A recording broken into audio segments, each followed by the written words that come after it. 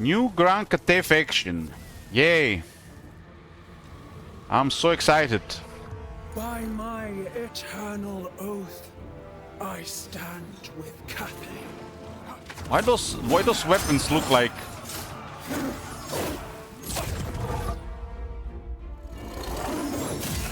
Those weapons look like somebody went into the item shop and spent $10,000 on some big whale upgrade. This doesn't feel like what? This doesn't even feel like it's supposed to be in the game, like the rest of the game. I mean, having you know, a cat that you want to pet, but you know you should not pet tigers because they'll kill you. It's a one thing. I mean, it's a game and all, not the real world. But those weapons, man, they don't even fit the game. They should not be glowing like they are something from StarCraft. They look like what are those things in the StarCraft called? Zealots, Protoss. They look like something out of StarCraft. Why are they glowing?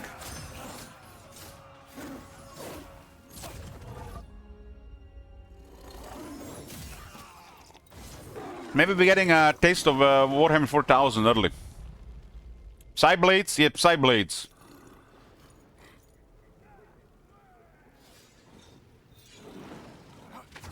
So is this like a supernatural character? She's gonna have everything like flaming attacks, magical attacks, contact effects. Okay, so in fulfilling her duty, oath and prophecy, the White Tiger marches out to quell the dangers of the frontiers west of Shenyang. So she is a buffer for Iron Dragon. That's crazy. The last thing you'll never see. Is this a faction 102? Close of the White Tiger. What does the AI say?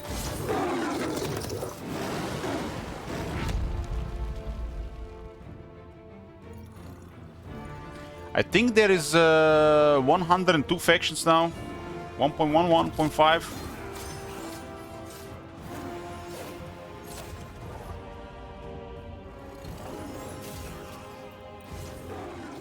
Yeah, it's not updated. It says 96.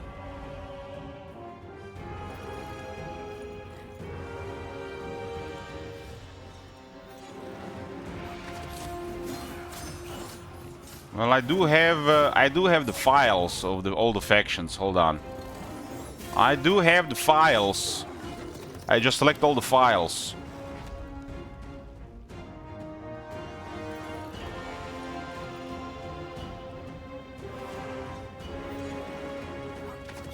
Okay. Let me just confirm these are all Warhammer 3 files.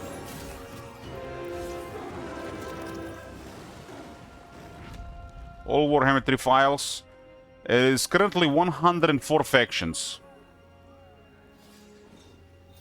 104. And there is 105 Legendary Lords. Because of Vlad and Isabella.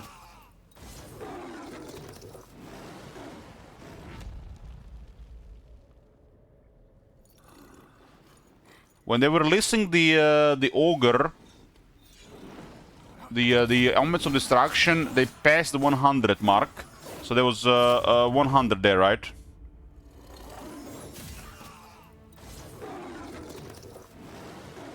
So it's 104 factions.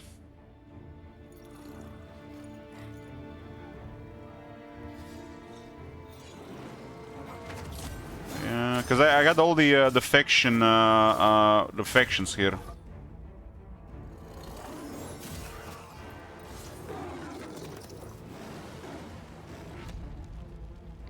Arbel was 100 Lord. They added what after Omens of Destruction? It was Tides of Waiting, or Tides of Torment, whatever it's called. They added the Kala, Aislinn, Sile, and the Mask.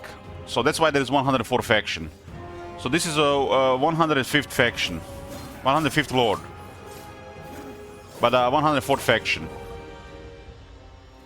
right? Yeah, this is the 104th faction and 105th Lord. Damn, this game has 105 Lords. And people ask me if DLCs are worth it. Damn, there's like so much to play already.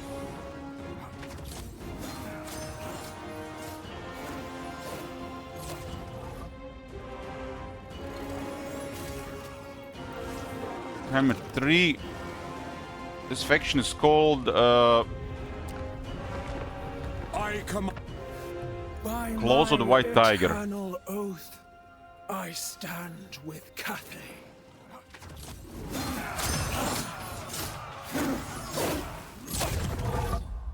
They're already on the wiki, huh? But they don't have their banner updated yet.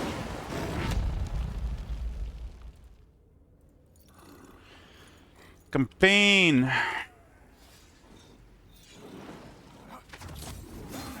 I haven't played a campaign in what 6 weeks. First look at Bhashiva, the White Tiger. No mods.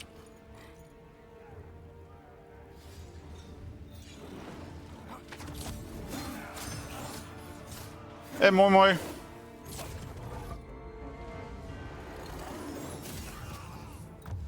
The last thing you'll never see. By my eternal oath, I stand with Cathay. So we got the Valkia, Valkia cringe stuff. A little bit less though. I stalk my prey from the shadow. Well, not bad so far. By my eternal oath, I stand with Cathay. So brutality, and anybody asking the question, if the Arcane Conduit, if Nagash gets Arc Conduit, you're getting a 2-week ban.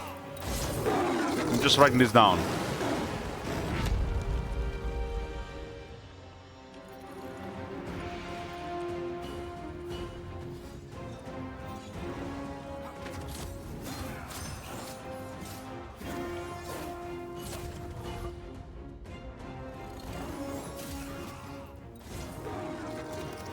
It'll be worth it. I need to take a piece and get some water. Okay, we'll be starting this in a second. Okay, sorry for interruption, boys. We're just woken up. I'm just woken up. So this is a 105th Lord.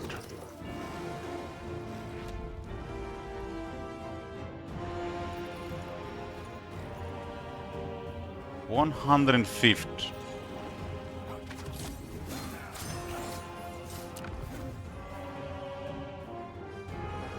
It's kind of disappointing they haven't added like a region down here, just a little bit like they added the other side. Instead, they just put it in a place where there's already a lot of stuff. She's on the right side of Goldtooth, below Grimgor. And this is Mummy Ying, and this is Daddy Ming. I mean, at least this will reinforce. This will reinforce Grand Kate. They really struggle these days, especially the AI mode. They didn't have to create Ind or Kuresh 2 hands. They could have just added like another sub-region of Grand Kate here on the border, just below Gelt.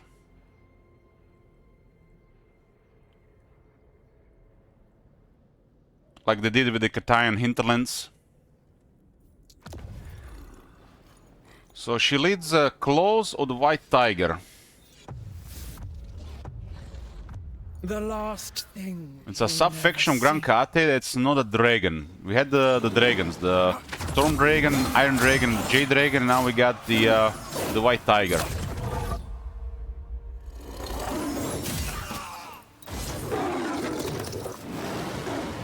The right way to start this is 110 time lapse of AI progress. I mean, they haven't done anything on the AI, but we're not running with the mod, so you never know. It's like the best part of this update is going to be the ninja patching, because this update is looking to be like one of the worst yet. They haven't even called it a proper name, 7.3, and they called it 8.0. This just makes it the worst yet.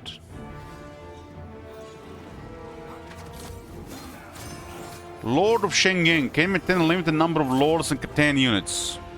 Tiger Court improves settlement infrastructure and Tiger Warrior units.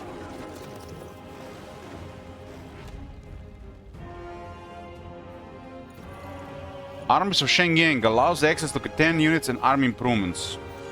So there's a mechanic, Lord of Shenyang. Diplomatic relations plus 60 with the western provinces. So she's like hardcore with the Grand Kate. She's like their guard dog. Or a guard tiger. Upkeep minus 20% of all Tiger Warrior units, all armies. So standard stuff and really close with the rest of Grand Kate. Lord effect. Casualty punishment rate plus 10% for all Tiger Warrior units. So the base is 8%, then she gets another 10%. Guard pussy. I like that better. It's a guard pussy. Melee attack and melee defense plus 8 during ambushes. That's a weird and inconsistent way to write this down.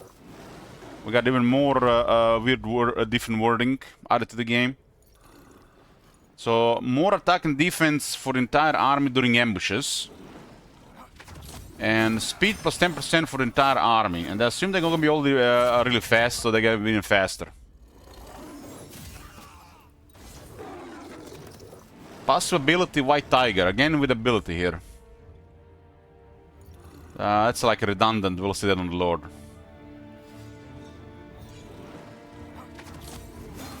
Well, the unit cards at least look good. So I assume the tigers would be like the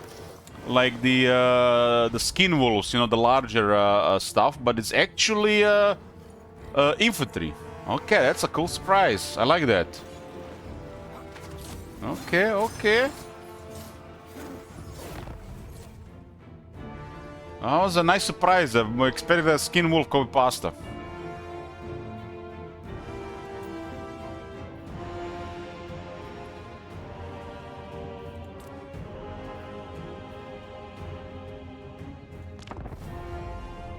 This is vanilla, so the setting should be on.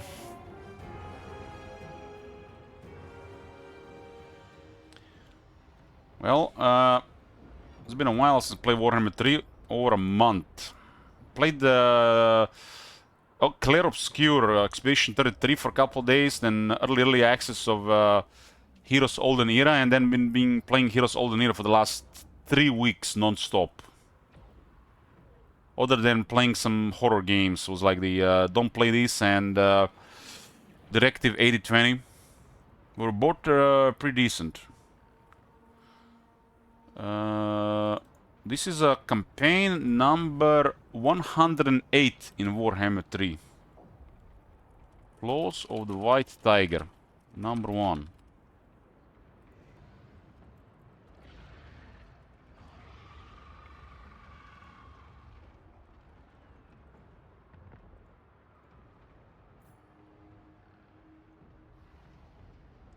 I want more expedition. I don't think I'm gonna be playing more.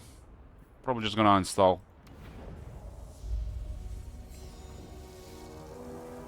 The Cathayan Desert is unforgiving. Yet to the Tiger Warriors, it is home. For generations, the frontier beyond the mountains of heaven has sheltered them from Sinch's schemes. Guided there by the living prophecy of the White Tiger. Now, chaos waxes strong once more, and Bhashiva rises against its tide. A mercenary lord of Shangyang. Why is Zinch here? She's supposed to be guarding the ogres. And the mandate of reckoning against the powers of ruin. The desert tigress leads into the gathering dark. Her weapons look like they were made by Zinch. Look like definitely Zinch weapons. Probably gonna have magical and flaming attacks as well. Hunt with me, tiger warriors. Through honor, we persevere.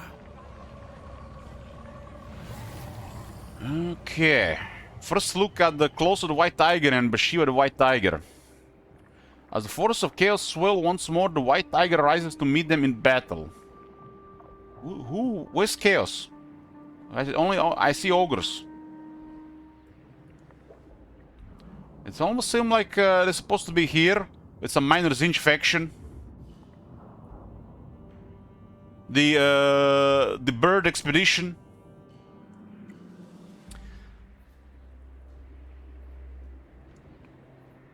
Patrolling Grand Kara's west frontier, Bhashiva leads her company of tiger warriors in service to Zhao Ming, whose iron favor affords her the myriad martial boons of the armies of Shenyang. So they're really close with Iron Dragon. More than just flesh and steel are needed to face chaos, however. Tiger warriors' core beliefs and customs rooted in Tiger Core hold the key to advancing many aspects of their warrior culture. To benefit from its powers, Bhashiva must reclaim the priceless relics of her people scattered throughout the world, bolstering herself in the struggle against the ruinous powers that scheme against her. Just put the new alchemist in the army and you got magical attacks on the entire army. Chaos has no chance. I mean, the demons have no chance. Warriors of Chaos, on the other hand. Okay. The most curious thing here to see will be to see any of the ninja patch changes.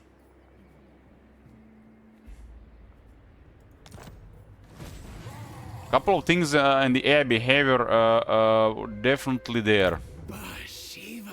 Bhashiva. Flaming attacks, magical attacks.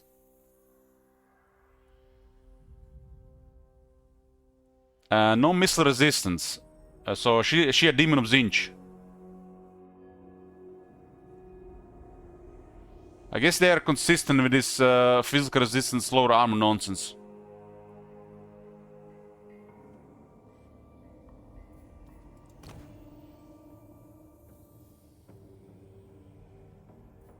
So another character with no innate missile resistance. This is inconsistent with the Warhammer 1 design.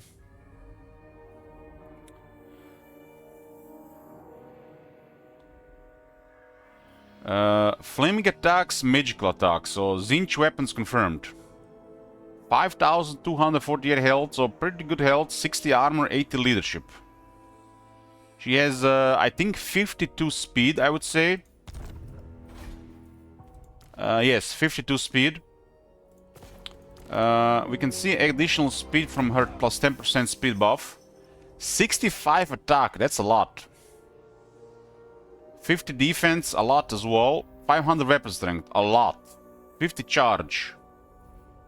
She has 20 anti-infantry and really high AP weapon damage. That's actually really a lot of damage. That's a really strong base.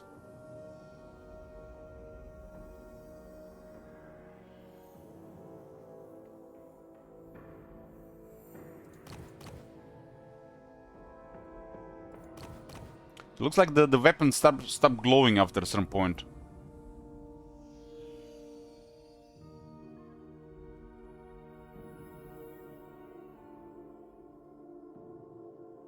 Is she the first starting lord with Stoke? What about Snickage? I don't like the look of these weapons, really. Why are they on fire and why are they glowing?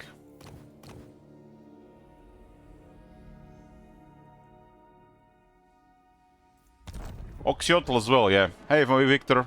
Where Kamal goes, They didn't really need to make the weapons glow, and it's bugged as well. They didn't need to make the weapons glow with this weird Protoss fire stuff. It's literally like Zinch weapons. They could have just had the weapons look like this and still have flaming and magical be fine.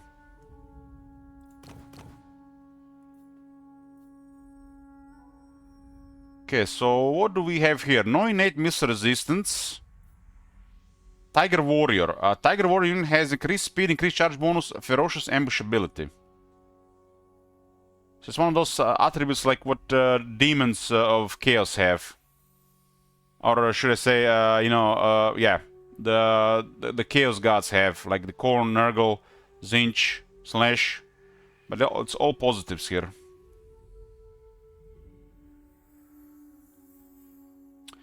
Devastating Flanker. She still gets 60 armor.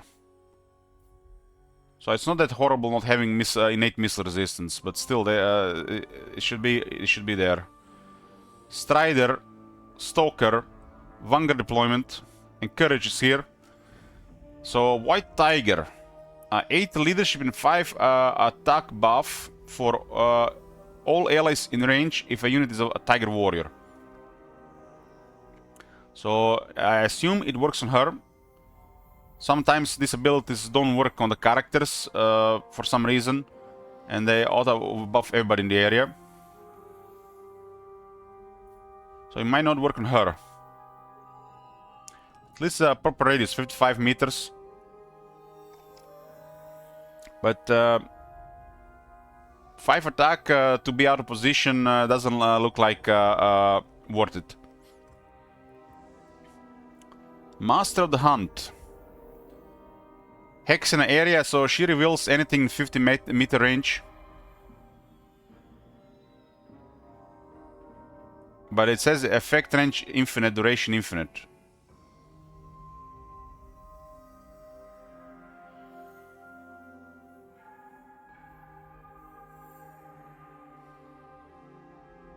So why does it say the 50 meter range?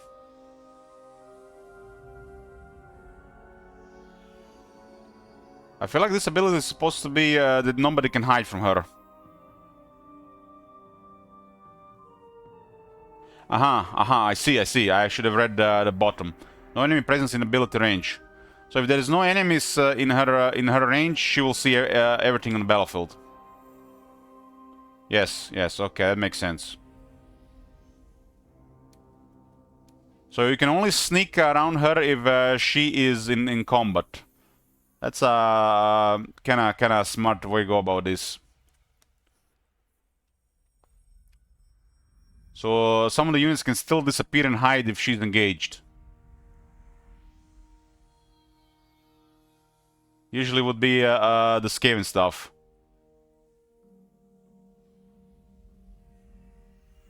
But poor Skaven dealing with the anti-infantry lords and units.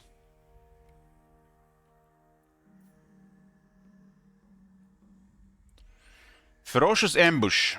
If a unit is charging, she gets bonus to charge speed, charge bonus, and she gets another Devastating Flanker.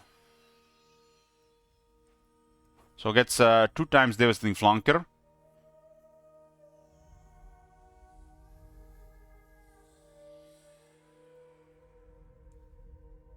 So it does look like it could totally destroy another infantry character.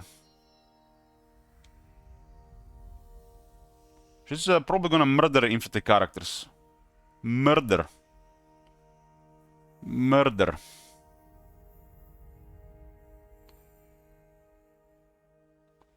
Hidden Huntress. Hex, minus 25% speed, minus 24 defense.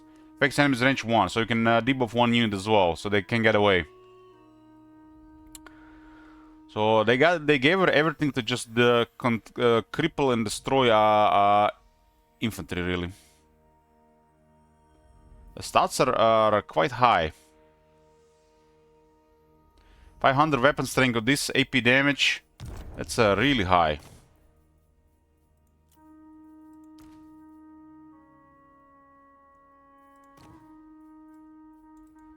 Taurox is like an example where it has some of the high stuff.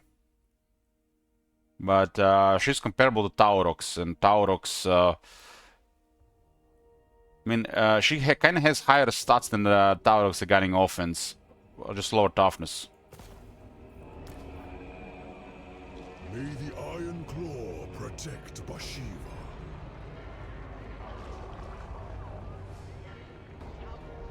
She's a small size. AP not low. 5200 is a lot of HP for a character. There's other modifiers for HP. Low would be 4000. This is a pretty good HP. Low example I give you. This is kind of low. 4200. This is low. 3700. This is low.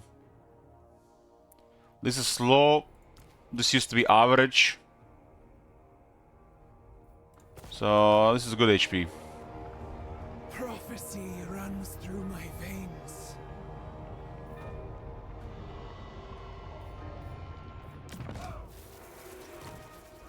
On the top we got spell resistance and missile resistance. She's gonna need this missile resistance. She has no innate missile resistance. They forgot. She does have 20 fizz resist, so if you don't have magical attacks against her, she's gonna be tough. Desert Tigress. That's the first skill, by the way, on rank 12. She has a 25% Rampage. Replenishes 25% campaign movement range after winning a battle. 25% is high. That's one of the higher effects. That's like Corn Deluxe level. So that's like better than Corn. Wound recovery time -2 turns and cooldown -0% to Fresh's Ambush. So for the AI, -2 wound recovery and the Repressible -1 wound recovery. She has the Empire skill here. She has -3 wound recovery on 2 skills. That's a pain in the ass stat that AI loves. Doesn't really do anything for the player. Unless it shouldn't do anything for the player if the player is not, you know, failing miserably. So, really fast wound recovery, which it's pretty good for the AI. If you have to deal with her directly, that's pain in the ass. But if she is like your ally, it's better, right? Hidden Huntress. This is also lower cooldown on the Ferocious Ambush. This is 90 seconds and it's lower by 30%, so about 60 seconds. So really strong skill here. 25% Rampage is very strong.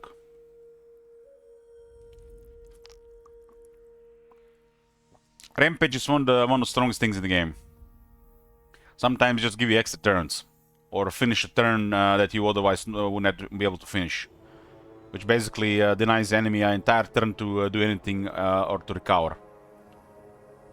Rampage is a really powerful thing because in turn-based games, getting extra turns, it's wacky. And 25% is pretty high. It's usually like 10 to 15%. 15% is already good. And as you increase movement, the 25% can be quite a bit. This faction does have a campaign movement hero. So they can restore a lot of movement. The White Tiger Rebels, okay, ability Hidden Huntress upgraded, replace Hidden Huntress and she gets Unspottable. So she gets advanced stalk. So nobody will see her coming until she's very close.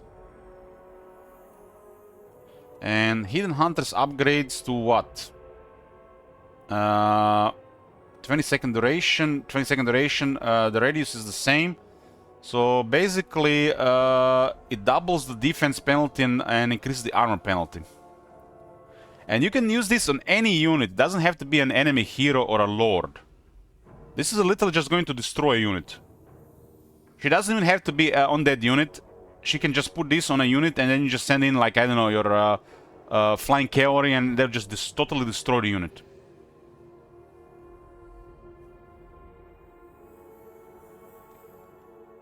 This is just, yeah, destroy that unit type of ability. Or just totally destroy a character when she's on it. Justice, not vengeance. Casualties captured post-battle plus 7% own army. I'm not sure for what purpose. Because this does increase what you get, but if it's not used for something, it doesn't do anything. So she needs to have a mechanic like slaves or laborers for this to do something. Maybe it's attached to her resource. Leadership plus 8 and leadership plus 6 and melee attack plus 6 when fighting against Ogre Kingdoms, Warriors of Chaos, Demons of Chaos, Khorne, Tzeentch, Nurgle, and Slaanesh. So why'd they put the Ogre Kingdoms with the Chaos?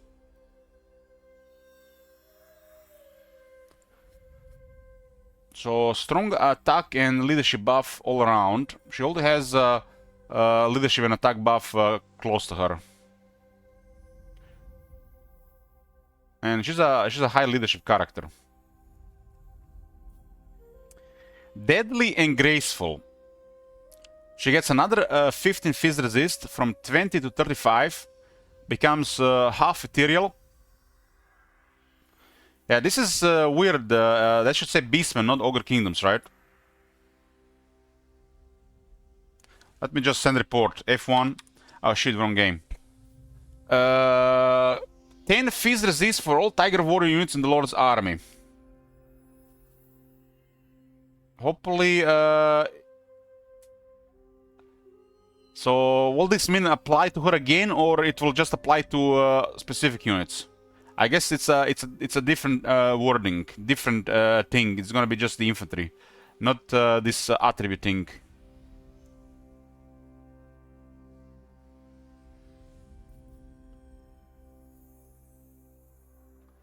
She will also cause fear. She doesn't cause fear otherwise, and Tiger Warriors will cause fear in the army. So a toughness skill.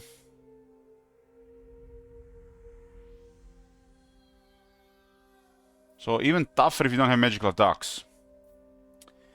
Head of the Tiger Court. Maximum number of active caravans plus 1. So she even gets another caravan. Khajiit has wares if you have coin.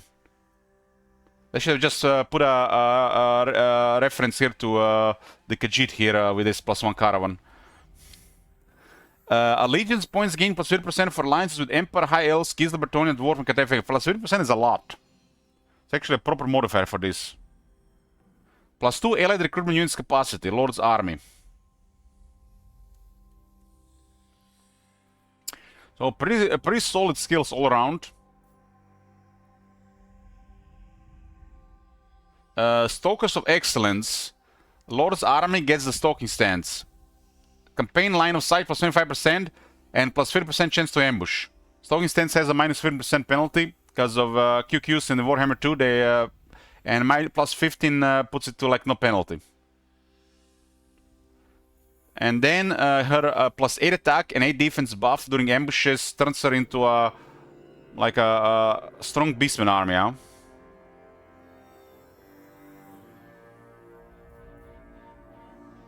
Skills are on spot. On spot. Looks like pretty cool unique skills. Pretty cool unique skills. This looks like it's gonna be fun. She can get hard to hit. Another 5 defense. Another 30 charge here. Another 15 armor, which is welcome for her. Another 50% health. Welcome on her as well. 12 attack. She has 65 already. 4 seeker. We got the wound maker for 20% more damage to 600. Blade Master for another 12 attacks, so a lot of attack. 12 leadership, which is redundant. She also has high leadership. 12 defense here, welcome, and a deadly onslaught on the other side. Pretty standard skills here. Where'd they put the Tiger Warriors? Tiger Warriors are unyielding, so they get attack and defense. Pretty good. I was expecting large models, but they're infantry, so that's a nice surprise. Welcome. And they go on the Blade of the Bastion, which is leadership, defense, and spell resistance. On the weaker battle skills. And it still has leadership and veterancy.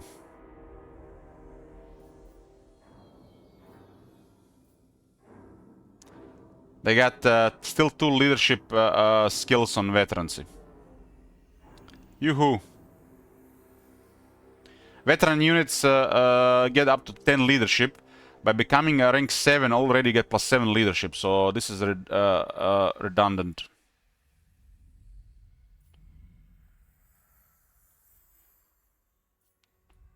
On rank 9, you get 10 leadership.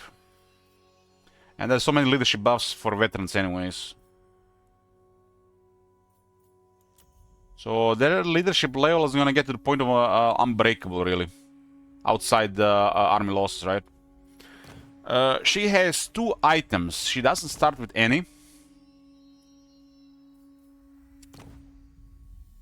What's the work so far? It looks like a solid 7.3 hotfix. Really solid. Let me put my title here.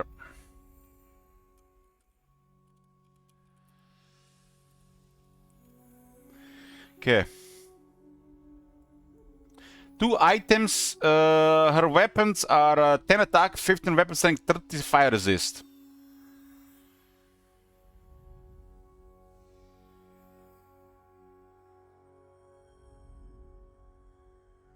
Hey, crazy tourist. Ability Blades of Shenyang.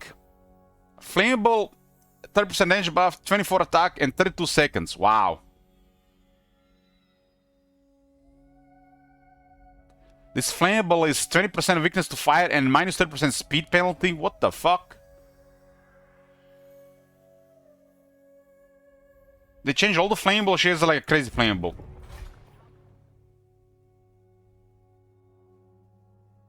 I guess you can't really check.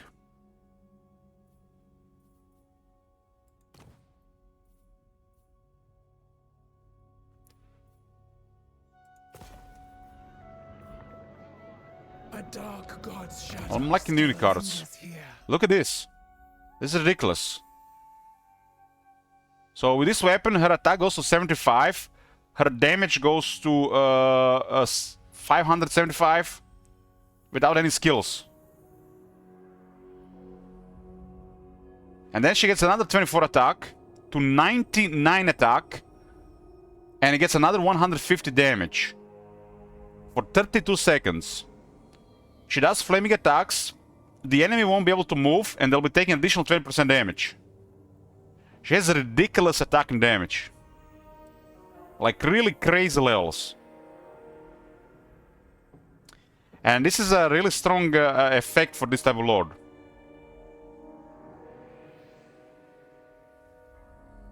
They might have buffed all flammable, or maybe this is just for her.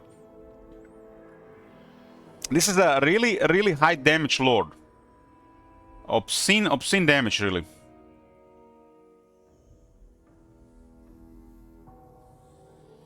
So 650. So without getting any skills or anything else, traits, she has 725 weapon strength and 99 attack during this. That is ridiculous attack and damage. Things are just gonna go poof, especially their infantry.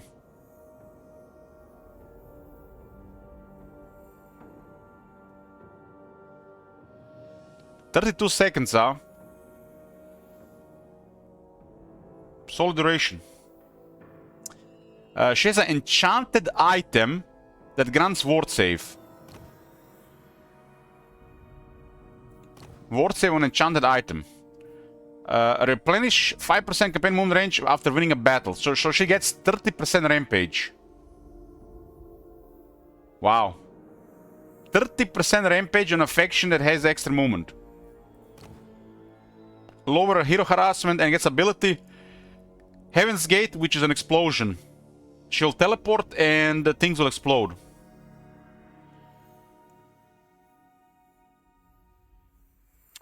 So looks like a really powerful lord, really fun, powerful skills and items. They just forgot the set bonus. But only one thing is missing here, guys. Only one thing is missing. Her attack animations have to be good as well. If her attack animations are good, no issues with hitboxes and sinking, this is gonna be super deadly.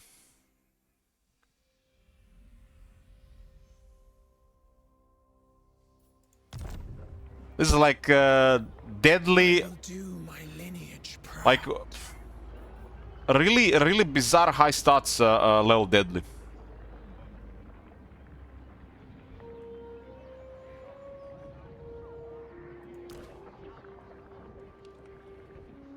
Okay, what else is here?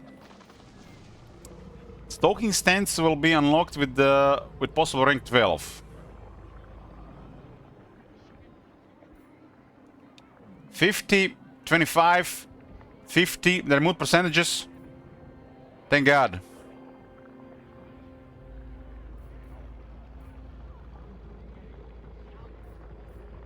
Tiger Warriors. Let's see these Tiger Warriors. Tiger Warriors are tier 2. There are 80 of them in the group. Dual axe infantry. We haven't checked the blue line, my bad. Route Marcher, the usual. She does have 3 effects here, like the Empire. Some factions still have 2, so more experience here. Usual. No ambush the chance, no. At least she gets 15 here, which prevents the stalking stance. It removes the stalking stance penalty. So you can get ambuscaded for another plus 5%.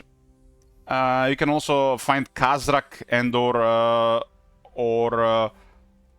Skarsnik for ambush chance.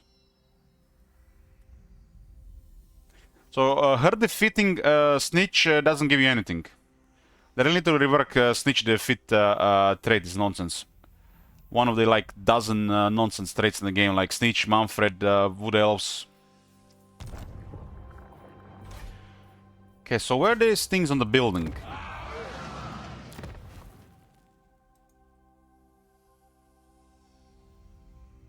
They added a Tiger Warrior military building. And it's already a tiny settlement.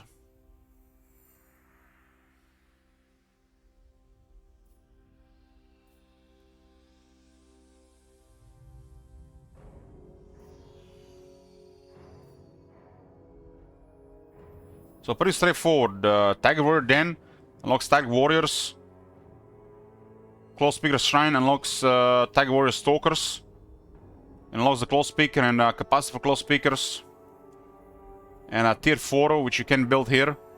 Iron Claw Tiger Warriors and plus 2 Close Speakers. Iron Claw Barracks. So is this their home? Or where are they supposed to live? I thought they were supposed to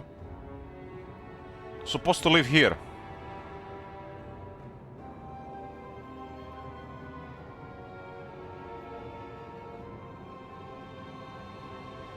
They're on kind of like an expedition doing a job for the Iron Dragon.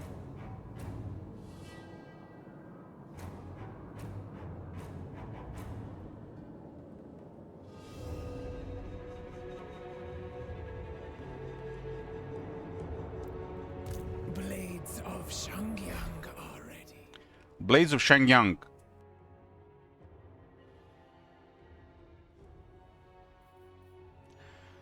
Tiger Warriors. Let's see. They got pretty good health per entity. They got a 200 mass. That's a lot as well. 30 armor and no phys resist. So they got high health, good mass, low armor. 70 leadership, 44 speed. So they're fast. 42 attack, 30 defense. 54 weapon strength and 5 anti-infantry. This kind of reminds me of Marauder Berserkers. I think they got actually their anti-infantry update. It's a really low anti-infantry. They're really weak to archers. Really weak to archers.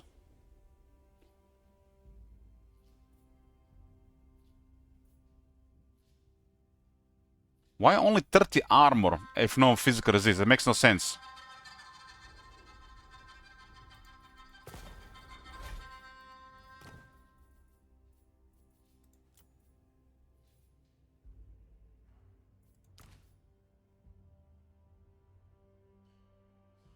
Marauder Berserkers are 39, 13, 5. Dual Axe Infantry. So it looks like they just copied the Marauder Berserkers. I mean, it makes sense, a similar unit.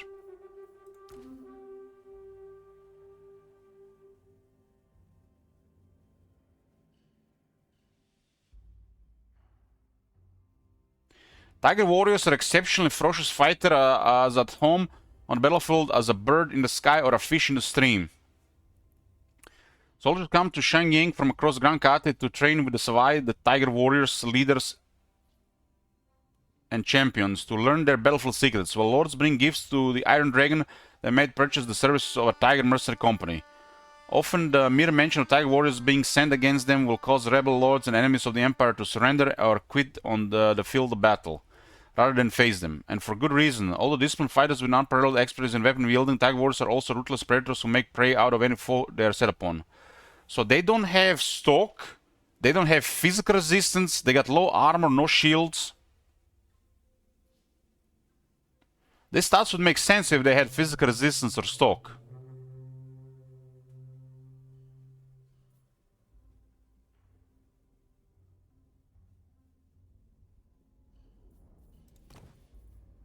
It's comparable to the Marauder Berserkers, who do have over 10,000 health, but they are kind of like similar health, they're just a larger unit. These guys have even lower armor. So it's a small regiment, small regiment.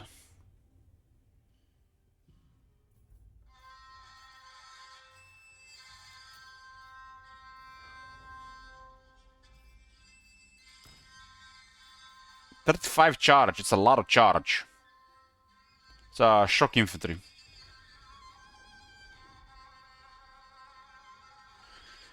Well, if you use Tiger Warriors, boys, they will shred infantry, but be careful when they get shot, they're just gonna get killed by anything. Literally any range unit will kill them. Even Skaven Slave Slingers.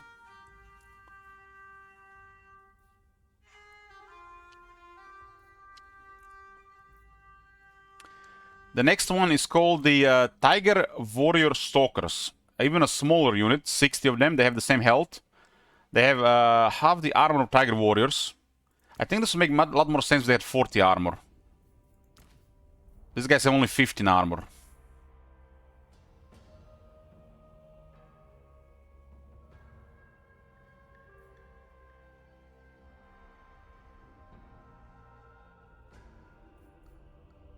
They have the same attack, but they got 10 additional defense. These things are also much faster. This kind of like, kind of looks like the Gut Runners. This kind of looks like the Gut Runners.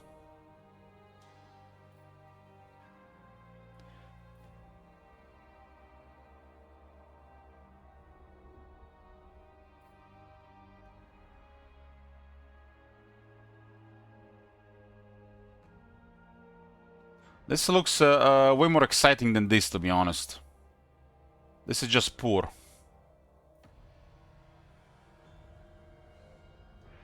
They trade toughness for more damage, and you can only shoot stuff. We'll have to see. We'll have to see how fast they melt. Maybe are the models gonna be like Biggins, or are the models gonna be? I mean, if they're models like Biggins or the Marauder Berserkers, they're really easy to shoot, right? No resistances. This one makes a lot of sense. It's fast. It's stock. This one looks amazing.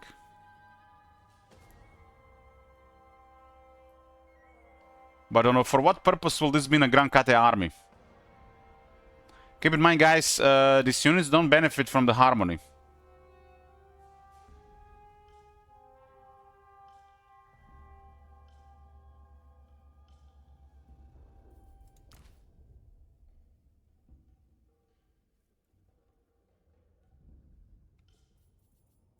This unit needs definitely more armor.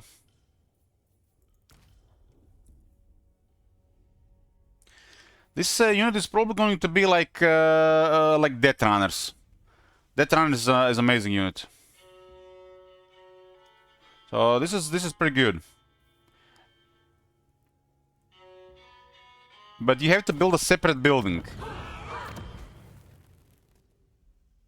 They're a tier 3.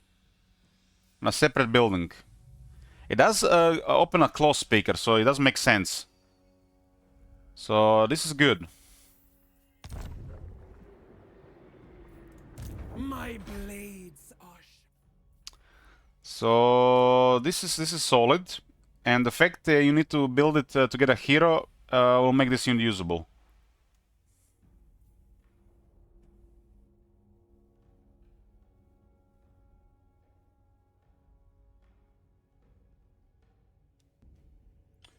Well, these are like death runners, not gut runners. This is like death runners. Death runners are really solid, but these guys also have a range projectile other than having melee damage.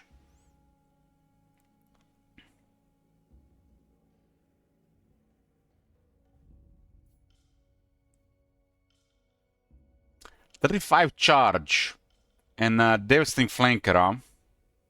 This is what I imagine these units to be. Not really this. This is just some squishy nonsense. Well, this is good.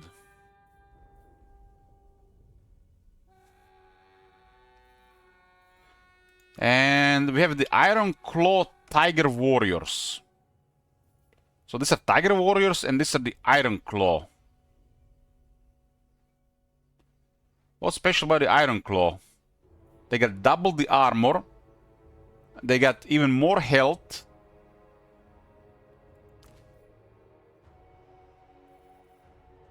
They got really good melee defense. So they're like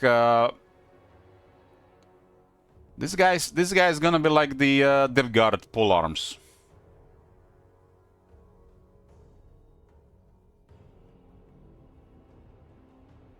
$20 anti-large. Not as strong as them guy pole arms, but close. 40-46. Is a smaller model, 80. 240 mass is a lot. Look at this, 42, 44, 44. It looks like they've taken the Depth Guard as a reference to create this unit. I mean, immediately looks like Depth Guard to me. Just Depth Guard with the different stats. And they still have a very high charge, which is odd. So they're not as elite as the Depth Guard, because they got more entities. This guy look like the Depth Guard pole arms, which is a good unit. But they still have ferocious ambush on a defensive unit. This guy is gonna destroy large units. So one is mech, two squishy. And this is like special ops units. This is pretty good. If you like Death Runners, you're gonna love this. And we got the Depth Guards polearm. And these two are gonna be good. Why? Well, you definitely want this building, but I'm not sure you want this building.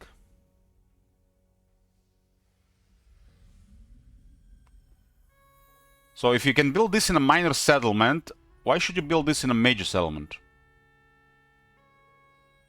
Right?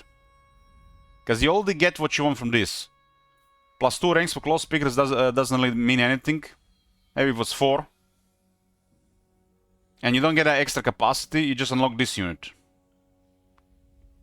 This building is probably just redundant. They should have just all been on this building.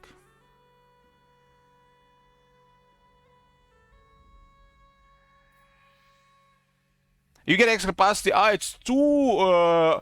Man, my brain is just +2 rings. Oh my god! So it's good then. It's good then. I'm like +1 capacity and 2 rings. My brain is just got by default to the usual copy pasta. Sorry guys. Sorry guys.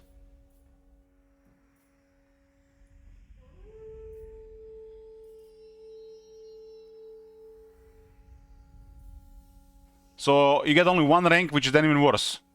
Why not one rank for all the Tiger Men?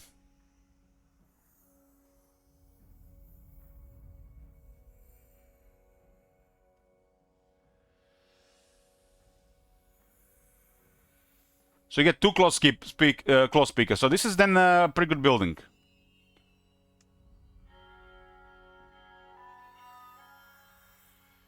I mean, St. Isaac I see +1 and +2. You know how it is. +1 capacity just carries over, and they add 2 ranks. You know how it is.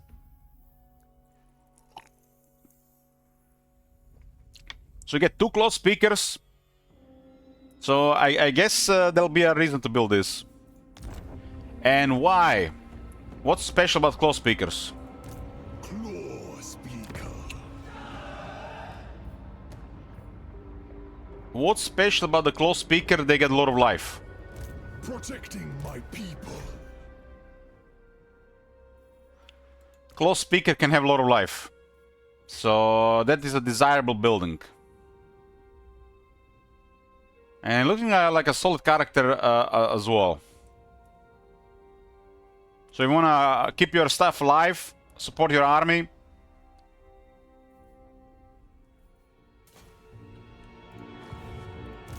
For the white tiger. So 3 tiger units, one is like a low, so they done it dirty. Low tier, I mean. One is a tier 3 and one is a tier 4. Let's see what they have. Bhashiva's kin.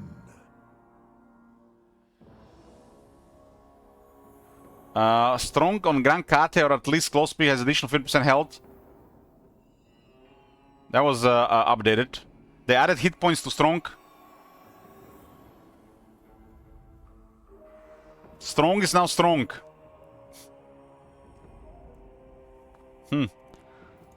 More ninja patching to the traits.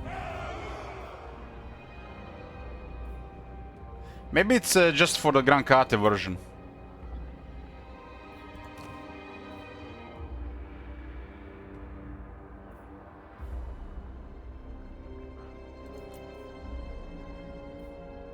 I see a lot of still crap here.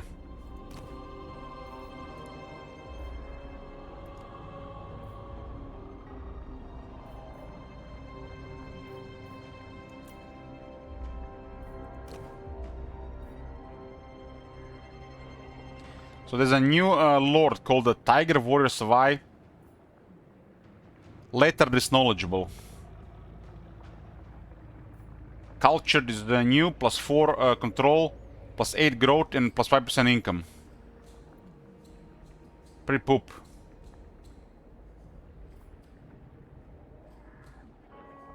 How can this exist in a game where this exists, right? I mean, look at this. It's like trivial stuff compared to all the experience gain. Claw speaker. So I wonder if all strong is with extra hit points, but this is a generic trait, so it could be. It's or maybe just the Katai version of strong. But look at it, it's amazing, right?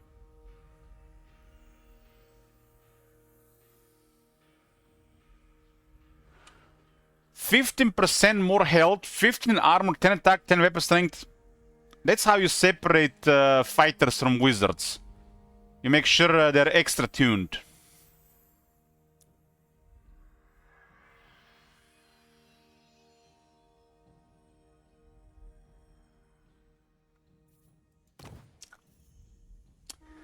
So innate hero missile resistance is here.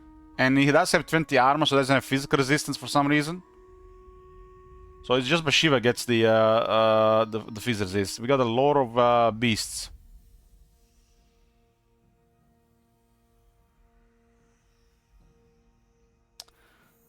Spell resist, missile resist, immortality, mentor. Lead us to salvation. No This is the close speaker. Divine Epiphany, campaign on range +10%. It doesn't say for who. Does it work for him? Does it work for the army? This might not work for anybody because it's on a hero. It does have the Tiger Warrior category.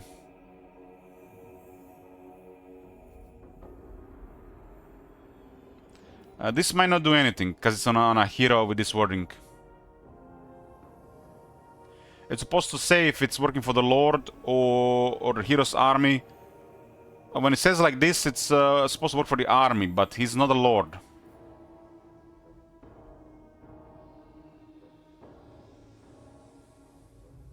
And when it's not embedded in the army, it's supposed to be different text. And they still haven't patched the hero movement. It still says 100. Oh, it's 100. Kamau's chosen.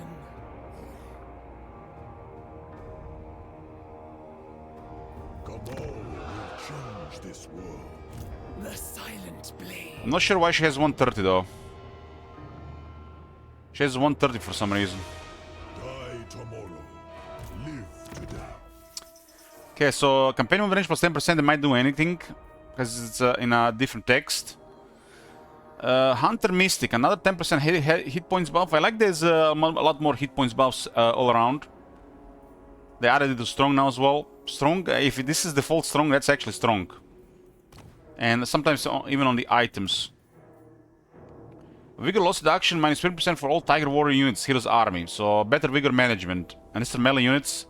The Vigor is pretty good for them. Leader of ceremonies, plus 4 control, plus 8 growth, plus minus 4 corruption. Generic trait here as a skill. Then which makes generic trait 3 times worse. They should just be doubling the effect if they want to do stuff like this.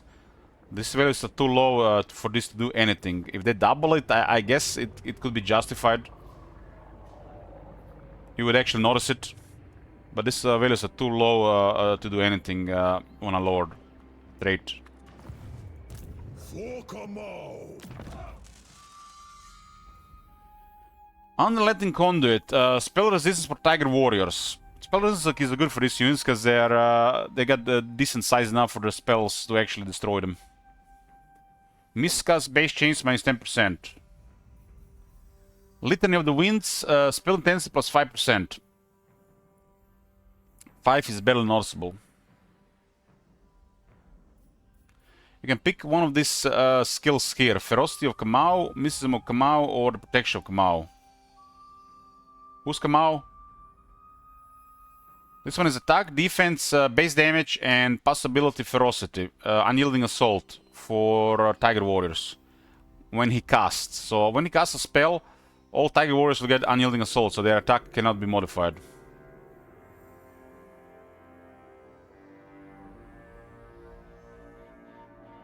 Pretty good. Mantra of Righteousness. It'll cause fear and get a battle prayer that affects only Tiger Warriors. 24 attack, standard armor, 25% base weapon damage.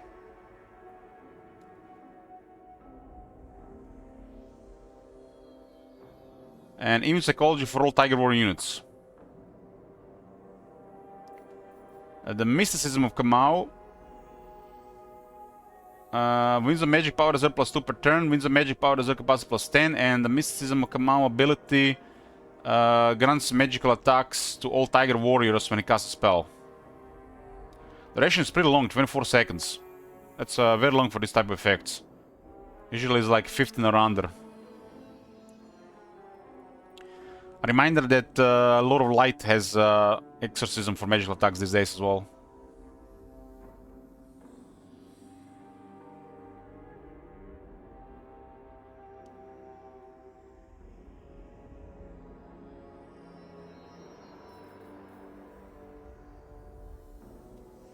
And the Arcane Hymn lowers the cooldown and the cost of the Lord of Beast, Life, and Shadow spells. And gets an ability that can be used every 2 minutes for 27 seconds to get power recharge and power reserves. That is pretty good. So you get a lot more power. You actually get quite a bit of power for over time from this. And get cast more spells. And cheaper spells and lower cooldown.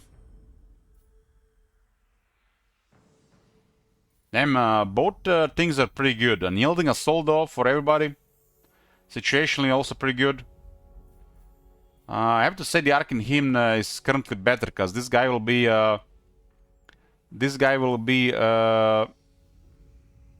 creating a lot of power. And lower cooldown on spells is desirable, and lower cost even more desirable. This is very strong.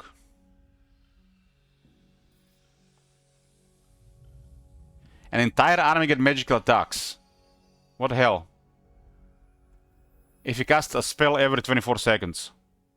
This is a very strong. Protection is ward save for the character. Lower attrition, suffer from chaos attrition, and protection of Kamau. The entire army get 10 fizz resist for 24 seconds when you cast a spell. That's also solid. It's kinda better than the ferocity. So ferocity is the weakest of the three. Increase the Bella healing cap for the army. So goes well with Lord of Life. And more replenishment. He only has replenished troops, so it doesn't really do that much. And what is this? Mantra of Invigoration. It can affect one unit, a Tiger Warrior unit, in a 100-meter range for 32 seconds. 2-minute cooldown. Unlimited uses. It grants the unit a very strong regeneration. And Vigor Restore.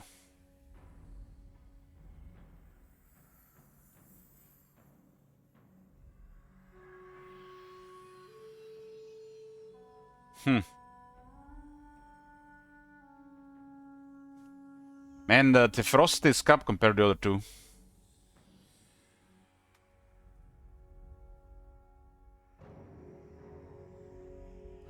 The middle one is the most powerful, because you got this guy for casting spells, right?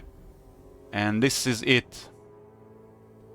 The entire army getting more magical attacks, so you get more power here. It's just extra. This one is solid as well with Fizz Resist for the entire all Tiger Warriors. And this is solid too. But this guy is a wizard, and you get him in the army for casting spells, so it's gonna be hard to pick anything other by the Arcane Hymn.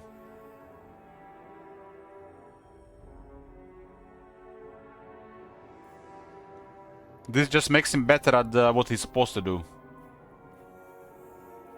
All this extra, let me explain you why. So, the first ability is good on all three, so this is not even debatable. This is good on all three. You get more power here, and you have a chance to actually have higher power, because it'll give you wins per turn, so you're not gonna lose power. So power is secured. Higher power is secured. This makes the spells lower cooldown, which means you can cast them more often, which is desirable if you have more power, because it will stack with 50% here. And then you get spells cheaper, so you can cast more of them. Goes well with the cooldown reduction. And then you get an ability that grants you more power and creates power reserves. And why this beats anything else? Because you can cast multiple spells at the same time that beats the effects of this and effects of this. And you retain power, and you can have more effects on for longer. So why would you get anything else here? Just apply more spell effects. You get more effects on top, and you get to secure more power for casting throughout with a lower cooldown. Just cast an additional spell, right? Don't bother with the rest of this stuff.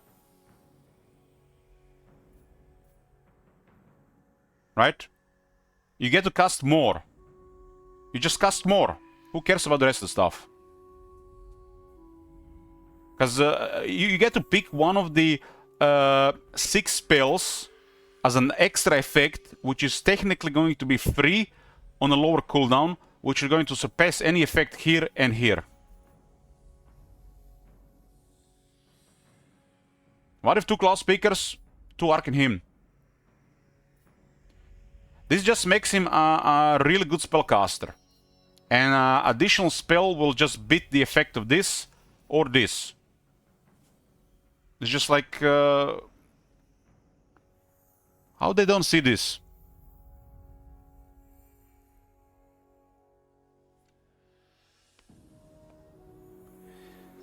Rogue Stomper says, well, I'm not as fast to react as Yun As for me, protection one will make for some mistakes I'll make. Okay, that makes sense. Rogue Stomper makes sense.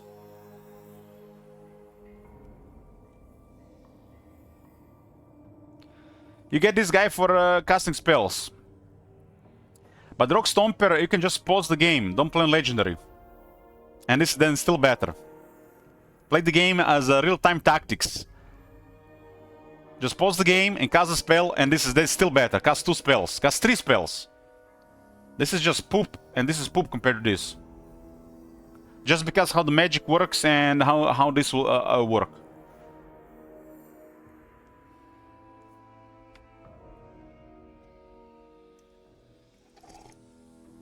You cast 3 spells. This is already a clear winner. You gotta cast 6 spells with a well-oiled wizard. Big picture, this gives you a lot. This gives you something more, but this gives you a lot more of everything.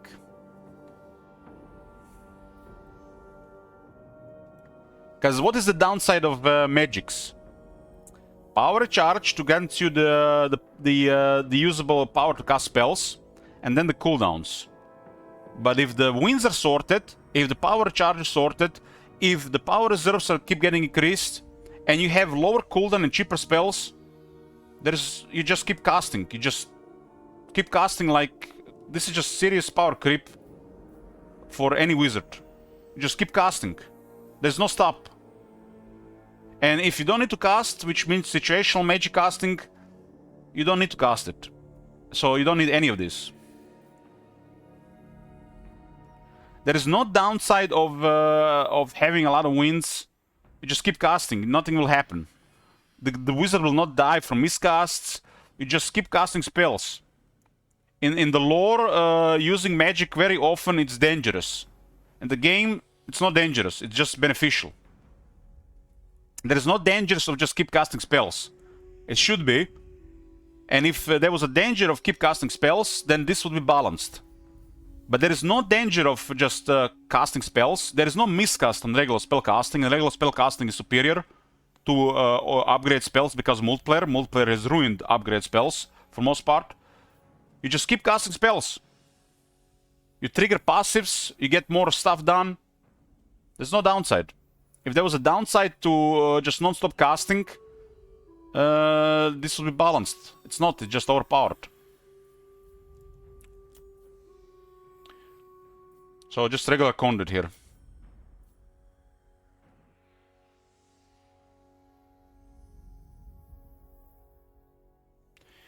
There has to be a danger of casting regular spells, and then there'll be downside to stuff like this. Until there's a downside to just regular spell casting, there's no downside, there's an upside. This thing is overpowered. More power per turn to guarantee high power. And then cheaper spells, lower cooldown, more power reserves, power charge and reserves. There's no downside, this is just like overpowered. Overpowered. The rest cannot compete. We got a lot of beasts. I guess we'll use it for now. Here's the replenishment. Still Fate Overhaul, or what is it called these days? I don't know. Grim Hammer. Grim Hammer has done this okay. In the Grim Hammer, there is a miscast chance even on regular casts. They made spell casting more dangerous. Spell casting should be dangerous. There should be miscast damage chance even on regular spell casting. Upgrade spells should be strong and they should be very dangerous to cast. But in this game, there is no downside. The overcasting is situational and optional and finely balanced because of multiplayer, so you don't even have to do it. And when you do it, your armor, resistances, and even lower miscast chance will prevent your character from getting wrecked. Instead of your character have a chance to get murdered with 3 casts, You can cast probably 8 spells with these characters and you'll not even feel it without even having stuff like extra armor, earthing and stuff like this. So you can just keep casting and there's no downside. And if the guy has a lot of life, he can heal himself. It will get passive regeneration from the lifeblood. The passive of healing. There's no downside. So we just keep casting spells and nothing can happen to you. There has to be a downside to spell casting, otherwise stuff like this is overpowered and the alternatives are crap. So what is going on here on the objectives? Attain 200 iron favor, 500 treasury.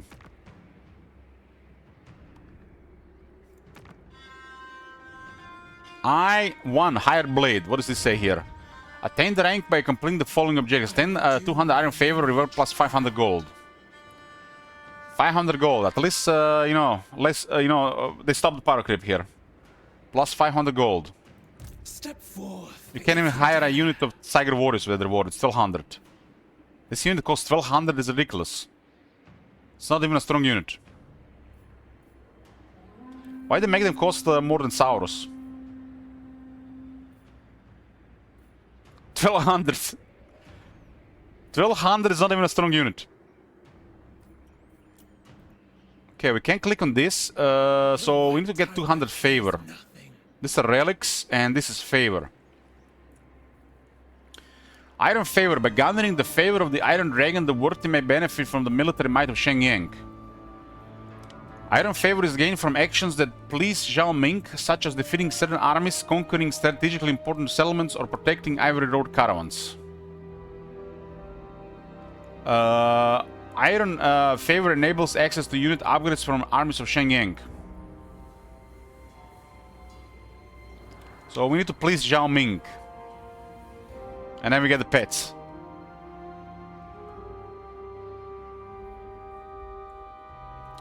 It's kind of crazy. You can just do this. And it's 700. This guy's cost 1200. And they're not even that strong. It's really bizarre. It's like more like a 800 cost unit.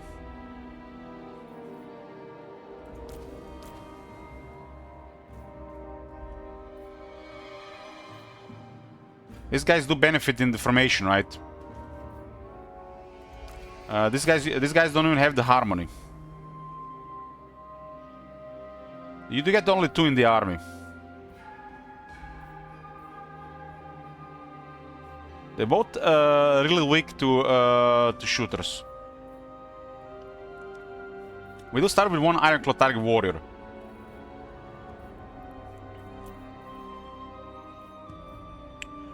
So we can get some ogres. Our enemies do the stalking.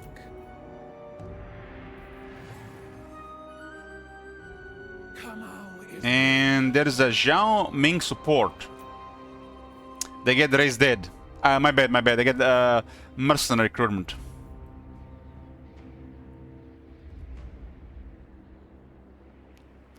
This is one of the most powerful mechanics in the game.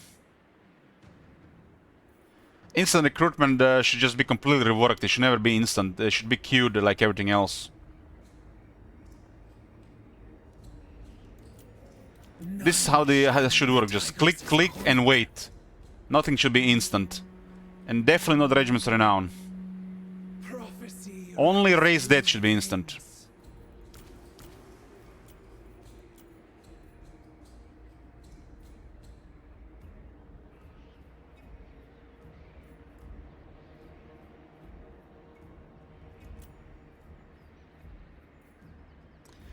So what's hot here?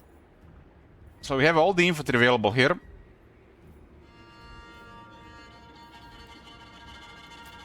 There is Onyx Crowman as well. And for some reason they included the Fire Rain Rocket Battery. I mean, for the lows, why not? Not the cannons, but the rockets.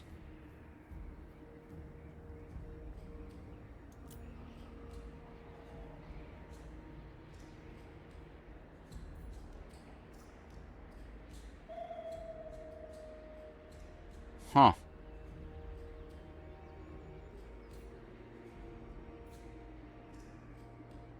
guess the cannons are from the top and the rockets are from the Iron Dragon. I've heard enough. -5 really should end there. Guys, don't joke around these things. This is some serious stuff.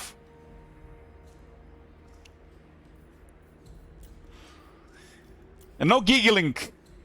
I can hear you giggle from over the other side of the world. Those blades, mesmerizing. I can handle everything, but no giggling.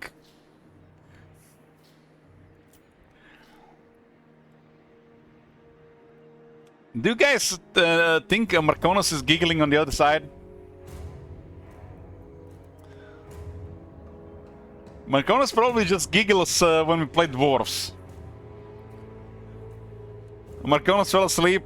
He can't handle 2 hours turn 1.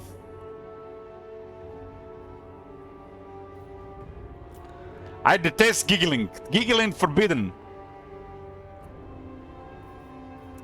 So we'll unlock instant recruitment at some point through Zhao Ming support. A dark god's shadow still lingers. Armies of Shenyang. That's a mechanic here on the interface. Follow the Iron Dragon's will and benefit from the strength of Shenyang to aid your campaign.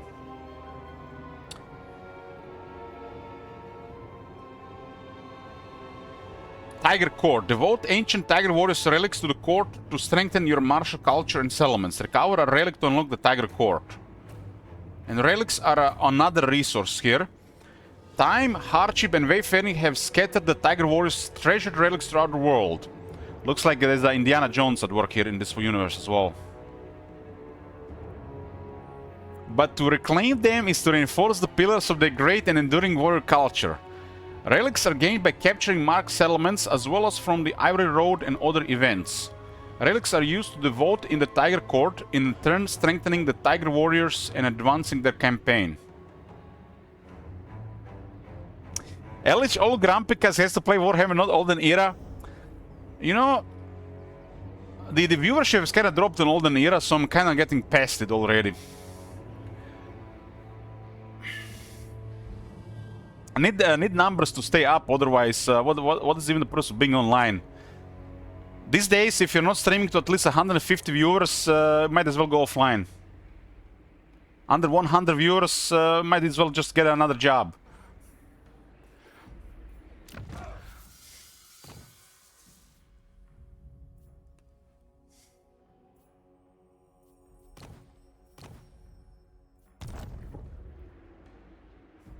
Time to sharpen my claws. Why did the hell they get Ivory Road mechanic?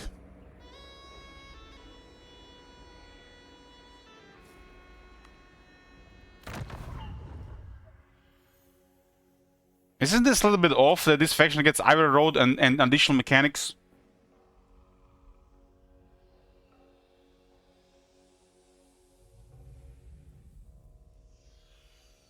I don't think it's fitting for this faction to have the Ivory Road mechanic. But whatever.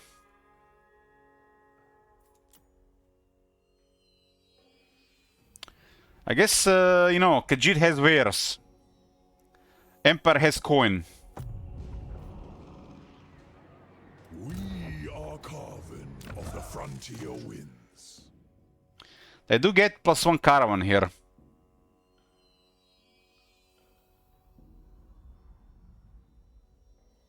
It's okay to have caravans. I mean, I find the caravan system fun. I find the caravan system fun.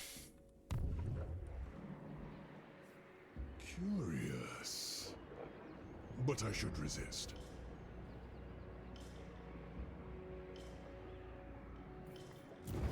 Victory conditions. Short campaign victory. Reach level 5 within the Tiger Court with a single pillar. Complete any of the Zhao Ming's goals. At least it tells you how many.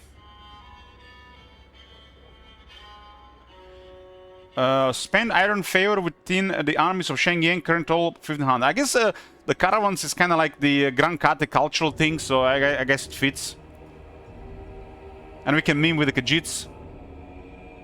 Destroy the following factions: Mountain Eaters, Sons of the Mountain, Fulg, and Grimgor Art Boys. So we are above Goldtooth. Do you even see Goldtooth? You don't see Goldtooth. We start with a non-aggression pact and a military access with the Zhao Ming, the Iron Dragon. And at war with the Blood Guzzlers. Aye. Would you care for a demonstration of the power of fire? Trade as well, metal? trade as well. Start with everything. This faction is just really close with Grand Kate. Not only that, but they get plus 60 with Grand Kate, so they're like basically just gonna work with Grand Kate. There's like nothing else to be happening there. So it's a faction for a strong diplomacy game, and diplomacy in Warhammer 3 is already make things super easy. So just a nice chill faction. Have some fun with the tigers. Desert. We got the from looks a pretty strong lord. We got caravans to the fun. We got a strong location, and we got the fun, strong, unique skills. So just perfect to just make the Grand Kate strong. Not let my guard down. While not playing one of the Grand Kate, huh? I guess it's gonna feel better than making playing Goldtooth than making the Grand Kate strong. The reward here is capacity plus 3 for all heroes. Long victory requires more of this. Pretty much over double of this. And you have to also defeat some Chaos Dwarfs.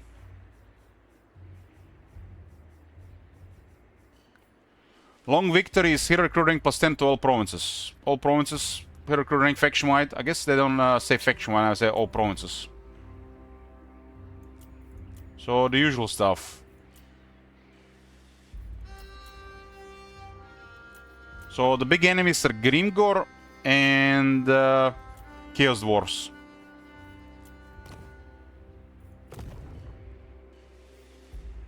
I will do my This campaign, anything goes. Anything goes. We got nothing. Anything goes this campaign. To be all declared. This is the tech. Let's go over some of the tech.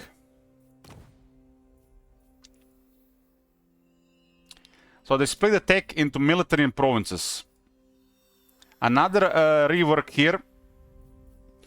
I mean, I feel like the rest of the game should be like this. They're patching the game too slow for the rest of the game to catch up though, so the rest of the game will never catch up. The Zinch tech tree is probably gonna stay as it is even in 2035. So left side in provinces we got season trackers. More casualties captured post-battle. What the hell is this going to do?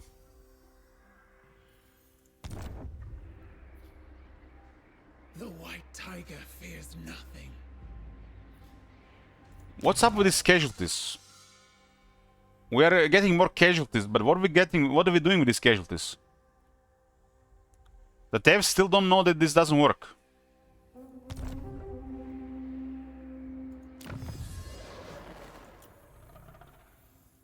Unless there is a follow-up mechanic. Unless there's a follow-up mechanic for slaves and the laborers or the souls, this doesn't do anything.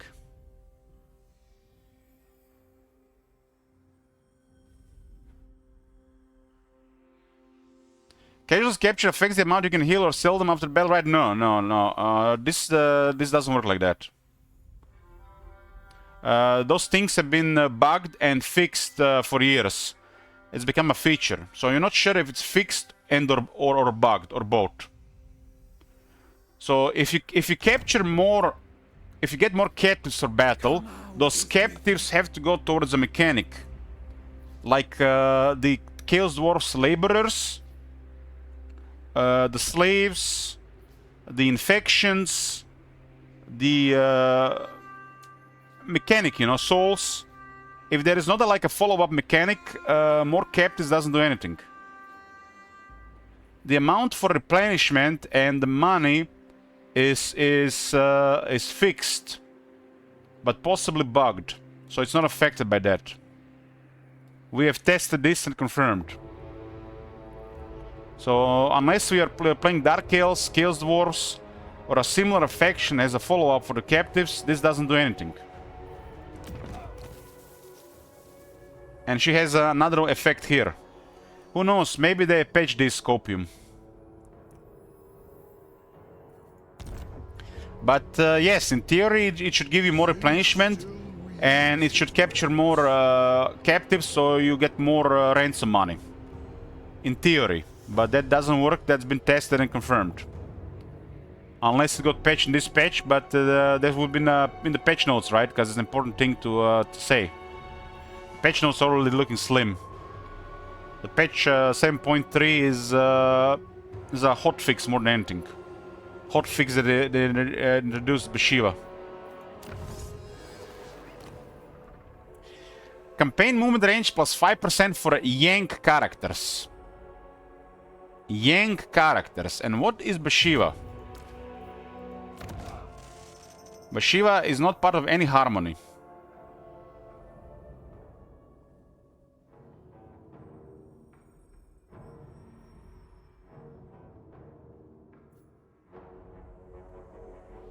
So we got the harmony, but she does have 130 movement for some reason. So you can see here Yin, Yang. The Tiger Warriors do not follow harmony.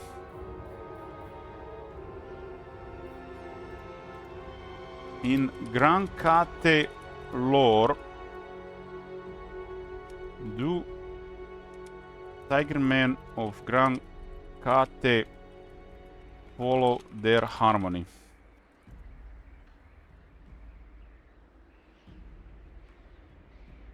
They do not strictly adhere to the harmony system. So that's why. That's intentional.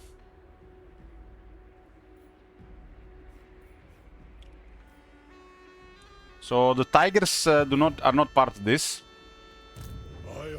So the first technology here doesn't do anything for this faction.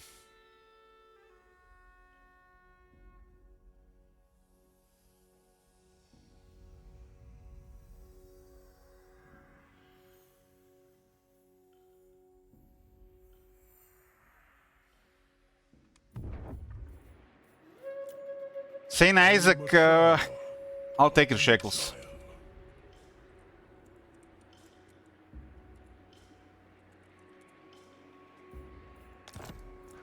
This guy has been corrupted here. Been spending half his life on my channel, literally.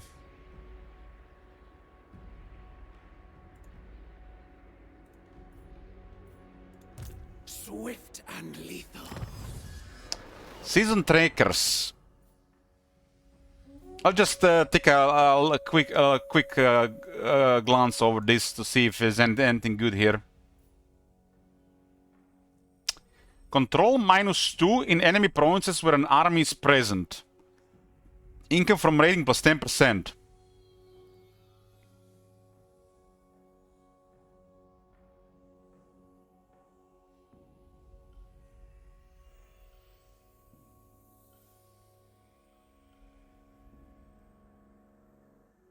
I'm not sure who is the target audience for this. So we got all the two technologies that don't do anything. Okay, the standard Yang buff for the money. Enemy hero action success chance minus 10%. Ambush defense chance plus 10%. Can play on the side plus 10% all characters. It's pretty good tech.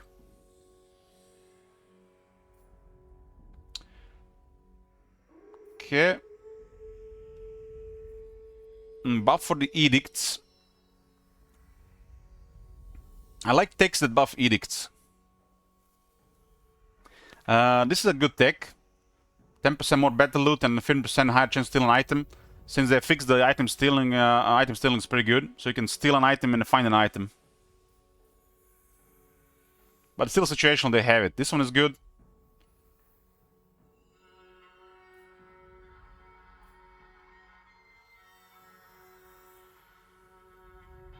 Lord of Yang, but you also get 10 reserved to all armies.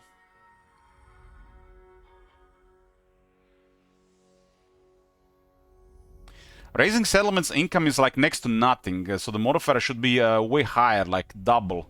But they make it only 5% more. Chance of a caravan intercept battle being an ambush minus 20%, so you gotta wait to protect caravans if it works.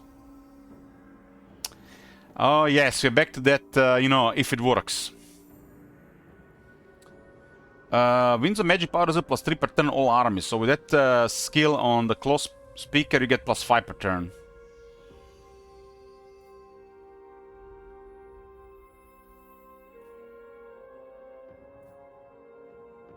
And this faction definitely feels like a go-to faction to play for allied gameplay.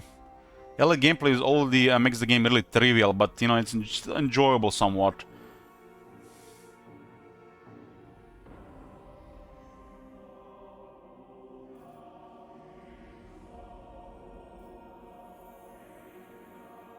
+5 attack and +4 defense when under siege.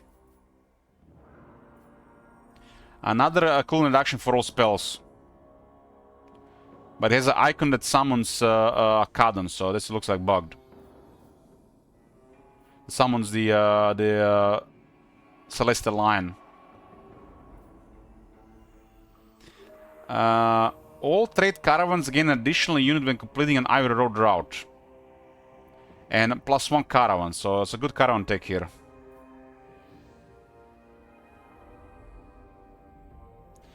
Nice flavor economy tech. A lot of tradable resources increase. And another caravan tech. Look at this, +1 caravan, +2 caravans, 20 more cargo. So 2 strong caravan techs here. I guess this faction, this is not a faction specific technology, this is just Grand Kara technologies, right? Okay, and a good hero tech here. Take not even that long to get.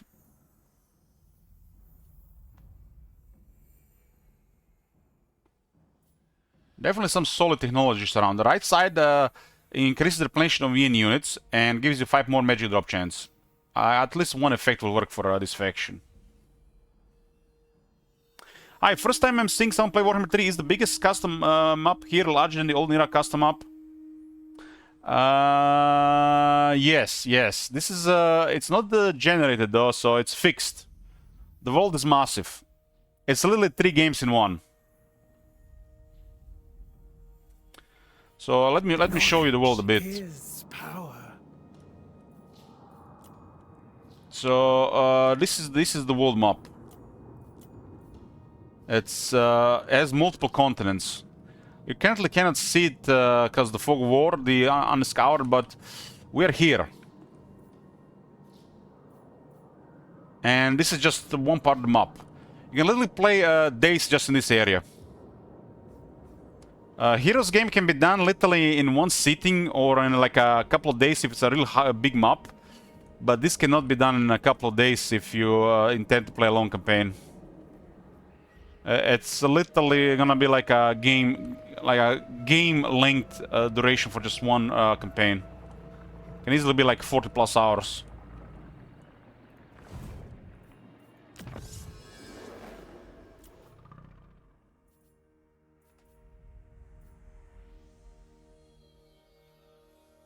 More upgrades to commandments. So just pretty straightforward stuff what you would expect from the faction. Sale value of cargo, another caravan buff. Diplomacy buff with all the factions. I don't see the other lores here.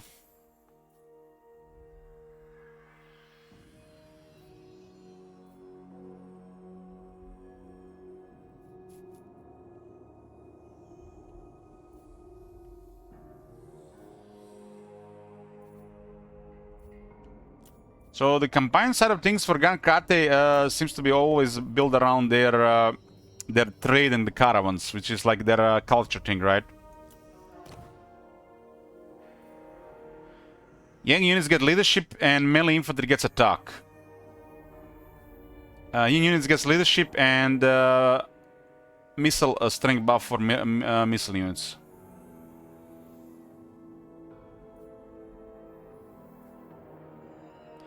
We got campaign movement range here on Yang Reflection, and it's in military. Tigers get attack, and Tigers do get 4 attack here.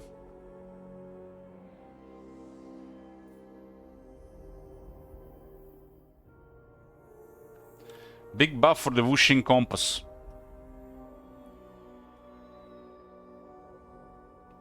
They're already annoying to kill because they got Unbreakable. This makes them even tougher if they have magical attacks.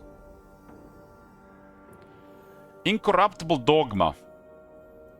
Man, the Chaos guys are so hard, so evil, so strong, so like powerful that we gotta get a technologies like this for the poor order guys. So against Force of Chaos, you have a little better, more supernatural vigor than the actual Chaos itself.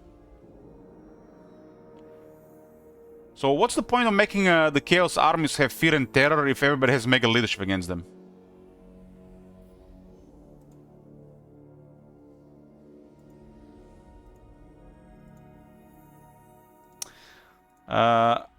Rashlock is time out at Strapti. What the hell is going on with Strapti these days, guys? Strapti has just fallen. Strapti has fallen when the chat has time out. He's pushing it.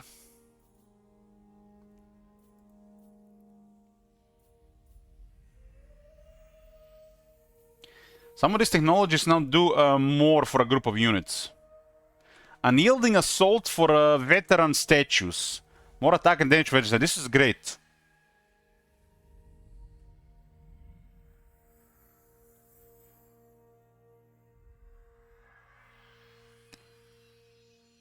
Attack damage and then Unyielding Assault on the veterans. See, when I get veterans.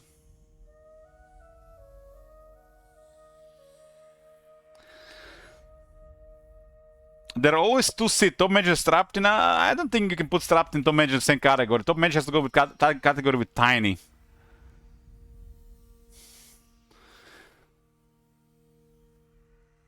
Sentinel Rights. Armor, defense, and physical resistance. Damn, this guy is gonna get stacked. Holy shit, look at this. They gave the statues so much. Damn. This is some powerful technologies. Finally some proper statue power level. You would expect they've had like a one tech like this, but they got two. One for offense and one for toughness. Man, Terracotta Sentinels might be a lot of fun now.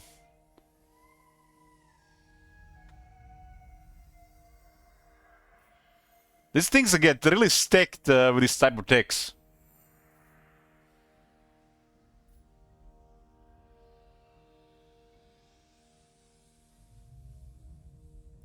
%5 ward save to all armies.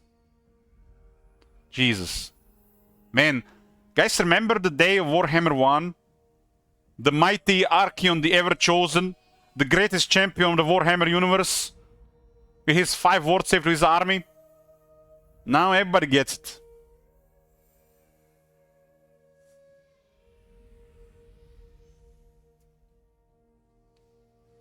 So you get buffs for the statues, you get buffs for the statues offense, and this guy's, let's give another 5% ward save.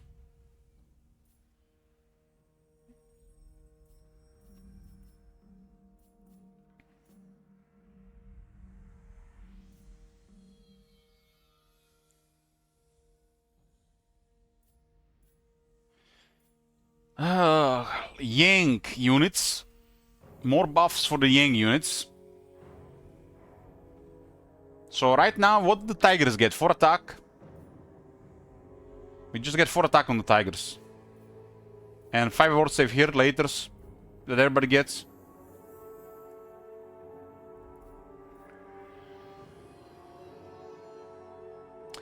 Great Longbow Riders get 5 anti-infantry, 50% speed and 10 resistance. Ooh. That's nice for a lot of these units. Also Onyx Chromen.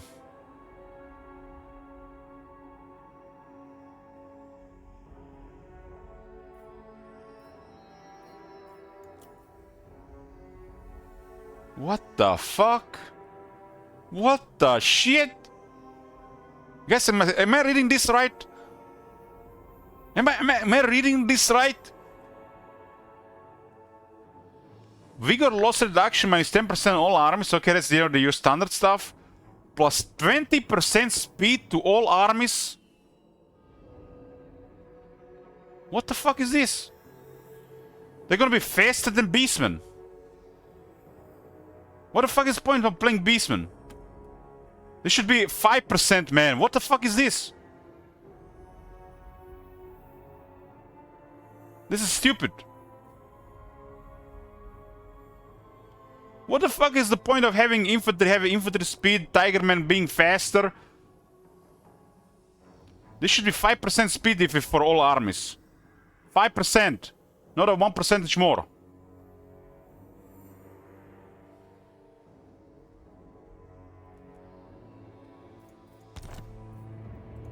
Ready for the hunt.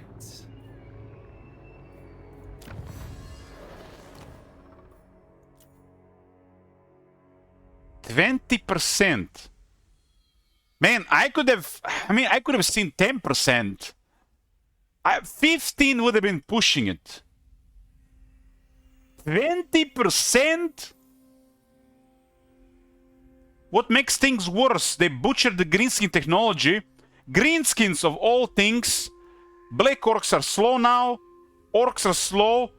Grankate, they're not greenskins, just regular peasants and humans. Get 20% speed and the greenskins get shit. What the fuck? And get this in 9 turns. It's not even late game. Black orcs get dick.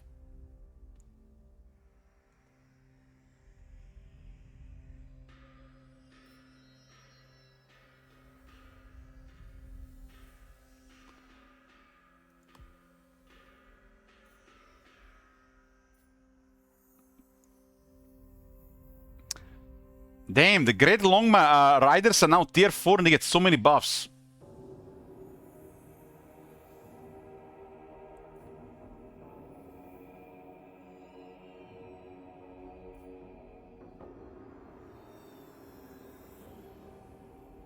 This unit has 105 speed. They get plus 21 speed from this. All these buffs, all these buffs. The Great Longman Riders look hot, especially in lower tier now.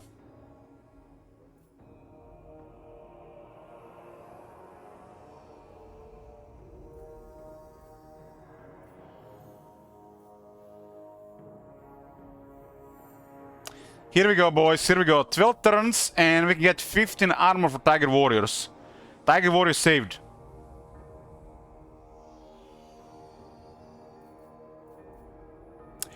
Jesus, Judge. I forgot they get the 15 speed here as well. They got plus 35 speed. Oh my god. I lead my people to a...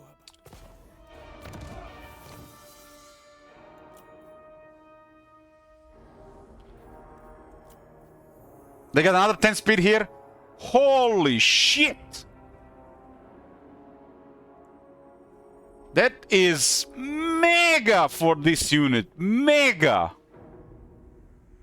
This unit is godly now. This unit has super buffs. This unit might have the amount of buffs Bretonia gets, and you don't have to play Bretonia. Wow. This is amazing. This is amazing. So not only they get super buffed, but you can get them now on tier 4. Wow. And it's been a solid unit already on the base. It's a flying unit that can fight. It's always good. And now all these buffs. Wow.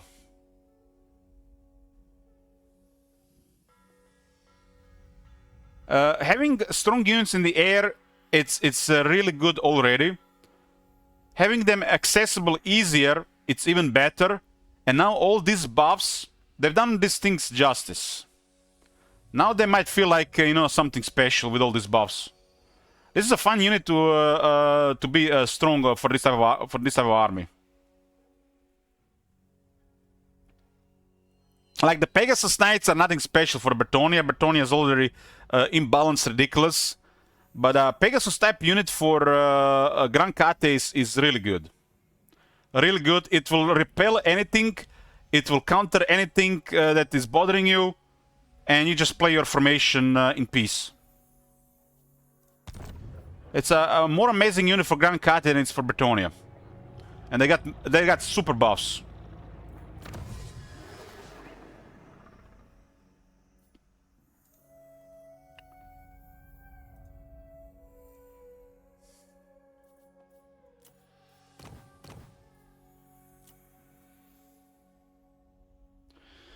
So Tigers get 4 defense and 15 armor here. They're still expensive. That's a good take though.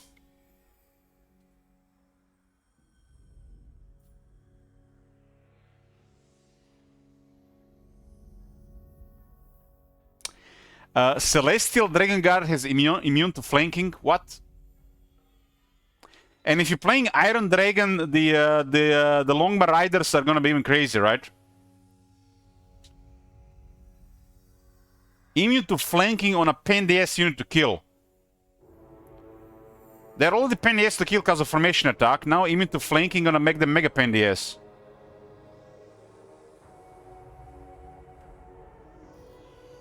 I guess it's supposed to be a Pen DS.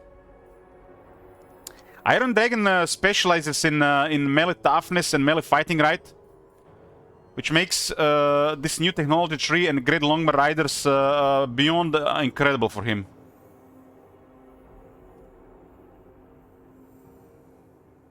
You apply this unit where the enemy when the enemy literally will not match the stats and they just auto-win always.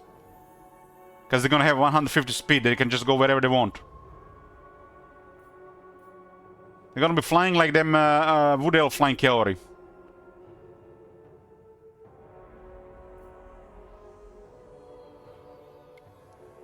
So there's another technology here. We can be acquired in 21 turns. Armor plus 10 for all melee units. Leadership plus 6 for all melee units. Melee defense plus 4 all melee units. And then plus 4 AP additional for the Celestial Dragon Guard units. Well, we are officially reached the Empire level status technologies for Grand Kate. At least we have fun technologies here. But this one is still ridiculous. This one should be lower. Longbow Riders only with 25% more speed, with 45% more, like what the hell?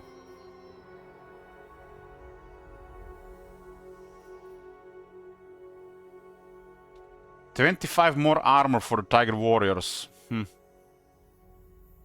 At least they delivered armor on the tech tree, so I can see this being now more realistic. These are probably just multiplayer stats. They got decent stuff on the battle skills and the technologies. Need not be enslavement. But I still don't like this base. Smells of multiplayer.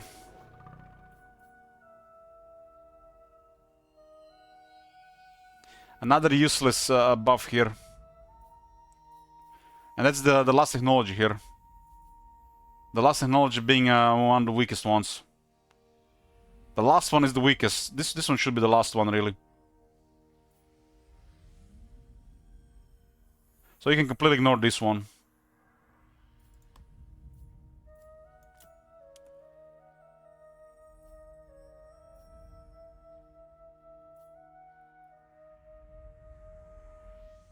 Sky Junks with speed. 10% more hit points for all characters. And Wounded Cavalry time -1, so this turns Bhashiva into Vlad.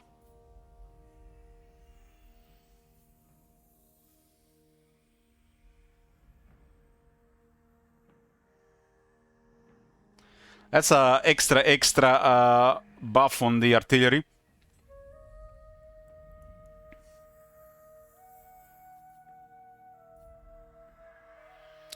Armor piercing missile damage plus 3 for Celestial Dragon Crossbows and Jade Warrior Crossbow units. So plus 3 damage, huh? They get some really strong crossbows with this.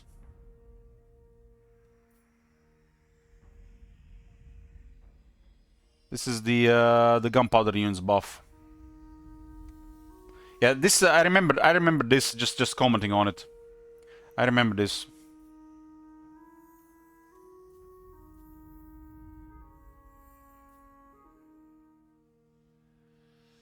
Armor piercing missile damage plus 4 for Celestial Dragon Guard, so does the Celestial Dragon Guard get extra stuff? This right side is not as good as the left side. The melee stuff matters way more here.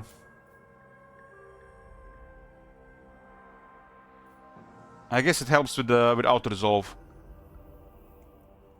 The right side here has ambush success chance plus 10%. So you can get the stock stance work more. Campaign moon range plus 5% for Yin Lords.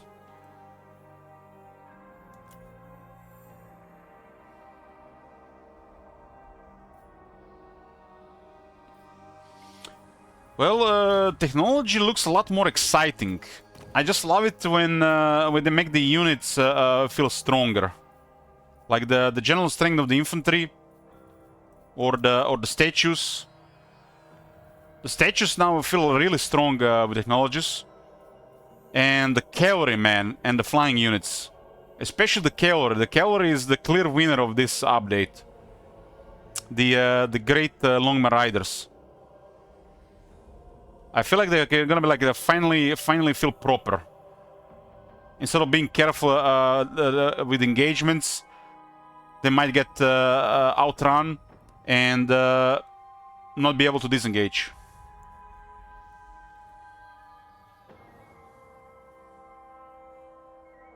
With 150 speed, they get up to 45% additional speed without anything else. So technology grants them 35% speed and 10% speed from the veterancy. And they're gonna have a really high stats regarding engagement. In the air, if there's like a smaller unit, they're just gonna go poof. Like the Fell Bats or the Harpies, for example. They're just gonna dominate in the air against weaker unit. They're already kind of like strong in the air against these units, but now they just make contact with these units will just make them poof, so you can engage faster with other units, which is the point. This unit wants to engage and disengage fast. I guess that's the point of it.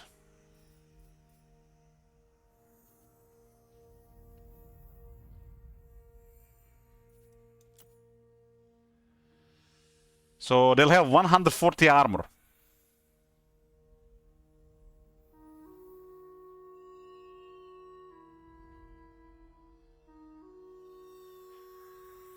Huh. Okay. We need to make this turn even longer, so I'm gonna make a break here, boys, for food, and then we will start. We went over the stuff, so the review stuff of the part done. Playing next. Playing next.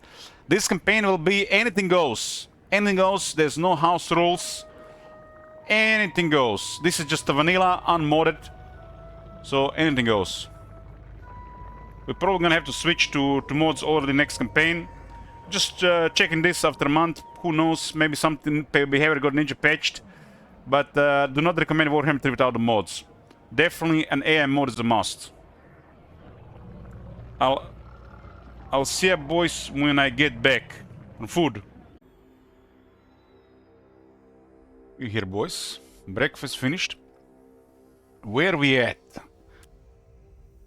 Ah, yes. Tiger Lady. So, campaign is at the very start.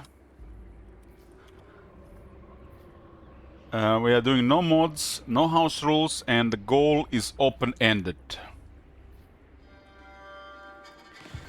And What do we have at the capital? This is our capital. No landmark. We do get Tiger Warriors in the garrison.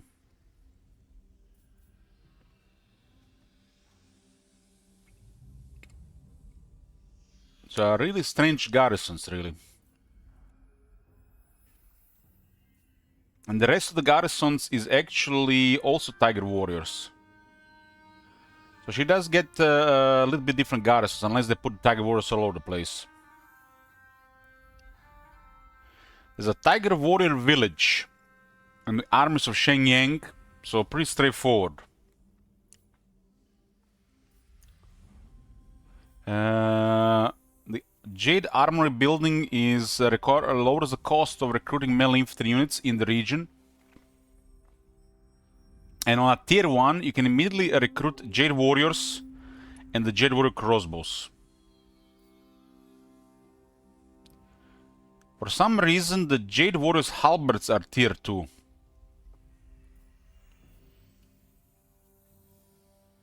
Are they supposed to be on a tier 3 and the Jade Warriors crossbow shields on tier 2?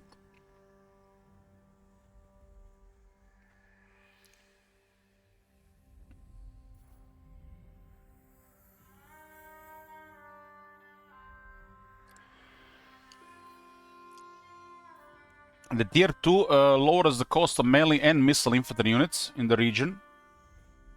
And if you have the Shenyang supplies, the armies in province will start getting some experience. It's very low though.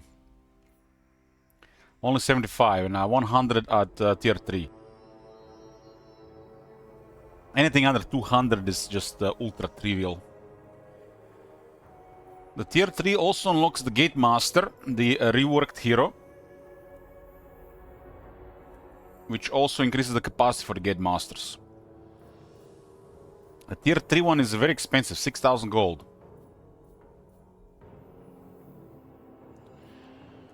The powder house on the Gunpowder Vuku. Gunpowder Vuku increases research and recruit rank for armies of Shenyang units. I guess armies of Shenyang are the standard Grand Kate units.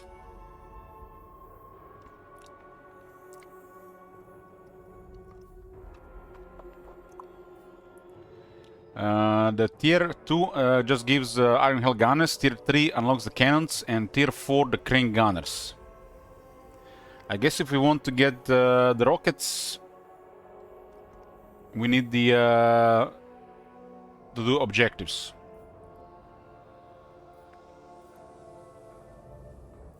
This goes up to 3 recruit ranks and 6 research rate. With Shenyang supplies, we can get more ammunition buff and pest reloads. Shenyang supplies.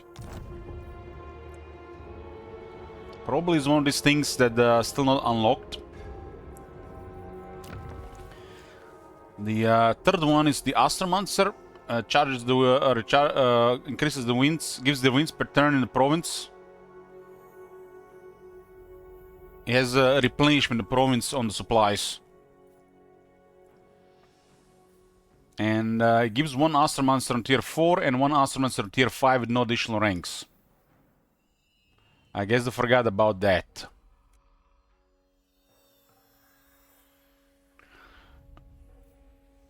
In the next rework. But this is the building for the Terracotta Sentinel, which is for some reason on tier 5, but it's still a tier 4 unit.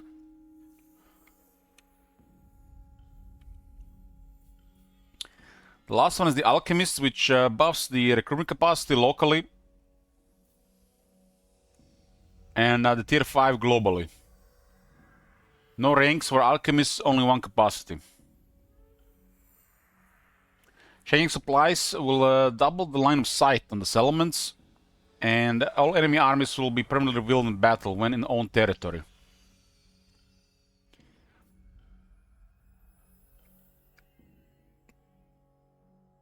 This is really doesn't explain what exactly this it means when in own territory.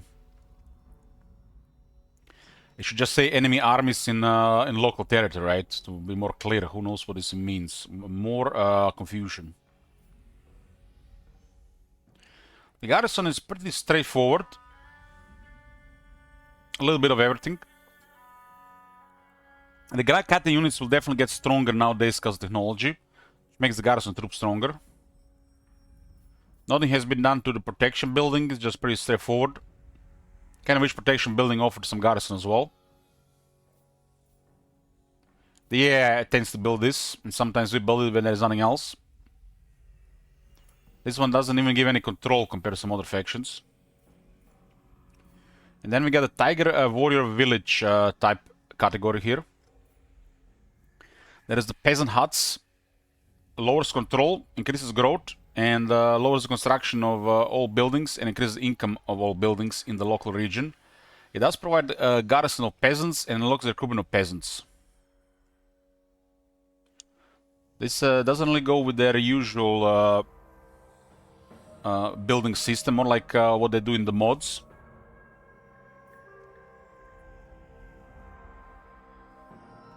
Peasant stables. Get a garrison of peasant archers and peasant horsemen. Look at this.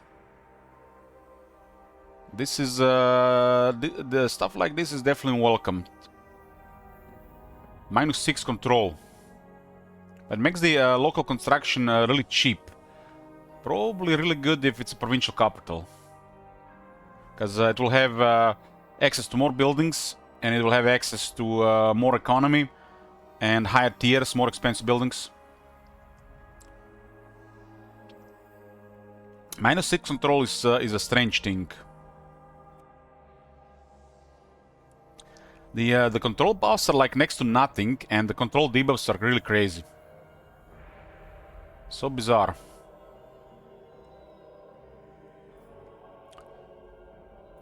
So this is -3 control, and this is +1 control.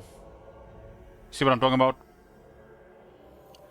Penalty is 3 times higher than the positive. And then you have tier 2 at +2, and this one is still at -6. Units recruited in this province have a permanent leadership bonus. Because there's not enough leadership buffs for the Grand Cadre. They can also get a permanent attack bonus or permanent defense bonus. This also increases the harmony in the local province. For whatever purpose. I guess the harmony is still here. This is why we get 20% extra movement. Okay. So we have 110 and we start with +20, so it's 130. So this just confirms that this is the hero movement range is still bugged. It doesn't display the proper value.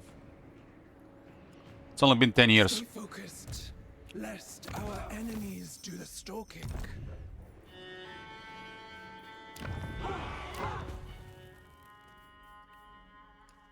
Recruit ranks for the Tiger Warriors in the province.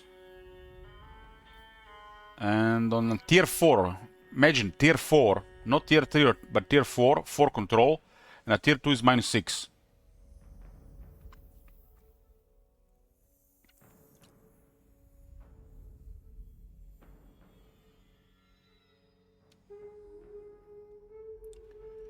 You get 12% permanent attack or leadership buff. This is the thing they brought back from Rome 2. I'm not a fan of permanent recruitment bonuses, but I don't mind it.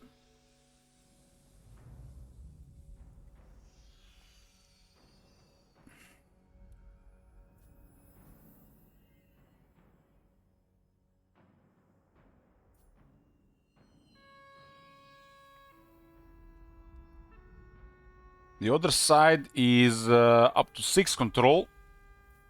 It's lower on the corruption. Corruption is already a trivial thing. Recruit rank for Tiger Warriors, Savile Lords, and Close Speaker Heroes. So this one is for the characters. And Yin. And you get additional up to 12% melee defense bonus.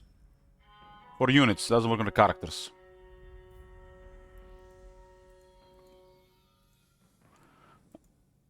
The difference between the armies and heroes is just another thing as well.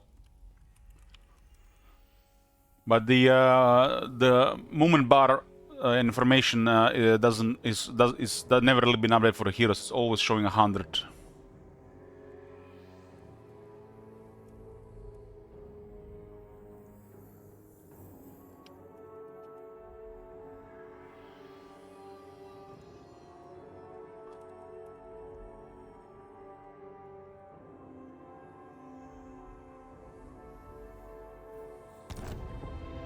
So you see how it says 100 out of 100? Even if you increase, it'll still keep saying 100, 100. But that's been bugged for years. Welcome all those. I shall And as you increase the army movement, the heroes, one guy, can no longer keep up with the army, which also causes bugs in the army with the movement when the hero movement changes. Kamau's chosen. Bhashiva's king. So we got one for the peasants and the construction, the income and the growth. One is for the control, corruption, and either units or tiger characters. You can either check attack or defense. But this can only be built in a tier 4. It's also for the entire province, so you could build this in every single region. So you got a massive province, like 4 regions. You can get plus 12%, plus...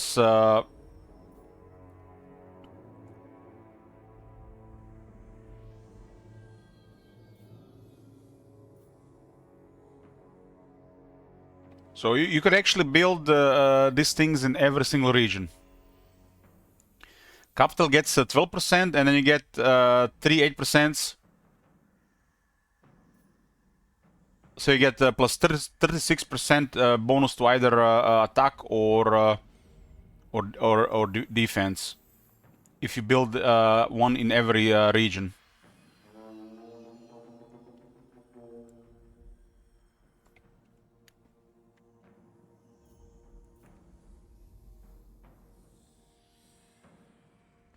So permanent bonuses to stats on recruitment. And desire to stake these things, which I don't think was good in Rome 2, and I'm not even thinking it's good in Warhammer 3. But they revived this thing.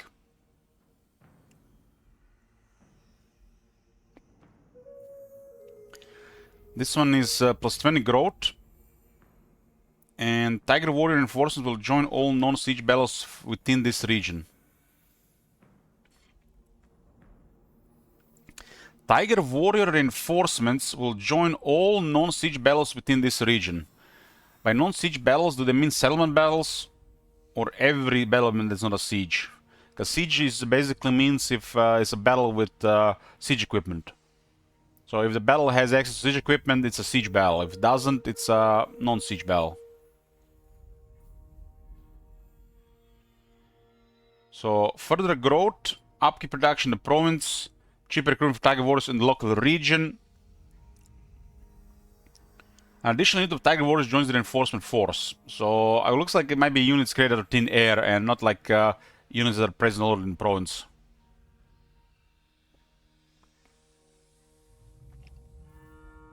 The right side is replenishment and yin. The left side is upkeep and yang.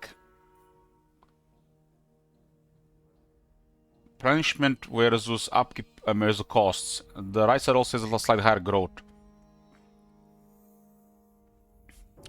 The last building is the Way of the Thousand Gods. Is the income building. Active and no enemy lords or heroes are present in the region. Own armies within this region are hidden from other factions.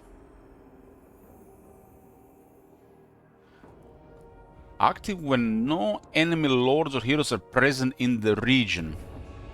This one guy is present here, okay. So it's a region thing.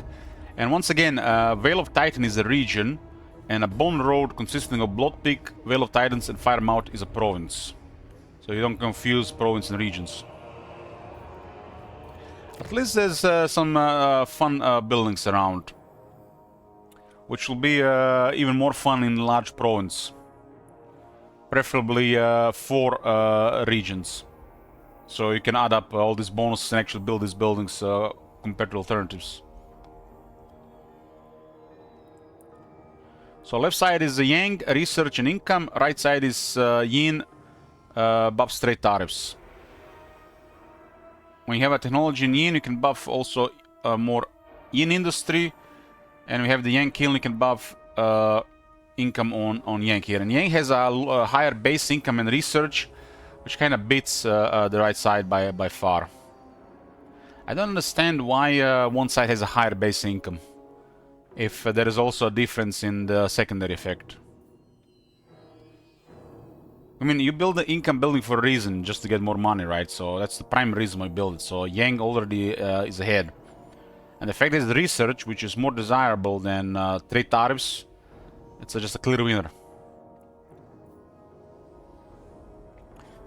Tiger Core Enhancement. Local recruitment duration is faster. So if a unit takes 2 turns to recruit, it will be recruited in 1 turn. And there's still this effect hidden from other factions. The right side does produce more terrible resources in the province. So I guess it makes sense if a province is rich in resource. Let's say a 3 or 4 region province with 2, 3, even 4 resources, then the yin is better. That's a lot, 30% extra. So you produce like 40 iron, you produce 12 more with this. And you have more than iron, it adds up, and then the tariffs add up the trade. So if a province is rich for trade, it's yin. If the province is poor in trade and smaller, you go yang. Pretty straightforward.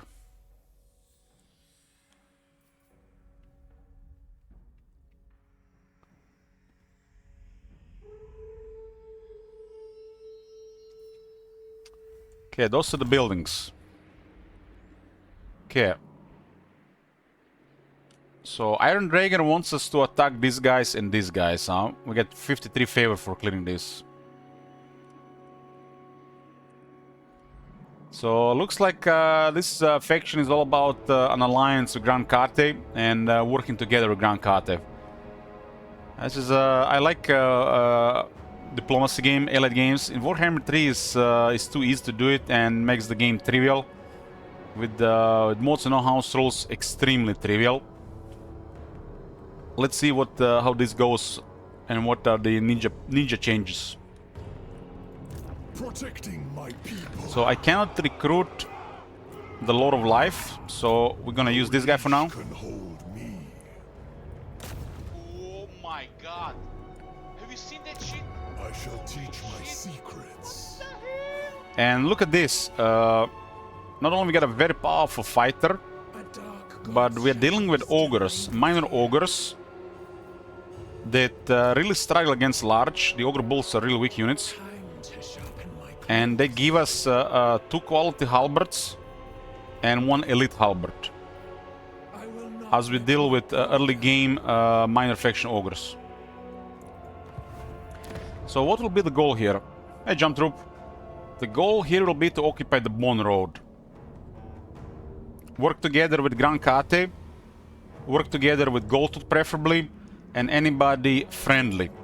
We create a alliance block against tile makers. Just a strong alliance game. Bhashiva will not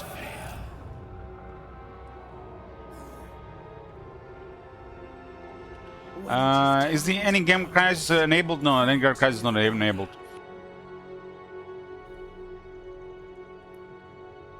There's a relic in the Blood Peak. We still need resources in Iron Favor and relics to unlock these 2 mechanics.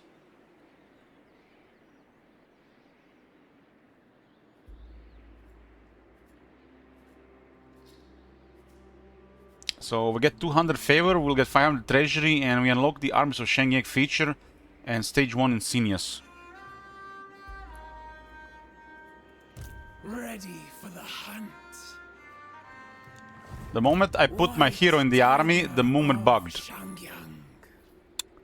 This is what I was mentioning earlier. Remember our 130 movement? So the hero movement bug is still here. Because the hero has bugged movement, all our movement buffs are removed. So much about that. I lead us to salvation. But at least this hero doesn't have any mounts, so the bug will not happen again. So it's only one time. This bug has been in the game for years. If you just pay attention around hero movement and movement in the army, you will notice you'll notice this bug, sometimes even messing your will do my turn, because you can finish what you started because you lost the movement. Commands Relentless Sun, what is this? Global cooldown upon activation 2 turns. Gain access to this ability by enacting the required oath in Tiger Court.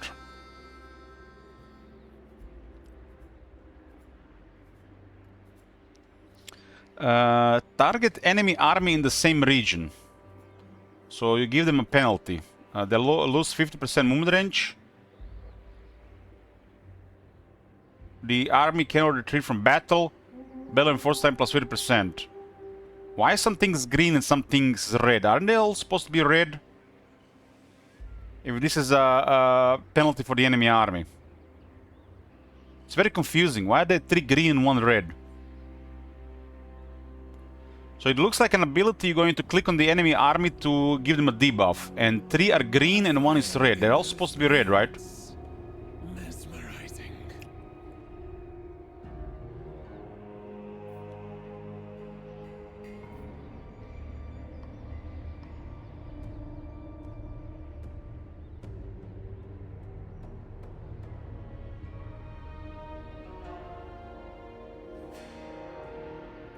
But it says campaign movement range minus 50%.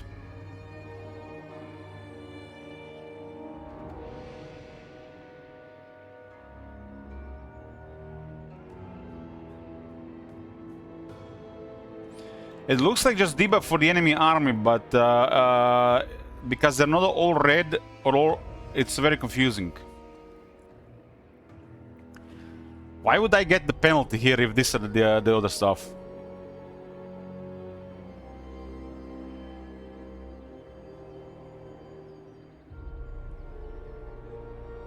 If it's if more than 2 forces are getting the effects, it should show separate stuff.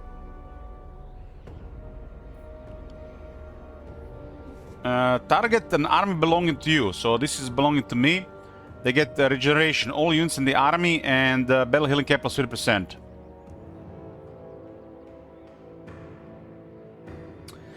You know, if the Legend of Total War was still playing this game, he would have already been planning his terracotta doomstack with this.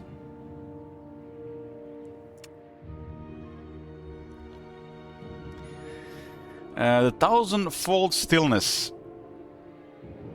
Target enemy army in the same region. So you see, you silenced all their characters and you get rid of their spell resistance and it's green.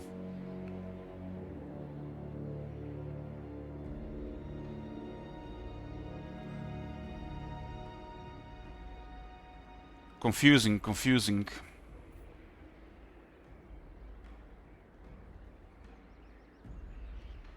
So characters get silenced and it's green. It's like a positive effect.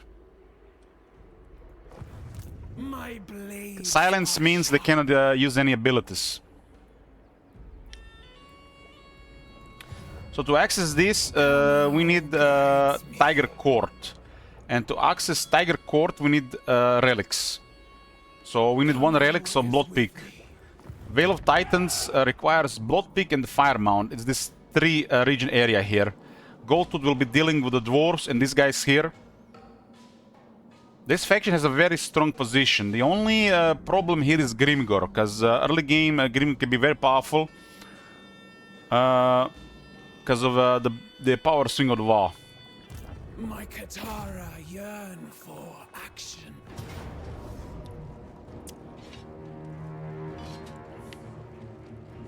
And the enemy is very small here.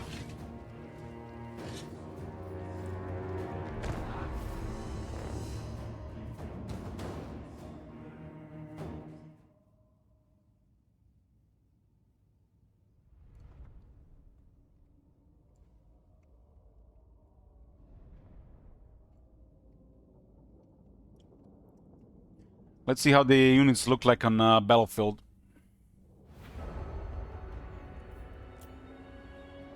Warrior Tigress.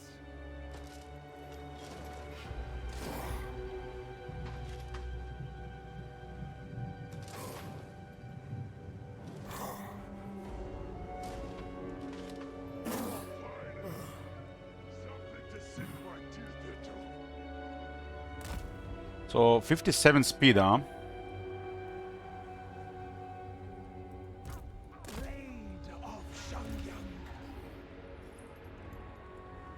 This guy's 44, gets 4 more. She has a Lord effect that buffs the entire army speed by 10%.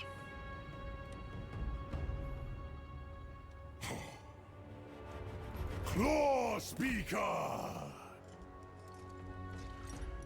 We are united. They are divided. We got a strong trait roll on this one. Feral Discipline!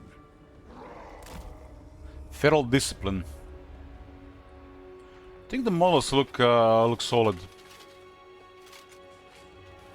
Tigers walking on 2 legs, armed with weapons. That looks cool, right?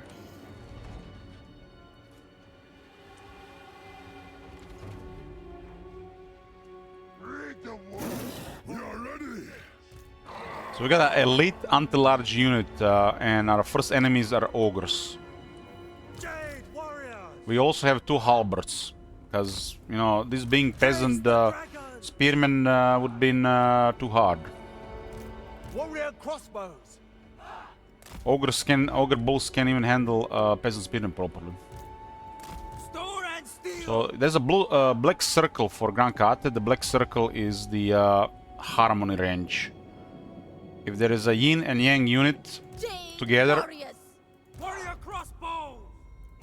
so we got yin here, and we got yang. Yang is,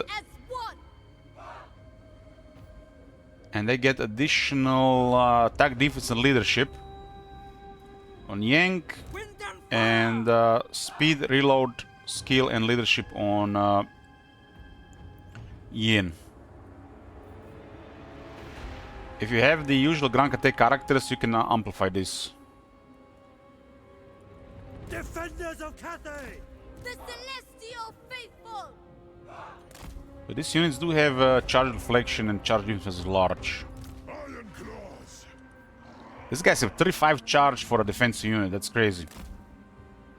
Praise the dragon. The formation is kinda they're definitely bigger than the regular infantry, but they're not as big as like big uns. More closer to the marauder berserkers. Jade crossbows. Never conquered. Warriors! And we got these guys. These are the Tiger Warriors. Large and mighty, they're still just prey. Oh, it makes sense with the 30 armor. Time to put your training to use. This guy basically seem like a smaller regiment of marauder berserkers.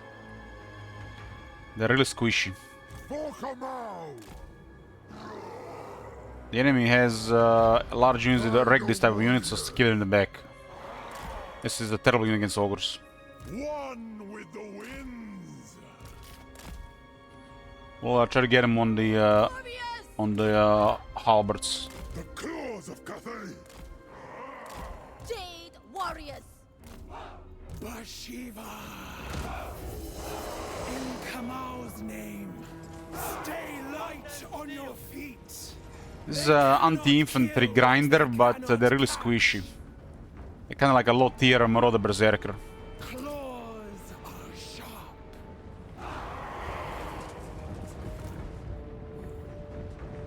So we can cripple a unit with this. The enemy is engaging, so we should slow down a bit. There have been like 3 instances where they adjust the AI behavior on various situations. Swift and unseen. Bhashiva. We'll go for the engagement here, cripple them. We march. Crossbowmen. Don't waste the first volley, shoot the large units. With infinite pride. They can't disengage because of these hidden hunters. Bastion against chaos. I got a voodoo here for damage and armor. Oh, they did charge in towards and kicked some of the guys downhill. Warriors. Yes, light on my feet. It is my duty. Thoughts in harmony. Terrain is not good to go from the other side. We serve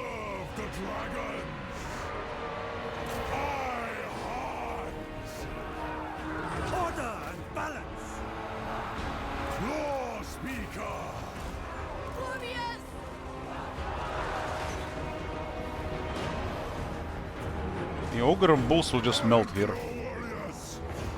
Prepare! Bhashiva. Command commands me! I got Tyrant, the ogre lord, that can actually fight. Blood fast! This ability is only 6 second cooldown, what the fuck? Kamau gives me strength. Tiger warriors!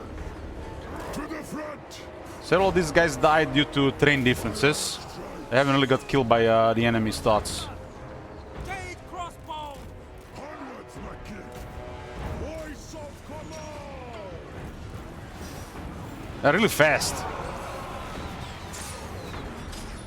Basically, way more agile version of the DevGuard polearms. A bloodline unbound! Move in formation. Terrain caused some deaths because of the knockbacks downhill. Kamau is with me. Elite against elite. Who? Who? As Kamal demands! In the blink of an eye. Moving quickly. I heard the leech versus the leech. What? Kill Lord for battle loot. With me, my kin. By two Tigers are larger than the humans, but they're not a large entity. is required. They're more closer to like a Marauder, Berserker, and Biggin. You are prey. Okay, Poseidon's not new.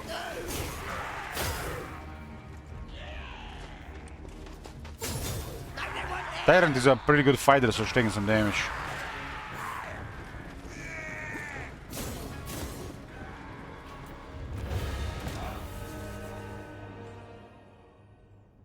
Small enemy army.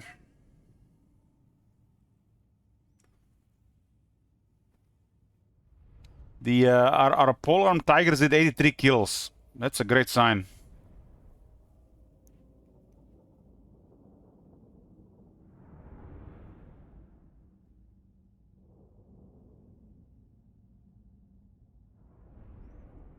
Thanks, Shamdog.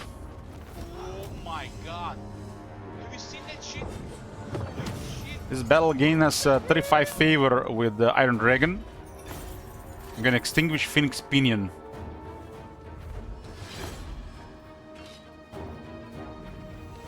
They got a replenishment for all entities. This is the way.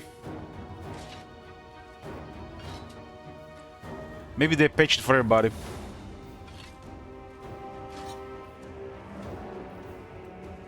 I must honor our ancestors.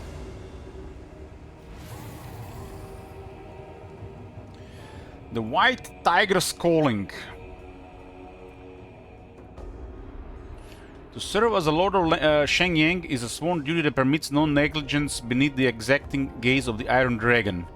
Many ages after the people's fateful crossing from beyond the mountains of heaven, the Tiger warriors have grown so proudly called the Empire's western frontier their home, and a hunting ground fit for your vigil as the White Tiger.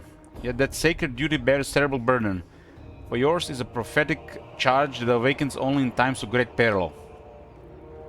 Now such peril gathers upon the horizon. Oh no. Is the Archaeon no longer AFK? And your close speakers warn of violent turmoil in the elemental winds. At their behest you must seek out the long-lost artifacts of your people, scattered throughout the world. To lead the Tiger Warriors to victory, you must occupy marked settlements containing relics.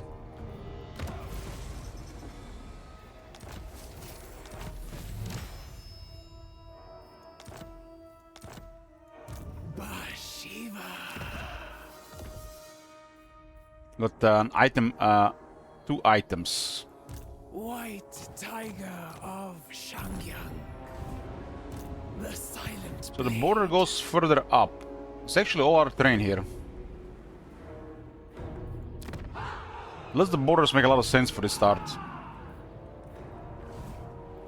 Kamau guides me. I have exactly enough movement to attack the camp, so we didn't get wrecked by the hero bug. Now No one tells a tyrant what She gets 2 bellows on turn 1. That's impressive. I lead us to salvation. Considering our army composition, unyielding will grant us the biggest advantage. Our army consists of Tiger Warriors and the Jade Warriors, and other infantry is also accessible. The melee buffs for the Grand Khaten technology is even stronger. So against ogres, it's a battle of stats. If their collision gets through, nothing much you can do about that. But after that, it's a battle of stats. It's one thing you get hit by collision, another thing is you get wrecked by them having just higher attack and defense than you. Unyielding seems perfect choice to open with 6 attack and 6 defense, and we have 1, 2, 3, 4, 5 units in the army that benefit from this, and 3 are ogres, big nightmare, unless they got tier 3 or stronger ogres, which is unlikely early on. Ready for the So we'll go inspiring presence towards the unyielding. Make our troops have higher attack and defense. I pledge my tools On technologies, to the Iron Dragon. we have seen some really crazy stuff here. The provinces one, just ignore. Pretty much just ignore this. Right now, the only thing you need is replenish troops. And eventually, a Klaus speaker with a lot of life will also appear, which supports the strong melee army as well. Iron Dragon probably can be the best at this.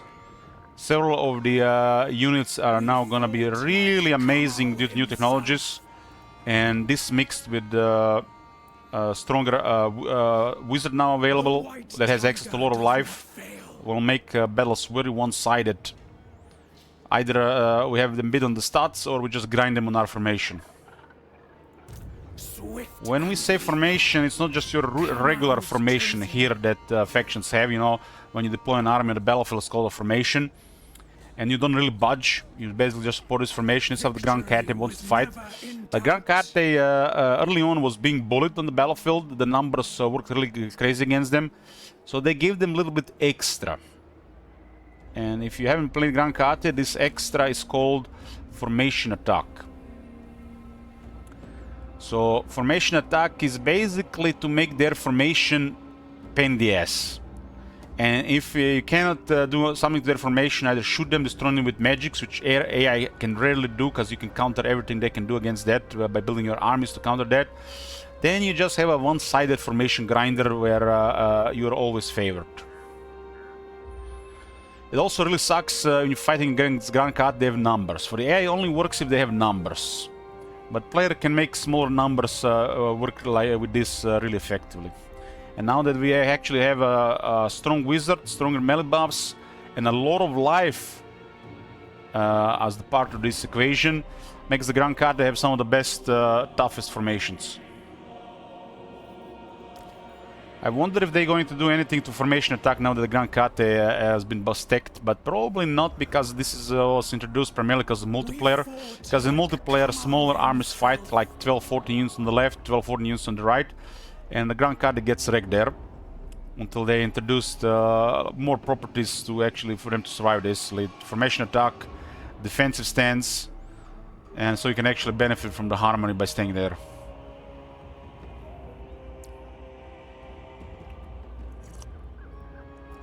So once you have the formation sorted with Grand Khaten, what is the next step?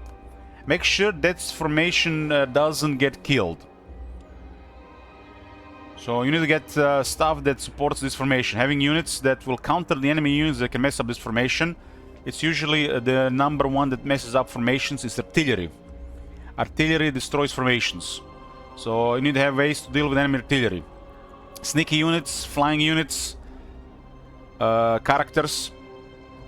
When they have no artillery, the next stage is their missile support, so their missile infantry, cavalry, and ultimately their wizards. The AI is very unpredictable with wizards, but they do deliver from time to time. So counter the enemy artillery, enemy missiles, and enemy wizards, and you will have an unbeatable formation. When you counter all things that counter you, then it's just a battle of stats. There are still some factions that can match your stats. if not surpass it. And one faction comes in mind the most, and that's Khorne. Khorne will probably be the only faction that will be able to grind the formation. But Khorne doesn't have artillery, Khorne doesn't have magic, so you just reinforce this area where you don't have the counters with additional wizard or additional quality or additional numbers instead of extra missile units that might not work, and you match the Khorne too.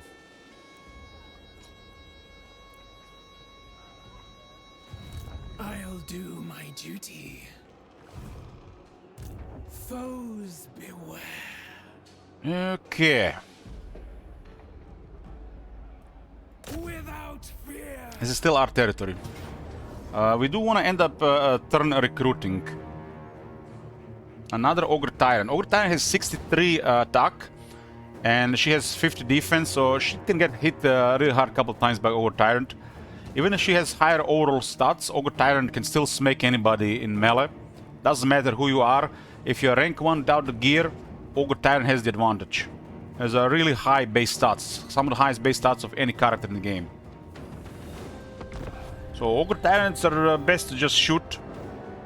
If you can shoot, pin them.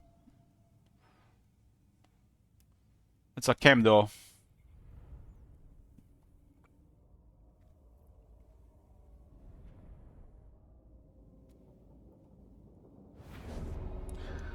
Ogre Tyrant is also large, and Bhashiva is probably way more effective at dealing with the infantry character.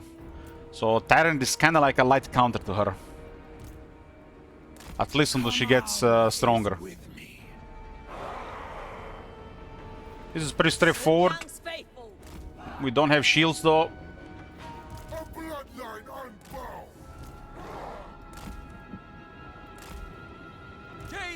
Against the ogres, so we want to cancel their charge, match their mass, and then apply debuffs. Like in this lore, for example, you have like your Flock of Doom, right, that kills the infantry, but what kills ogres? Nothing really here. You just pin them and curse them with the debuffs so they can fight. And they slowly all die. Once they've done their charge, they have no speed, no defense, no attack, they can't do anything. So this is a perfect counter to ogres in a melee. There's rarely any spells that will kill them, but what comes to mind is the Lord of Metal. Lord of Metal is like ultimate against ogres, because it has everything against ogres. And it's just the most balanced lore out there. It has everything against everybody. Ready to pounce.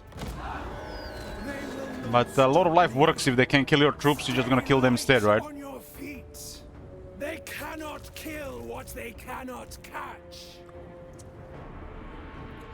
They're like the fish in the barrel here, we're just gonna open fire. As a unit of Iron Fist, this ogre bulls with increased armor, defense, and shields. But they gotta deal with 3 quality anti-large units. Our main damage dealer right now are the crossbows. March in ordered ranks. They do have a long reload, so we have to pick our targets close.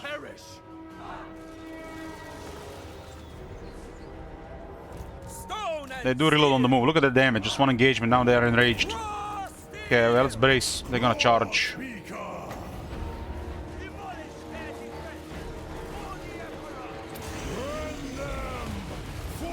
Once they charge, we'll send our own troop as well. These are beasts, so they do get Rampage. They're really squishy. They are just fast unit that hits hard. They're supposed to engage head on. They give us the starting army that bullies ogres. It's a little bit excessive. So we then had no peasants in this army. We just get decent Jade warriors, and we get an elite Tiger warrior and 2 basic ones. You got everything except Lord of Life, right? Jade warriors.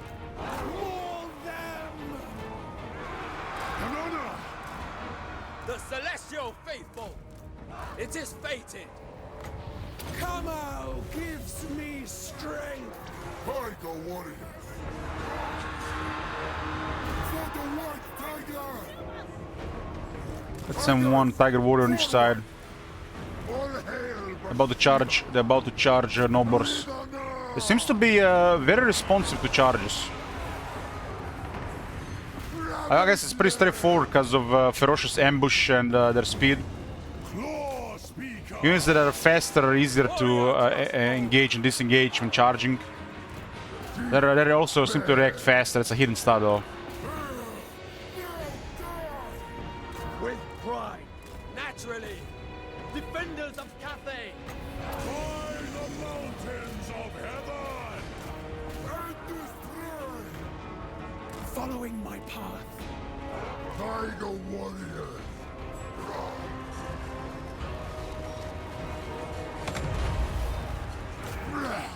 Now die. Kamo commands me. Ravage them. Noble has killed 9 target warriors, 10 target warriors. This is what happens if you have a low armor. Nobles are actually killing this unit. Kamal's might. That's a crazy value from Nobles, right? 12 deaths. Warriors. Guided by ancestors. That's what happens when you have only 30 armor. Getting killed by goblins and nobles, By Kamal's power. since they outnumber you. Repositioning. They fear our approach. One thing is being outnumbered, another thing is being outnumbered with low armor. For the This is just a finely tuned multiplayer unit. They fear our approach. Trample them. Warriors. Good thing they're irrelevant compared to tier 4s. Crossbowmen. Attack in unison. Harmonious. Rock. Onwards, my kin. So Tyrant is still AFK on the center. Heavens bear witness. Nothing will stop us. Warriors. Iron Claw warriors. Like I said, even the Skaven Slinger is gonna kill them. Warriors. Move in formation. I'll get better later once we get technologies, but once we get later, we'll just get a better unit, right? Guided by Which will be even better with those technologies.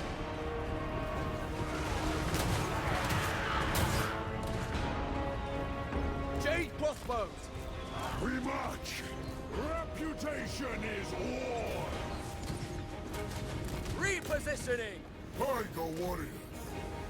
With me, brothers. Shenyang's fate. Look and see, good Noblars. How many are they killing here? Minds as one. 32. 32, 21, 21, 7, no, 07. My god. They haven't killed a single one. Defenders Armor. of Cathay. Defensive stance. Formation attack. This saves lives. And we can apply a harmony buff. That's a melee unit. Jade warriors. Bhashiva.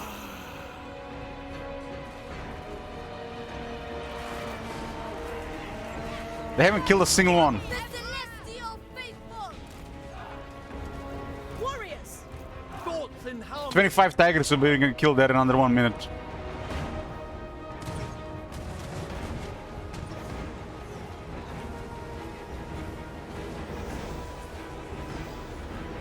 Hey, B-Dog.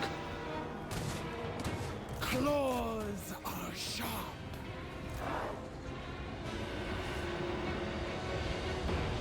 March in ordered ranks. It pleases the dragons. Bringing harmony. Warrior tigress.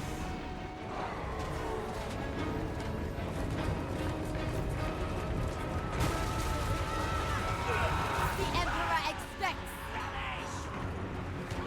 Jade warriors. We are ready. Ready to pounce. This stats are not justified. Low armor, low defense, low numbers. Not justified, these stats. Too much on the attack, damage, and charge.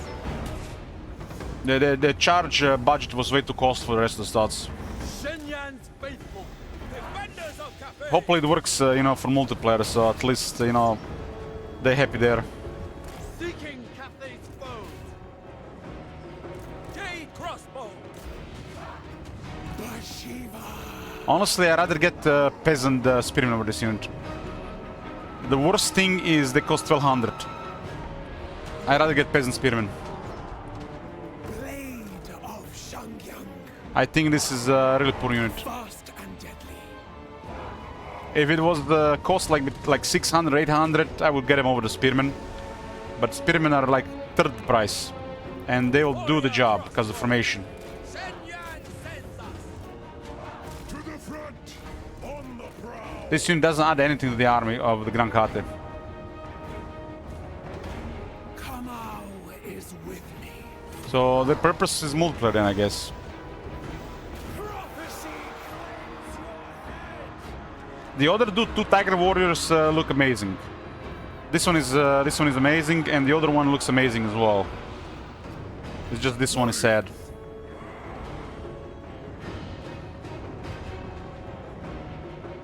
Crossbowmen.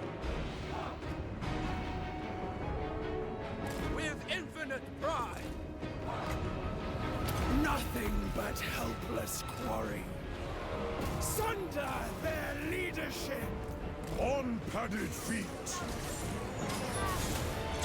He does like to jump around. Bhashiva. Iron claws!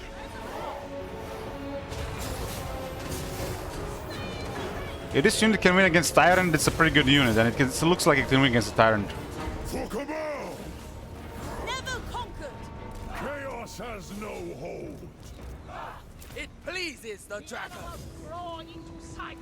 Warrior Tigress. This will be a kind of fast army. Considering the stock stance, the regular standard Grand Kate army doesn't really fit. So we gotta accept higher casualties and using less effective troops. The higher numbers from technology and her skill tree will kick in later, on top of Lord of Life. Razor Standard.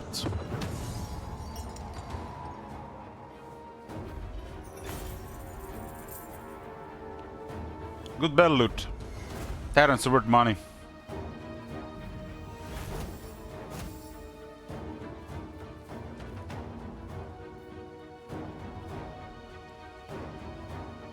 I must honor our ancestors.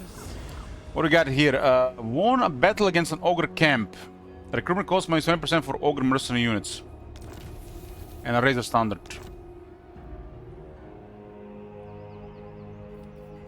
We fought like Kamau. Considering how fast this army can be, considering technology, considering the stalking stance, considering attack and defense on ambush, this is basically a Beastman army. It's a pseudo Beastman army. So nothing really that slows them down fits, as in missile units or artillery. Great Longma was probably one of the best units to put in this army. The white tiger does not fail. Because just infantry doesn't work. Flying cavalry and infantry is amazing. And Great Longma in this army will have like 160 speed.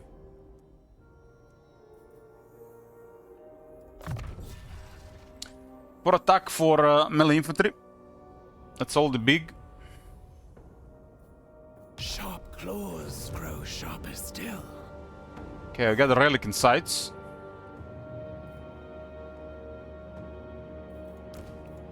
Well, buff replenishment. Kamau himself. Bhashiva.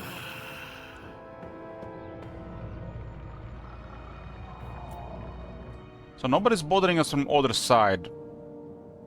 And these guys are gonna be busy here. Goldtooth has a rough start, but their AI should handle it. So Harmony does not affect the Tiger Lords. or tiger units, but it affects their provinces and non-tiger units.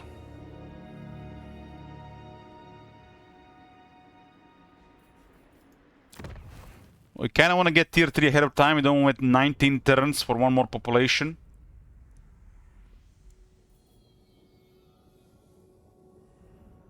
So we want to get growth. And preferably cheaper construction, huh?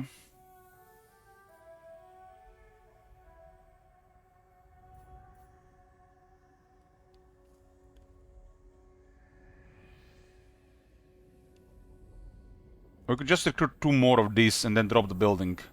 Recruit 2 more of these, the next turn drop the building. You get both growth buildings. And as we upgrade to higher tier, this will deliver construction reduction for tier 3 buildings.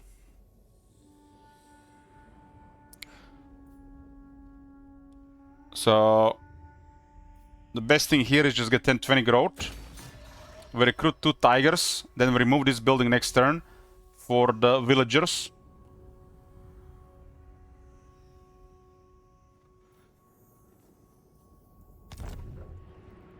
I lead us to salvation. We'll get 2 tigers now. They're quite expensive, 1200 versus 350. It's bizarre cost. It's not even a unit that really is around this price. I think the most expensive unit of this type was Saurus. And they were like 800. So there's why the hell this unit costs 1200? It's not even that good.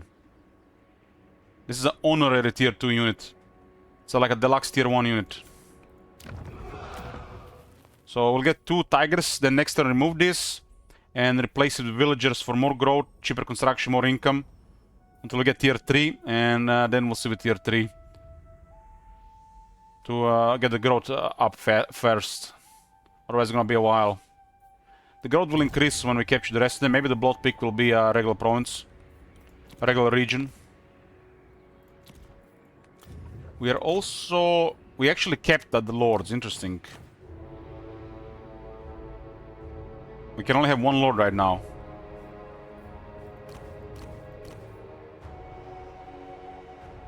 Can maintain a limited number of lords and contain units. The Tiger Warriors are 50% cheaper, so at least there's that. None shun the tigress's coin.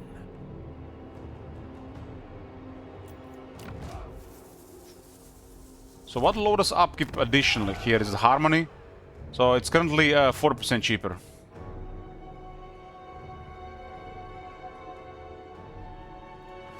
So you're telling me this unit has 250 upkeep and it costs 1200? What the fuck? This unit costs 1200 and has a 250 upkeep while it was getting wrecked by Nobblers? At least give it more anti-inf, for fuck's sake, it's less embarrassing.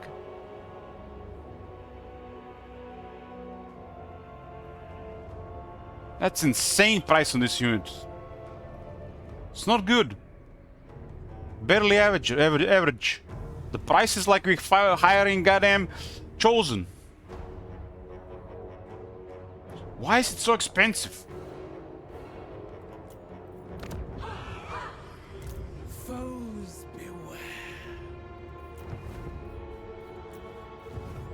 Okay. I'll take a quick look at the quick deal here. We got pretty chill stuff going on here. Yes. Cathay etam. We don't want to work with them, and we don't want to work with Scory here. We want to work with Goldtooth. They have really strong offense, at least? No. They're like weaker Marauder Berserkers. Marauder Berserkers have slightly better stats plus Frenzy. If you played the Norska and Marauder Berserkers, just weaker Marauder Berserkers. Adam Garner, thank you for 18 months. Have you seen that shit? Kamau Holy guides shit. me. What the hell?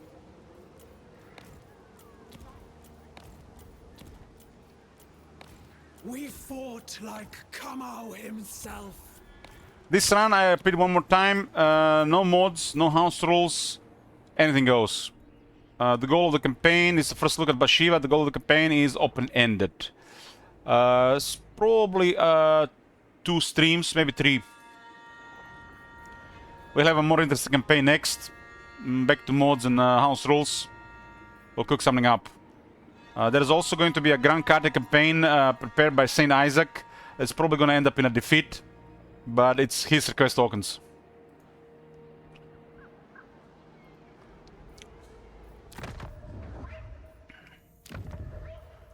Okay, Savai Mercenary, Raja. Almost forgot to send the caravan.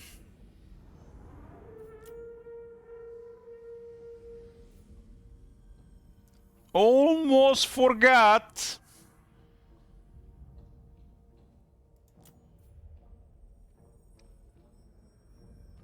The Sky Junks have been buffed, right? We got 1 Stalker and 2 Tiger Warriors here.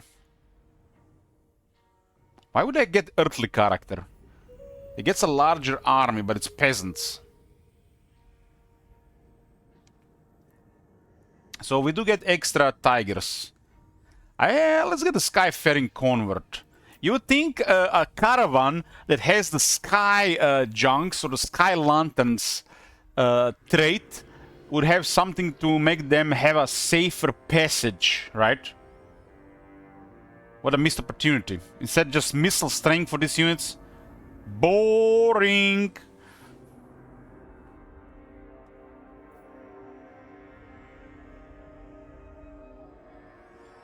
Let's get Kaurava.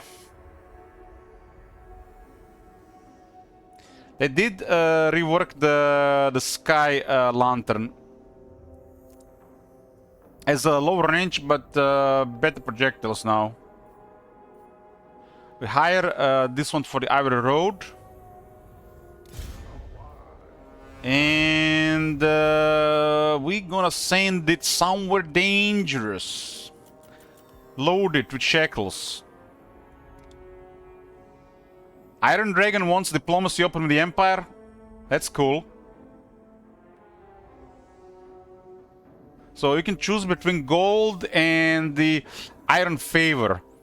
So Iron Dragon wants diplomacy with the open with the dwarves of Karzakarak and the Empire of Aldorf and Nuln.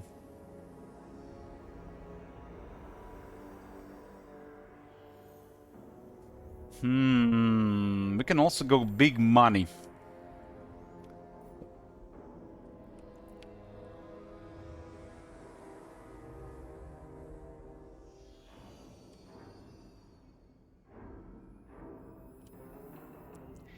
Gisru is 4,800. Why is Gisru 4,800?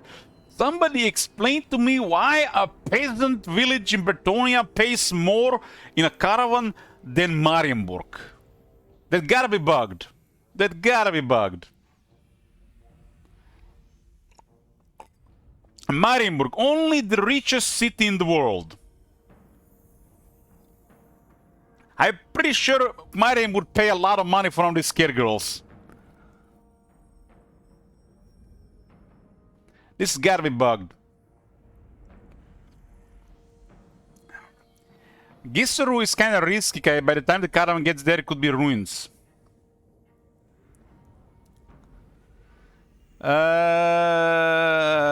It's between Marienburg, Nuln, and Aldorf.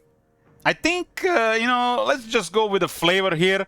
Let's send it to the seat of the Empire, Aldorf, right? For some reason, Nuln gives more than Aldorf. Maybe because the Iron Dragon is interested more in their guns than into visiting the Imperial capital.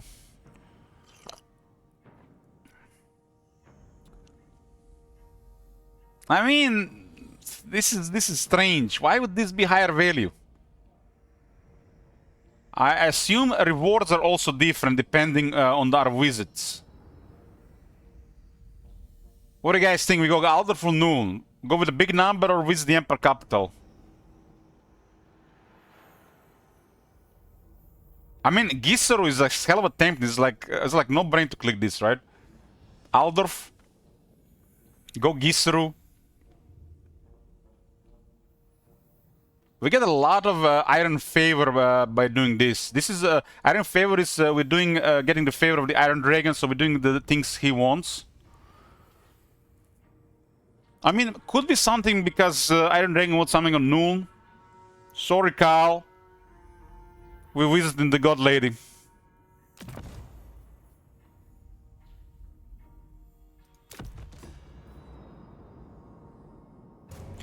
Will only yield Iron Favor.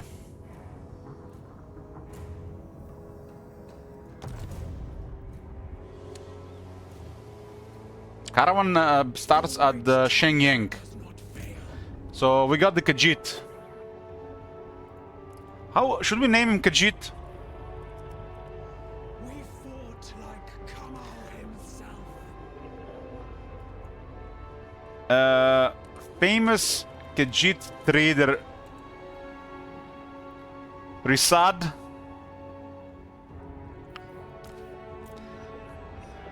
Skyrim influence, guys. Mr. Streamer has to do it.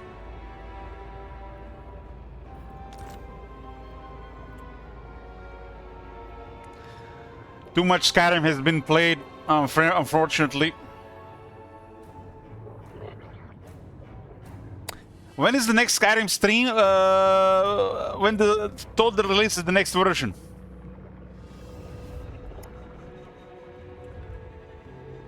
Okay, this is it for turn 1. Was never in doubt. We have set things in motion. I'm used to the heat of it.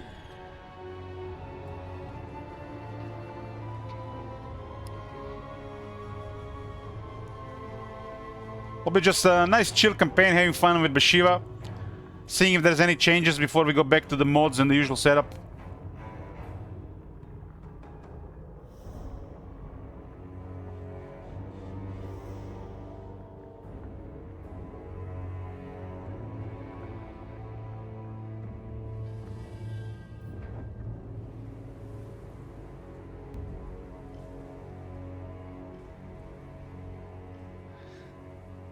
Sir Mugil, you might be one of the very few people who doesn't like all these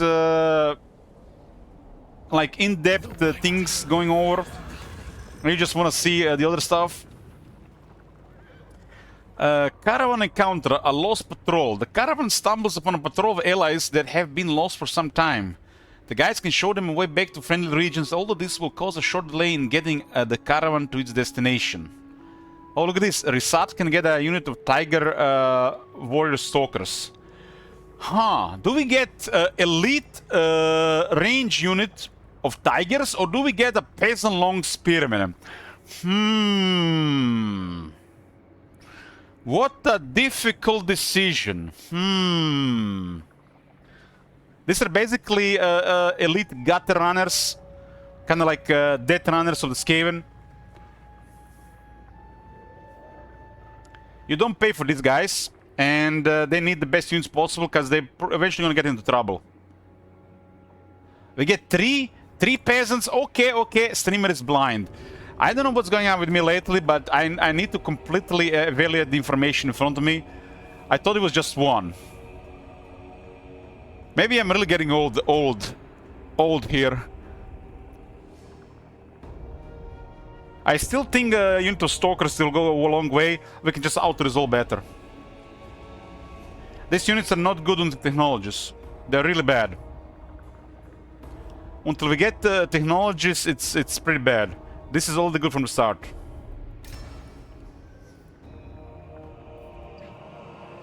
Okay, we hired some cats, and we're going to get rid of the tiger den. We get some money back. This thing right now serves no purpose anymore. Prove yourself worthy. Our army already has enough aggressive troops. We'll invest into some other stuff now. We also have to keep in mind to maintain the harmony, because the harmony will maintain income, upkeep production, and campaign movement. Look at what happens when we have harmony. So it's a really big buff. This is neutral. Well, this will give yang or yin, and it's a growth building with other benefits. Quick look on diplomacy. We have met Goldtooth. They have 30 rulers prejudice towards our faction. Boss of bosses. So it looks like our faction has 30 aversion with ogres. It doesn't say anywhere. It should say here that they have -3 with ogres. So it's a feature that is not shown. So missing information.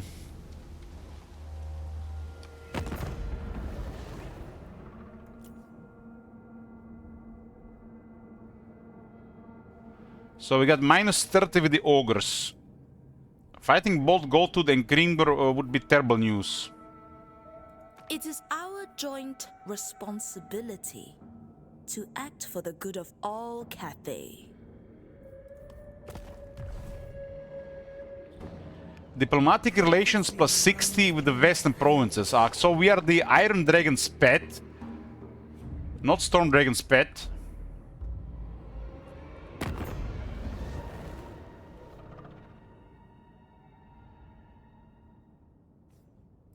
When you speak to me, you speak also to the Celestial Emperor.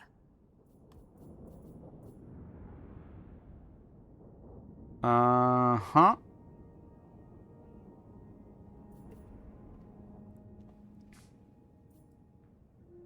A boon to the Bastion. Okay, we got trading in northern provinces.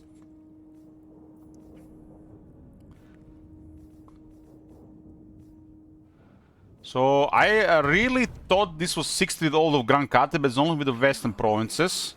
So that makes a lot more sense now as well. We do have a tech for another 20.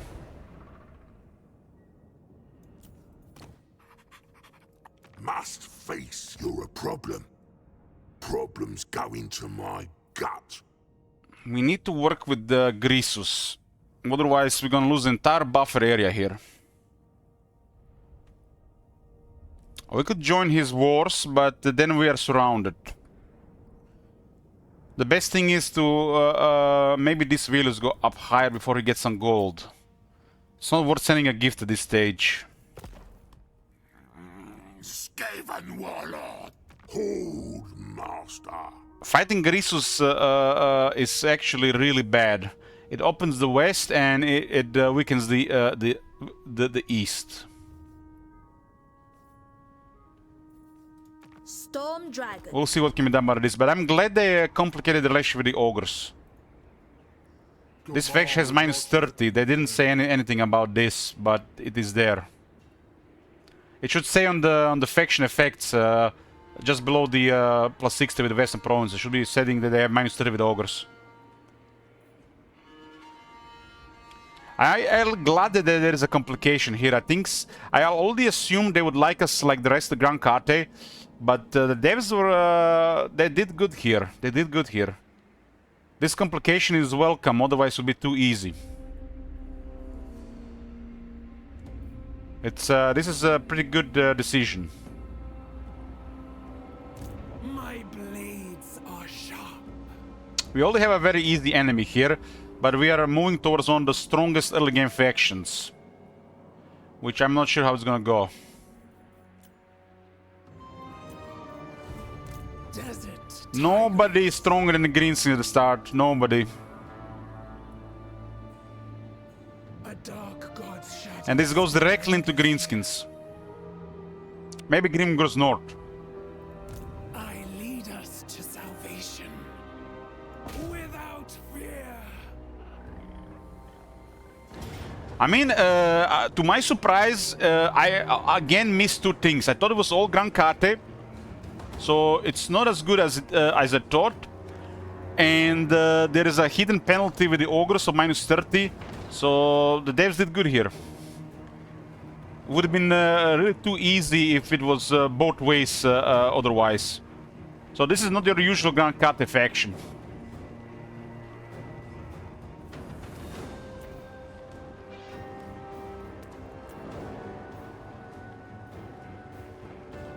This complication with the ogres is welcome, makes campaign interesting.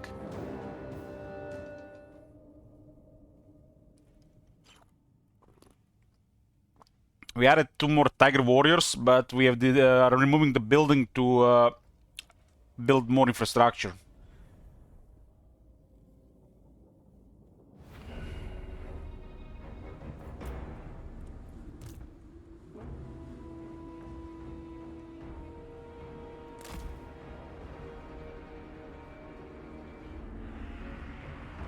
Three ogres and a tyrant again.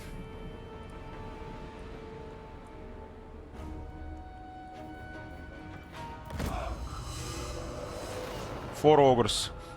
Fight smart. Our army has a really good advantage in the trees against their army. His most cunning warriors. We don't have to shoot if we get terrain advantage. My dragon. In search of prey. I haven't really been paying attention to her attack animation since we've been fighting against Tyrant. I want to see her attack animation against the infantry character. Stalking. But she is definitely moving pretty well around. I'm waiting for her infantry character to just decide on how good her attack animations are. In the blink of an eye.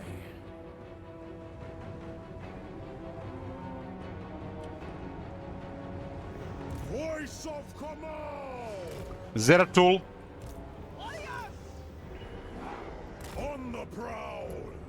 Come on! you remind me that I haven't played the Legacy Reward campaign. Claws are sharp. It's one of the regrets I have. Light Because I on played a lot of the feet. StarCraft. I already forgot what the name of the first one. And they had the Swarm. Prowling the field. What was the name of the first one? Oh man, it's... I still have the cases of the games I bought. Wings of Liberty, thank you, Wings of Liberty. I really enjoyed the campaigns in StarCraft 2. With me, my kin. It's like one of the last games I bought in physical form. Moving quickly. Wind and fire! They're gonna have to slow down the trees. Sent by dragon. A bloodline on In the moss here. They're shooting pretty well to the trees. Whatever is required. They're glued to formation here. Guys, look at this. This is new. Look at the formation. That's definitely new. Thoughts in harmony. We'll cripple him and shoot him. See me. For Shangyang. They're getting a lot of projectiles to the trees.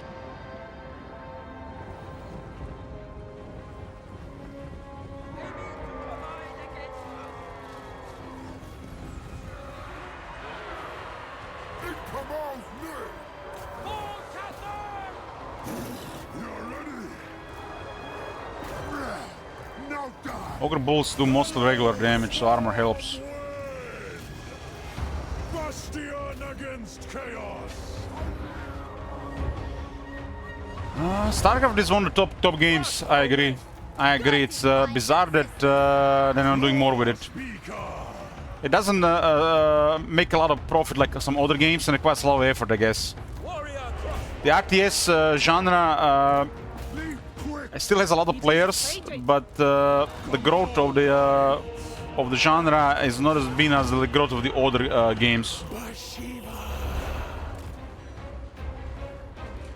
It's easier to make other games than a good StarCraft game, I think. Our ancestors decree. Prophecy claims your head. She wrecked the Tyrant, but she's also taking a lot of damage as well. But that was the Elite, the one there as well.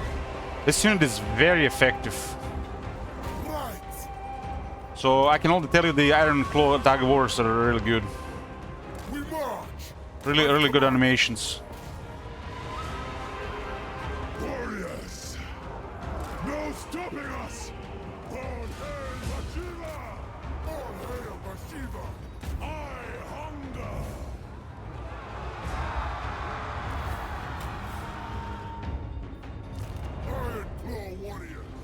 The Ironclad Tiger Warrior is pretty good, but they're elite units, so they expect to be pretty good, right? Warrior Tigress.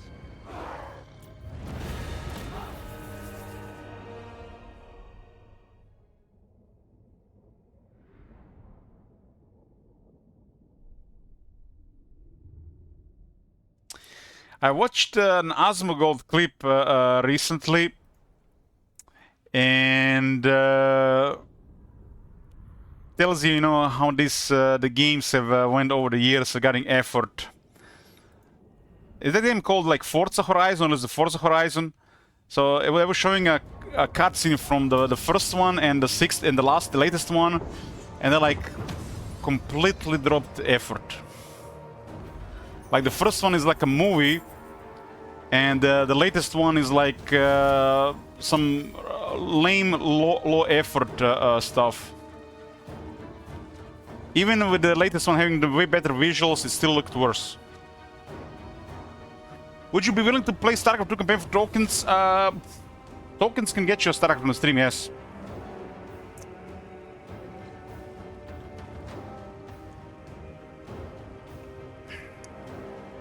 Request tokens pretty much get you any program on the stream for the day.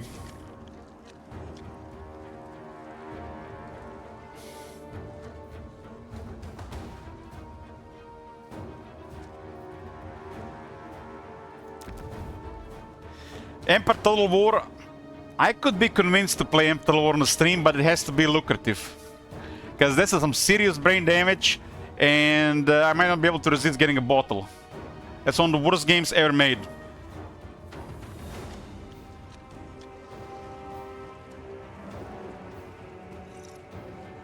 I would be bitching 24/7 playing that game. And I'll probably get wrecked in the process, and I'll bitch even more.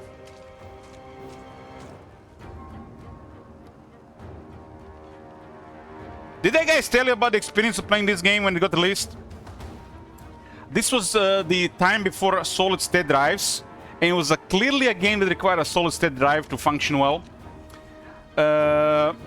Shogun 2 was literally unbearable without a solid-state drive, and it needed a solid-state drive. Solid-state drive became like a thing like a year later. Like Rome 2 was the time where the solid-state drives became a thing. So there was no solid-state drives, Shogun 2 or Empire before it. And the game would take forever to load. Fucking forever. You click the game and it shows that like picture, like the game is starting, and you're just waiting. 1 minute, 2 minutes, 3 minutes. Not even exaggeration, it's like sometimes like 3 to 5 minutes. And then you go into the game, and if you exit at that point and you go into the game again, you go into the game faster. Okay. But you play the campaign map, it will literally crash every 15 to 20 minutes. And when a program crash happens, the dump in the memory happens, and it just empties the... it has to load again. Every time. So you play the game for 15 to 20 minutes to just go back to the loading into the game for another 3 to 5 minutes. It was close to 5 minutes though. So you play the game 20 minutes at most, and then 5 minutes to get in the game. It was a disaster when the shit got released. Disaster. The global map gameplay was beyond anything they were capable to pull through. Exploits, bugs, galore. And when you get past that, oh, let's play some India. Let's build up some nice continent. All nice, away from everybody in the world. And then you're like, oh shit, I'm like all alone here. I haven't been in a battle. I'm gonna go into a battle. And then the battle loads, and it's another type of shitstorm. And the funny thing is, they never fixed any of this shit until Napoleon Total War. Classic CA. Fix all these issues in Napoleon Total War. The only thing that was okay was the nail battles. I guess they were okay. The nail battles. Everything else, dog shit. How the fuck did they get 90 on Metacritic? I will never know. How much they paid the guys to get 90 on Metacritic? Anybody giving that game positive reviews or anything, some kind of Stockholm syndrome, same like the Rome 2 is now growing over time. It's like they've been literally sucked into it, and they couldn't let go. They kept playing it, and they convinced themselves over time there's actually something there. It's way, way worse than Rome 2 ever was.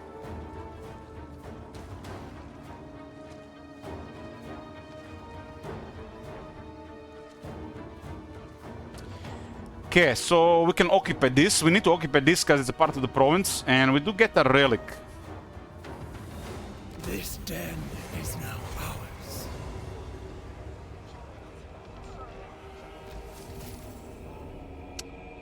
The Tiger Court is now available.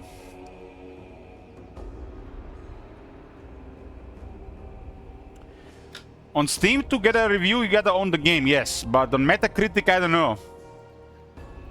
I don't know how it works on Metacritic, but it's a disaster. Look at this, the first search, Metacritic Empire Total War. I sometimes still search it, I just cannot believe this shit.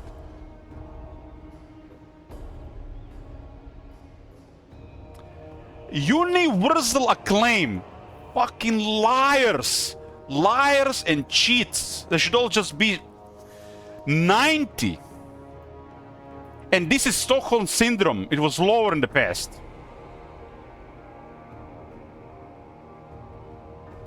PC Gamer UK, astonishing, immense, a strategy masterwork. What the fuck? How much they pay you? Fucking liars!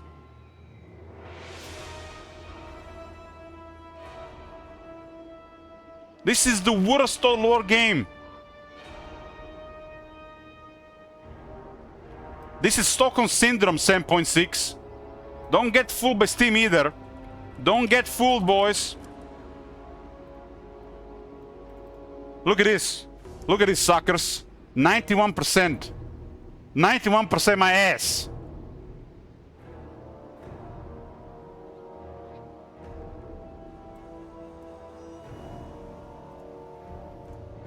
This shit has more filters. It's more doctor than your average e-girl on the internet.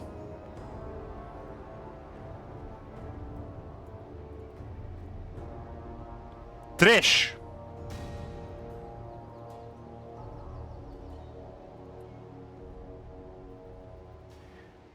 Where were we? Okay, Tiger Court.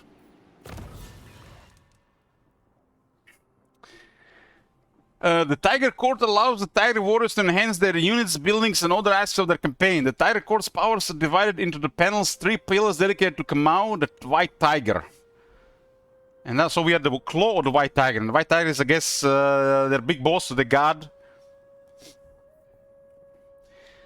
And the 1,000 Gods, selecting a pillar or banner allows you to devote a relic to it. Okay. The Tiger Court. Each Tiger Court pillar has 5 levels of devotion. Each time a relic is devoted to a pillar, devotion level increases, strengthening the Tiger's Court impact. Current and potential effects are detailed by lists and tooltips viewed on the right side of the panel.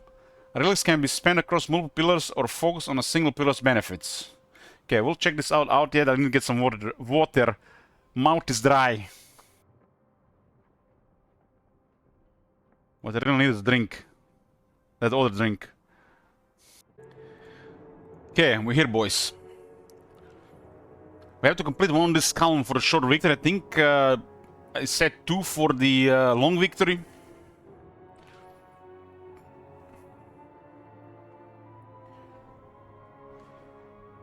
I don't have any whiskey in the house. I've been sober over 6 months. It needs to stay that way.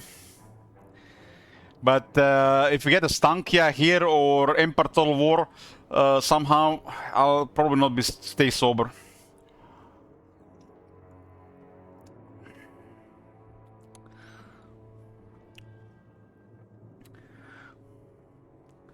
Cockroach is fine. Cockroach is fine. Cockroach and I are see eye to eye nowadays.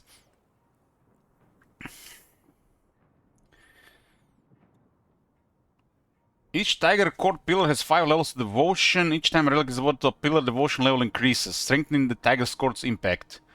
Current potential effects are detailed by the list and tooltips view on the right side of the panel. Relics can be spread across multiple pillars or focused on a single pillar's benefits.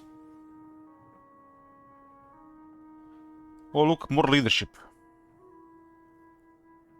Well, right now we have no requests queued.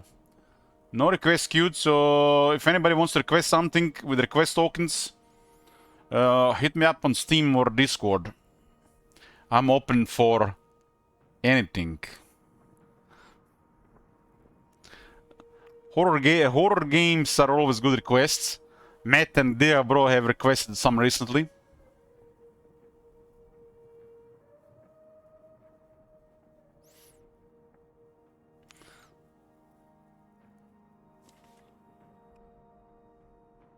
Anything else on Emperor Total War? Emperor Total War will not be seen in this stream. It's above anybody's pay grade. Don't you worry about that. If it comes to a day that that cursed day that we have to play Emperor Total War, it has to be at least next 3 months of no worries financially for me. And that shit will probably derail for a week of drinking at least.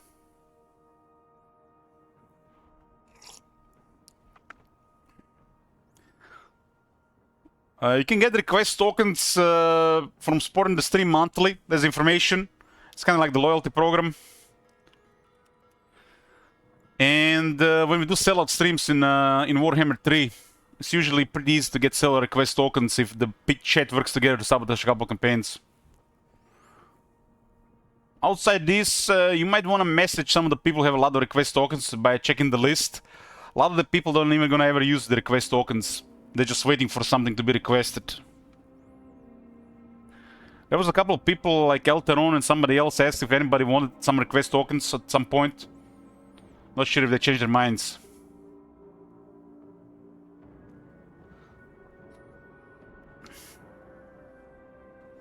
Bloomcools, what are you doing here, man? Are you here been missing Warhammer 3 Bloomcools?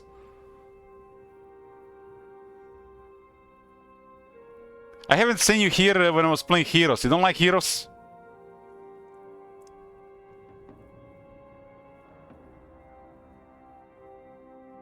He's only here when I play Warhammer 3.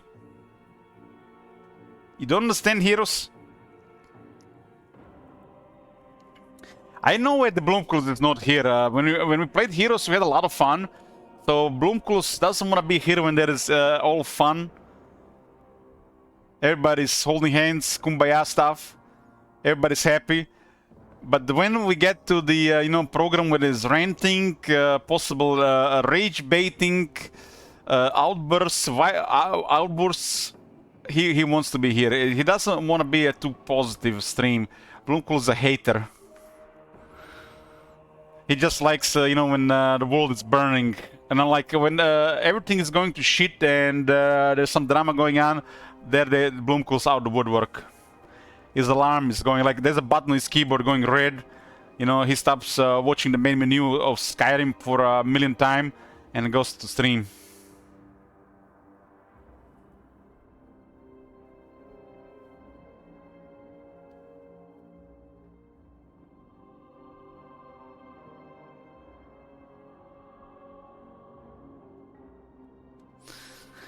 Judge, what the hell, man? You saved it?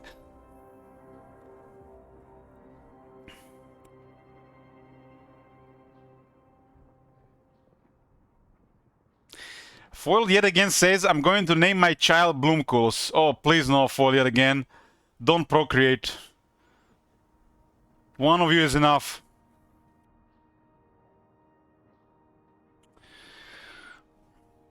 Okay.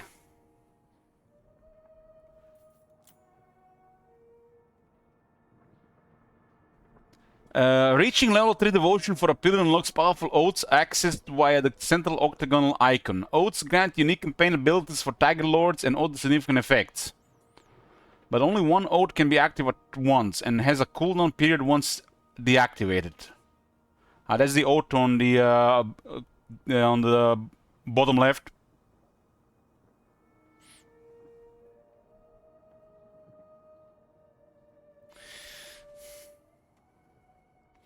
Crazy Theory says, was watching first Grimgor campaign, first part, Drunken Ilok lore monologue is so fun.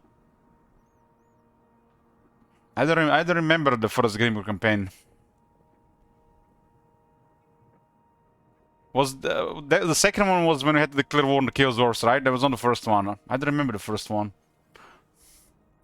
Hey, dear bro.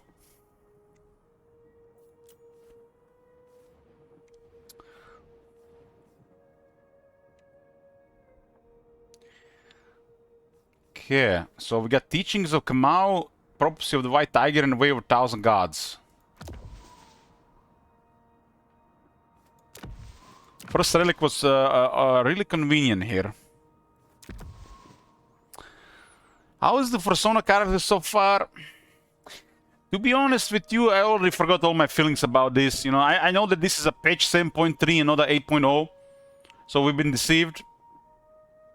We're still waiting for Nagash to deliver the proper update. And right now, there's an Emperor Total War ringing my ears, so I need to recover from that.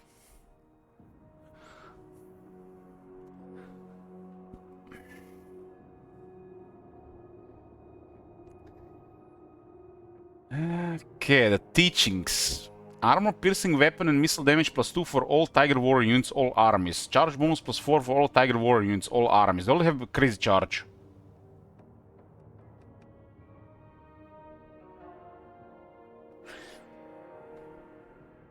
I mean, it's not a betrayal, it's just like, we're disappointed. Like, why did they have to call this patch 8.0? It's like, it's just called what it is, patch 7.3. More deception from this developer. Same when they made the Total War Pharaoh and didn't call it Total War Saga. Tried to sell it for full price. This is pretty much equal to that. Except people don't give a shit about Pharaoh and they give a more shit about Warhammer 3. And you can see even the peasants complaining in the comments that this is more of a hotfix than actual patch. Tiny DLC alongside hotfix, I see. What I expected, but don't call the update 8.0. What does this mean? They're not working on this game at all anymore. They're just gonna dump Nagashi in the game without any other update. It's 8.1. This is alarming, really, what it is.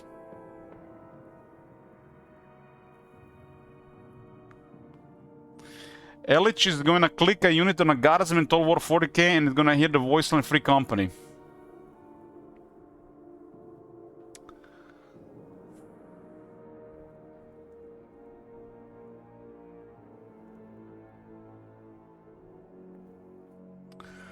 I don't know what to say on that.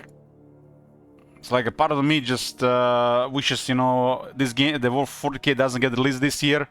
I quit streaming and I don't get to play it. So you guys don't get your memes.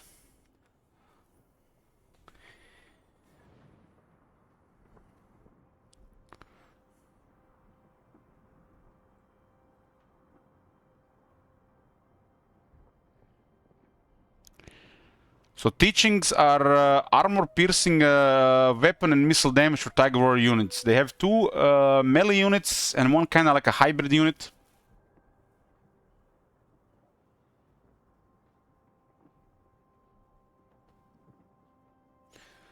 So it's a small buff on level 1. On level 2, it goes to slightly higher AP. Ambush success chance plus 10% in own territory. So you can get more ambush success chance and more speed during ambushes. Only on territory though.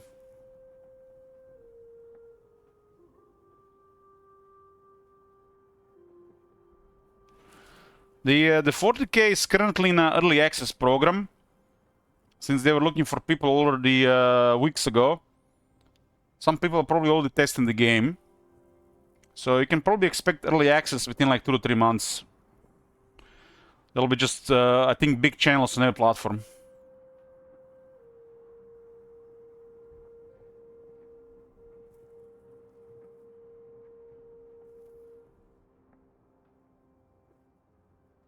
Do I like the Dawn of War games? I don't hate them.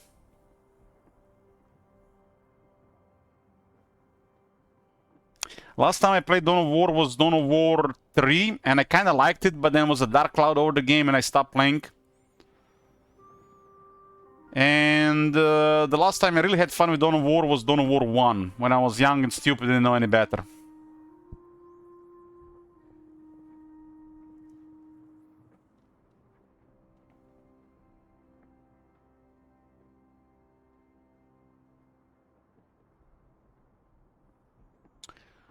Three AP, 7 charge, and then 20 success chance and 8 speed. So it's just ambush and speed in own territory.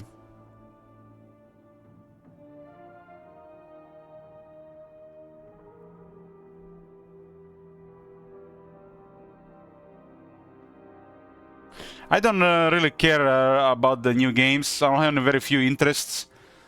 People request it, I'll play it. If it has views, I'll play it more. I don't really care about games outside that.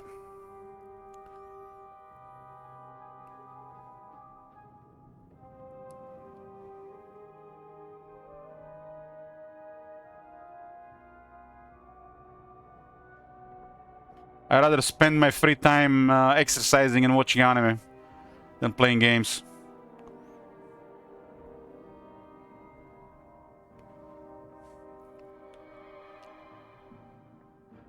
Five AP, 7 charge and 4 ambush successions to 30, speed to 12. Foreign armies that start their turn in your territory receive a mark prey status, granting vision over their moments for 2 turns. Just become a fitness anime review YouTube channel.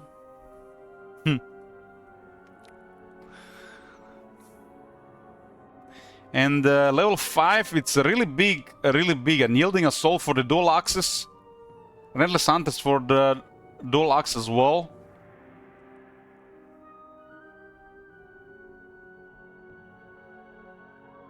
They cannot die below above 75% health.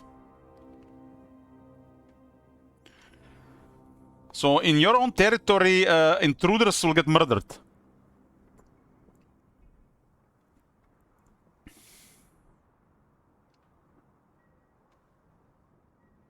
You'll be able to track them for 5 turns, if it works. Unlocks Teachings of Kamau Oaths on already on 3. Improves the building chain Teachings of Kamau. That was the buildings we were checking earlier.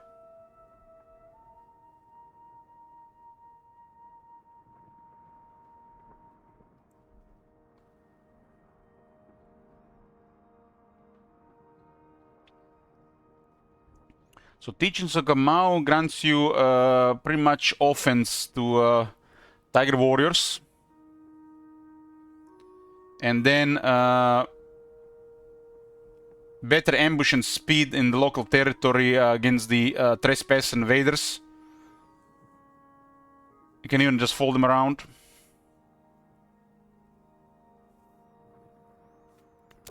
Prophecy of the White Tiger. This one has leadership and better vigor management. Starts getting more Legion points.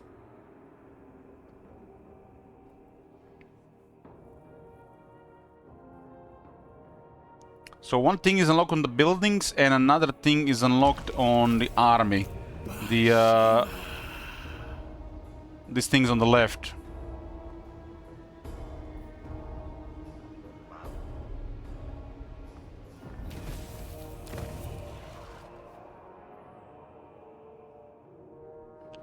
Why are they putting so much leadership in all this stuff? Immune to psychology.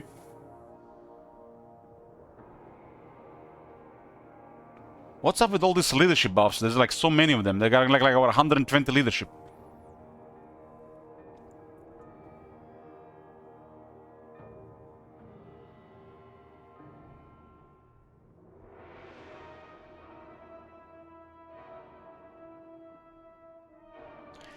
Iron Claw Tiger Warrior units can get a further anti-large buff from 20 to 35. And unbreakable.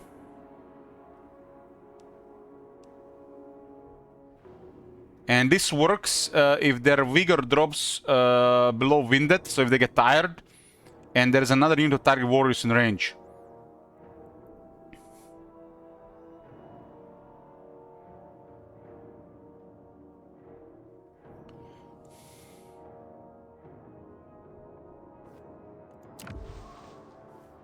And the last one is defense and physical resistance.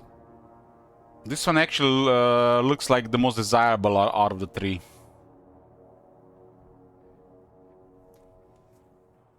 Especially if you're gonna use quite a bit of these units. You can get unspottable for Tiger Warrior Stalker units, so they get advanced stalk. And they get disoriented con effect for the stalkers, so I guess we do more with the stalkers.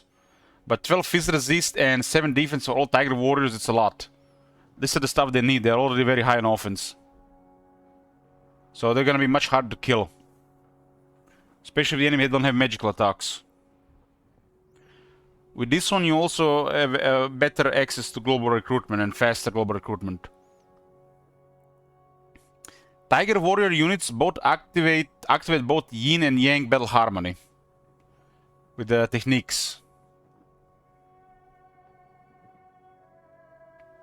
And that's the other effect to hide your armies in the region.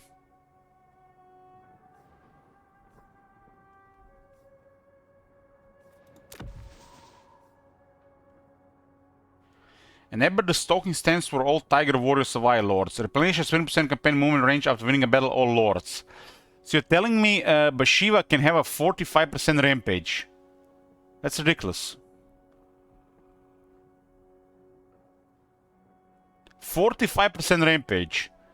If for some reason you get the Nemesis Crown on her, you can have 80% rampage. What the fuck? 80% rampage. And they can put a lord in the game that grants rampage when defeated, like Scarbrand or one of the other ones that have a worse rate.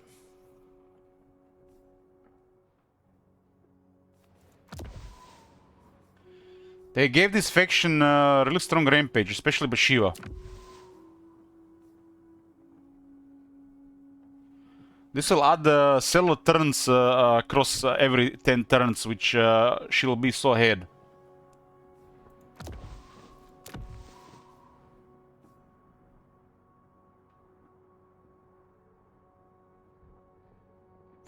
So we do unlock oaths on level 3.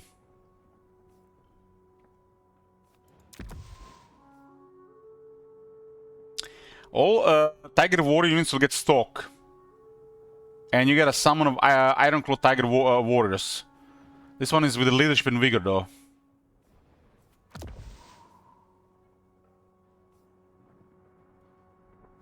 The third one kinda has the best effect, but the oaths are not as good.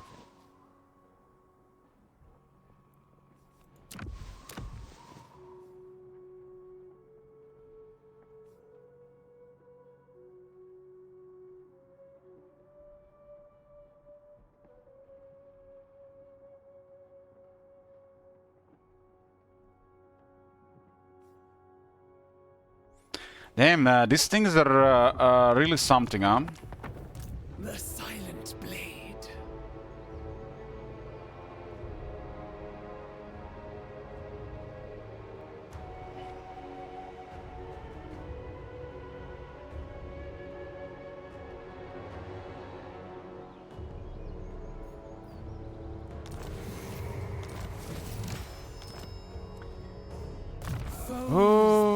Okay, what do we got? 7 movement here.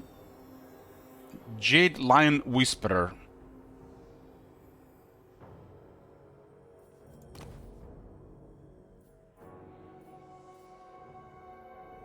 Three decent ancillaries here, 2 more than decent.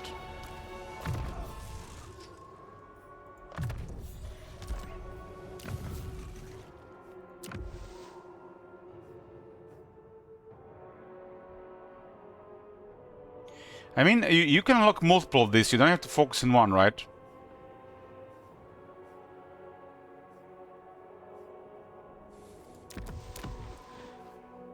If we're gonna deal with the greenskins, this is the one.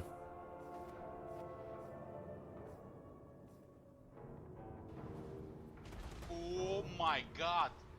Have you seen that shit? Holy shit. What the Hey, military guy.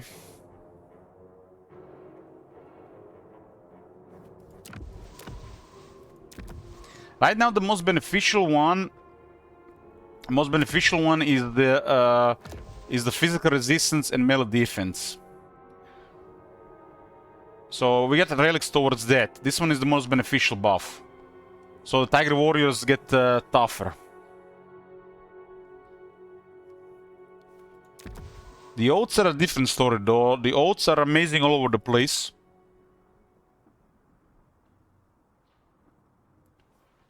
I guess you can unlock one oath per pillar.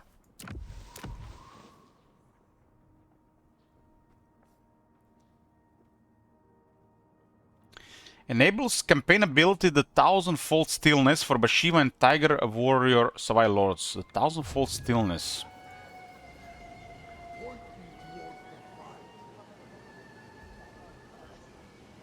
But it's incorrect information. This is why it's so confusing, like I have to double check things.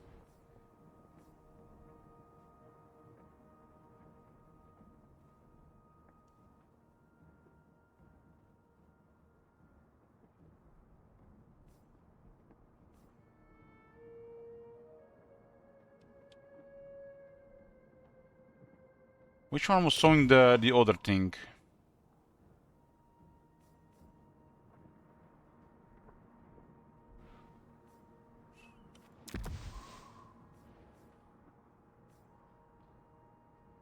Okay, this one unlocks the third one.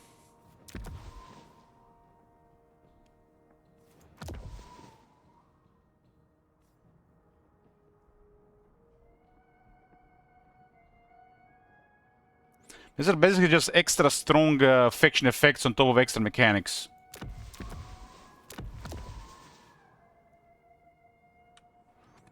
The second lord I get will definitely be the Tiger Lord. Currently limited, we have to get more Iron Favor. And we might need to deal with the greenskins, so we have to plan for that. We have to match them in melee combat. So Rampage is kind of luxury to stack.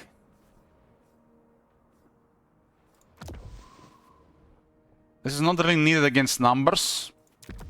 This is very bad. And this puts our army to the next tier of toughness.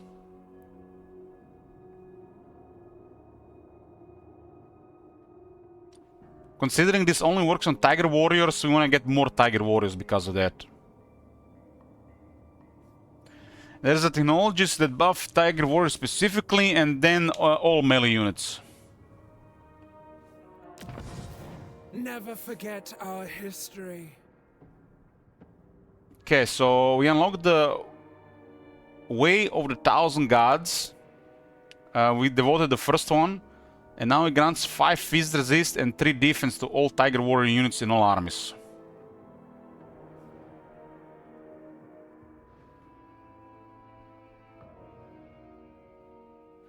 The progress next will be 8-3 and we get global recruitment capacity +1. This one has the best passives to make their units really formidable. Because they got really high offense, this is what they're missing. And if the enemy will not have like a high attack and or magic attacks, they'll be able to handle stuff even above their tier. The downside of this one is these oaths are not as good. But gotta get advantage on the battlefield, especially we might be potentially outnumbered.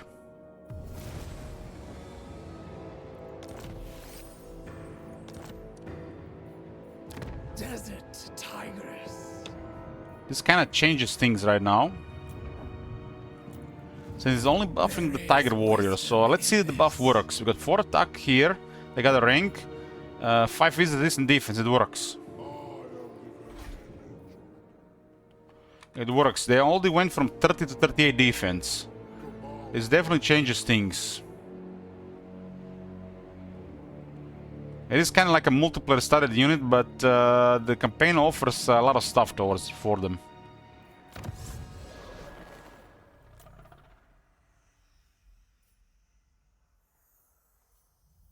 This is 15 armor and 4 defense for these early units.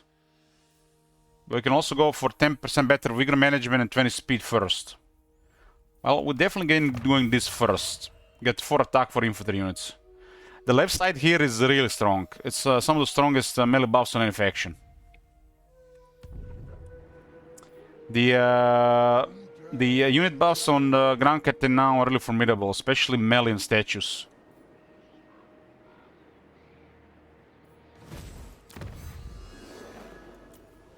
But it's so bizarre, man. They butchered the greenskins tech tree, removed basic stuff like basic speed for infantry, which was kind of like normal stuff, like 10% on one technology, 5 on other. And the greenskins is supposed to be better than humans.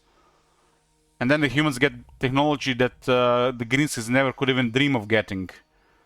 So humans get to be having better stats than the greenskins, and the greenskins don't even have the basic stuff. So bizarre. And the fact that technologies makes humans better than the greenskins, and they are kind of like bomb balls in the esports level, makes the greenskins just look humans and the humans the greenskins.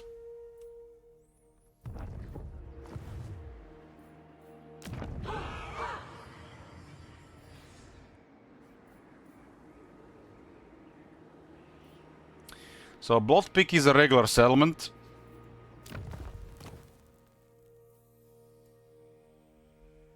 There's additional defense building in this one. It's because of Yin and Yang. And also we have access to tier 4 stuff here.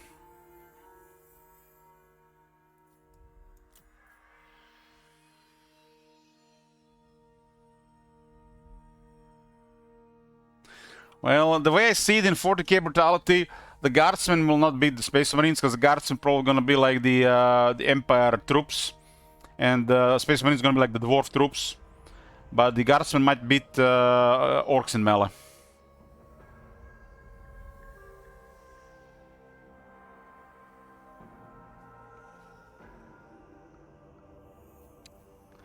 With this logic.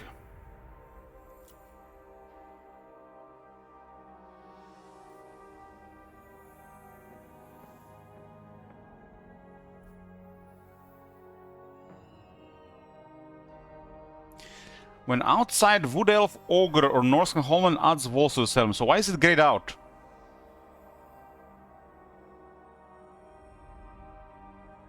We are in neither of these.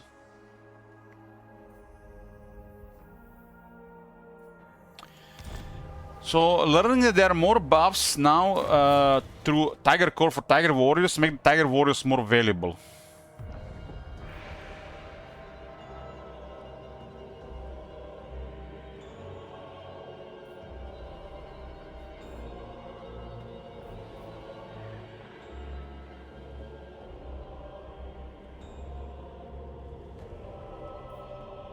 I mean, you can argue that way Karash as well, but that means something else. The silent blade. Foes beware. I will lead us to victory.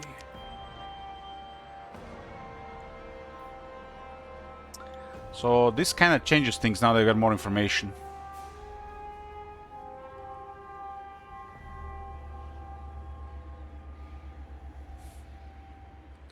But considering the Tiger Court, the Tiger units are more desirable, but they'll be very expensive outside Harmony.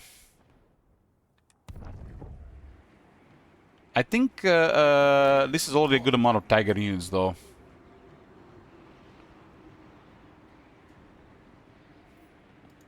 Any more and we're gonna be like a greenskin army without the greenskin mechanics. I think we remove this anyways.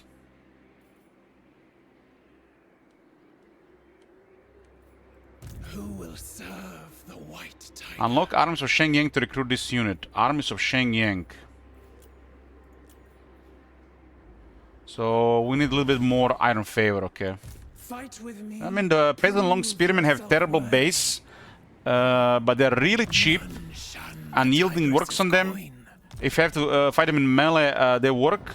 And technologies makes them way better.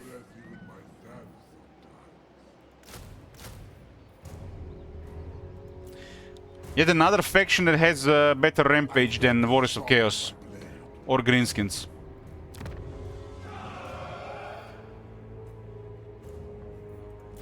Well, priority is growth at this point. Do we want to upset Harmony here? The Harmony buff is so strong that upgrading the building is not worth it. Because we're gonna stay here probably for at least 2 turns, if not 3.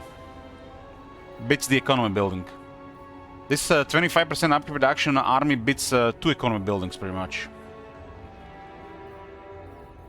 So unless we know that we can balance the Harmony, we're not gonna do it. Just keep Harmony, who cares about the buildings? This is not worth upgrading. We don't care about Yang and we don't care about Yin.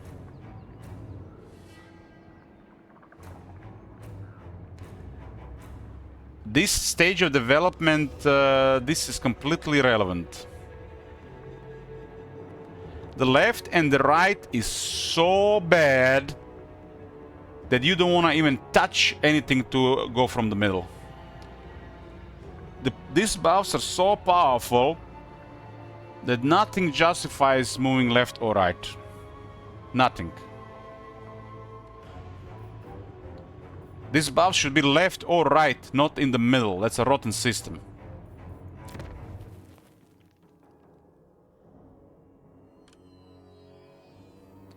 This is kind of worse than the peasant economy.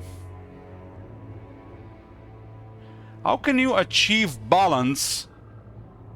Just think about it for a second. How can you achieve a balance if we don't have something that we're supposed to have? Don't we have nothing at this point? 0 should not be harmony. Harmony should be when you have 1 on the left and 1 on the right. That is harmony. And you should not be allowed to receive this buff unless you invested 1 in both. Just stupid. It's like, what twisted logic is this? So because you achieve harmony by not doing anything, you don't want to upset this harmony by doing little. And what is the advantage here? We have to build 2 different buildings over the course of 5-6 turns, upset harmony for several turns just to go back to harmony for a trivial bonus. 0 should not have harmony. Harmony should only be achieved when you have 1 in yin and 1 in yang, not with 0. That is stupid. Stupid, stupid system.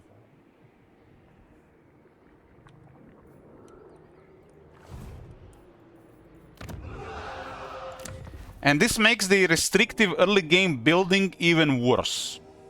This is just so mind-bogglingly bad that all these guys should be fired who are working on this game. The other system, like, I feel like, why did they even change it? I mean, what can you expect from the guys who made peasant economy? Peasants are limited, but you can have millions of knights. But don't recruit peasants. You don't want peasants. And the game is kind of like deceiving you that you want to recruit peasants. So they basically create a system where they are kind of like, in one way, the system is so twisted. They want you to kind of deceive you that you need this. But why? You just don't recruit it. You don't need it. And then you end up with armies with no peasants, and you can completely ignore peasant economy. And the knights are not limited.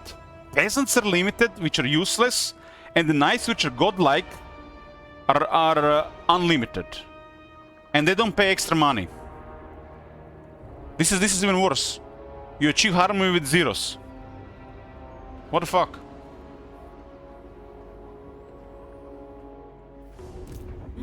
Really twisted logic here.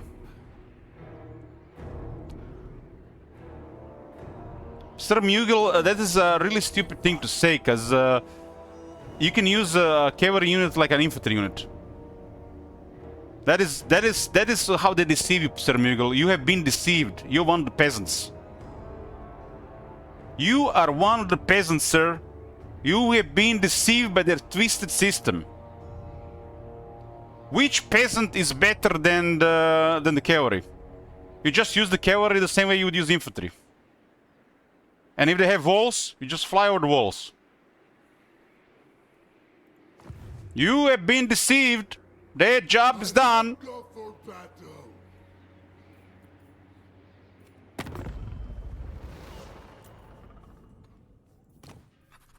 Squeakmus. One rag. Windshaper. These days, Catholic does get overrun pretty hard. May the master of the celestial wind for the dragon. To war. Ready to defend. So we are in the middle of ogres that don't like us, and Grimgor that might go my way.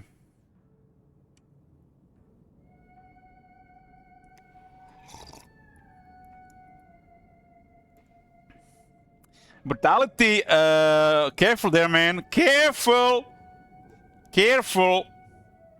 Careful, I have my eye on you today.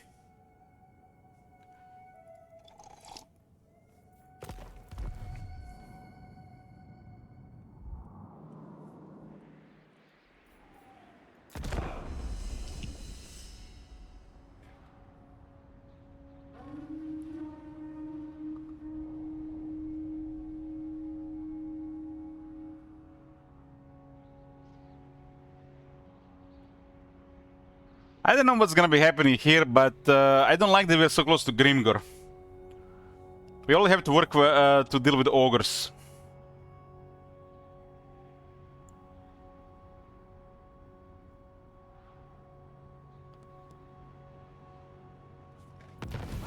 And this is a pretty straightforward campaign. We're basically just we are a buffer for Gran Kate. And we need to make sure the Gran Kate works. And when the Gran Kate works, we work. Is this a sponsor stream? No. No, they would not sponsor me. I'm probably on their blacklist. They really should have added a new province or two below the Iron Dragon along the mountains, putting up here kinda... Yeah, for sure. But at least they had the insight by making the diplomacy with the ogres worse. But yet another faction that has to sweat around Grimgor. The fate you have ordained for the first recovered relic sits ill with some, but all find solace in your reclaimed heritage. Hope it is not lost while the White Tiger leads the tribe beneath the gaze of their savior god. Through meditative communion strained by the turmoil of ruin upon the elemental wind, Kamau will reveal more relics for you to seek in the fulfillment of your duty. Your chosen path may shape both your destiny and the balance of power in the region. We got Pet of the Tiger Warrior. For 3 turns, we get plus 10% movement, minus 50% upgrade, and plus 5% private leadership. Reveal nearby relics. I'll show you, Diabro, how I would have done. I will show you, Diabro, how I would have done. So, these are the next ones, and they point to Grimgor. So, how I would have done... You see this area here? I would have put a 2 or 3 region province here in the mountains. Right below the village of the Tigermen. I expected this to be a province. Same like the Catan hinterlands. And 2 regions would be occupied by Zinch. A new minor Zinch faction, and one will be Bhashiva. And then Bhashiva has a road that goes through Iron Dragon to help with Gran Kate either west, east, north or south. I expected like this. They put her in a really strong position without creating this extra region, province. But at least they made the diplomacy with ogres worse. And I know your usual Gran Kate is diplomacy with ogres. So make things more interesting. But one thing is for sure, you're a buffer for Gran Kate. And Gran Kate is gonna get overrun without your help. So it's a faction that wants to play a diplomacy game. And diplomacy game in Warhammer 3 is really easy. So if you like it, you can definitely enjoy it here.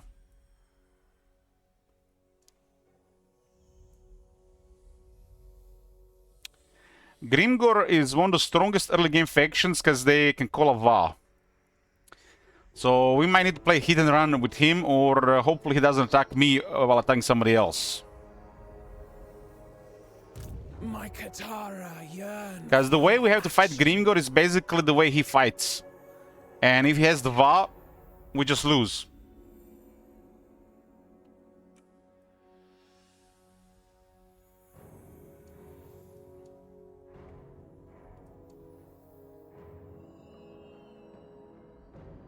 The prey We'll see about this after this province. I have Hello. other plans. Got a bruiser here as well.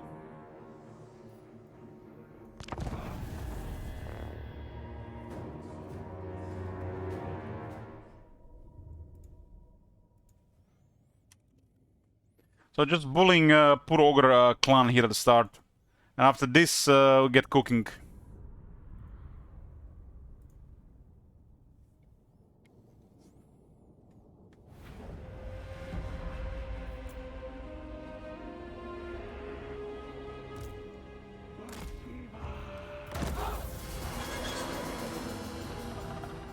Stay light on your feet. Concrete ball. I mean, we get cooking to what's next with the campaign.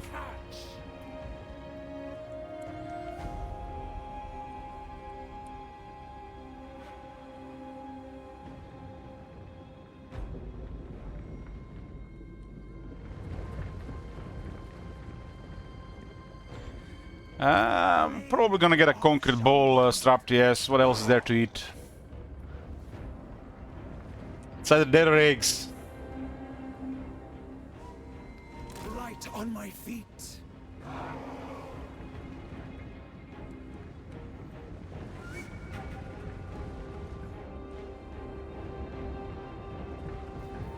Warriors, We added some peasants to the army. You can see the harmony is achieved here, and there is no harmony here. The Tigermen don't have the harmony, but later on they can help other units achieve harmony. a bloodline unbound.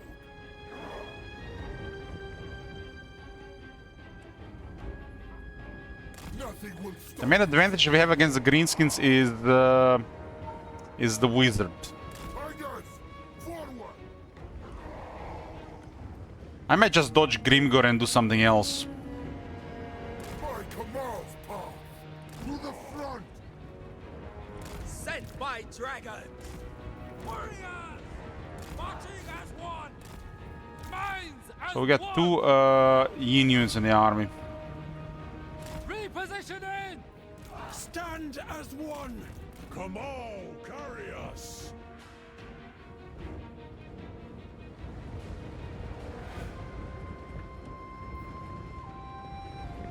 Stone and steel. Kamal is watching over us.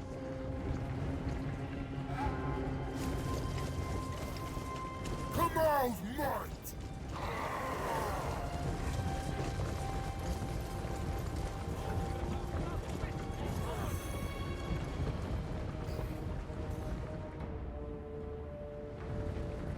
Warrior tigress.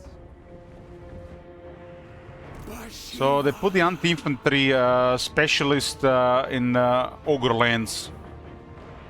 And all our early units are anti-infantry dealing with ogres. Random side question, have you started the ReZero Season 4 yet? No, I have not. I've been watching some other stuff. Claws are sharp. It is fated. I've been considering to just drop it for now and at some point rewatch all of it. Some of the early seasons, I'm already like feel like disconnected. With me, my kin. When the hell did you become an anime guy? December 2024.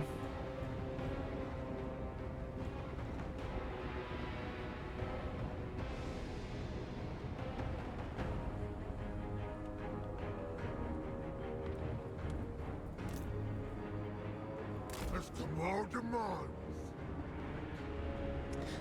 I'm like so behind on stuff that I watch a little bit of everything. Whatever is required.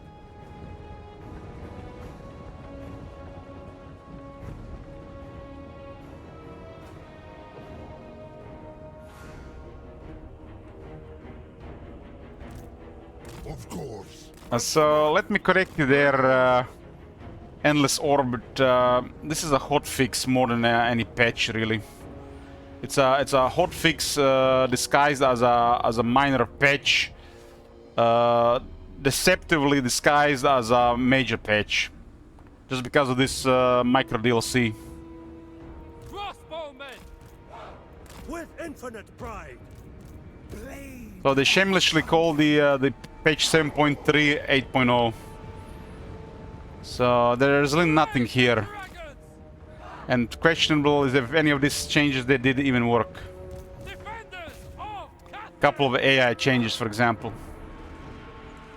On the battles, not even campaign map.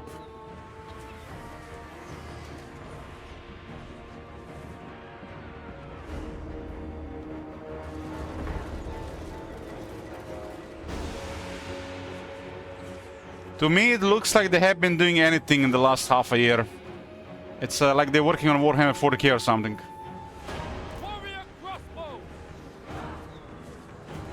Nagash will really show how much they've been working on. But if this is now patch 8.0, what patch will be Nagash?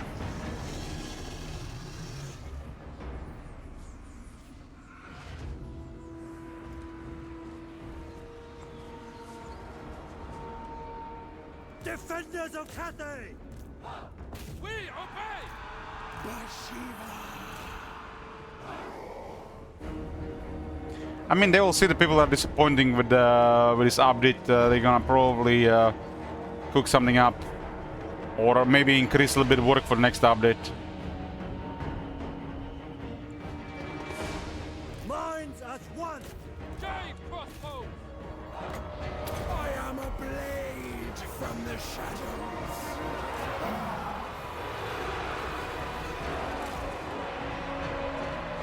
All hail Bhashiva! Breathe on Claw Speaker! By the mountains of heaven!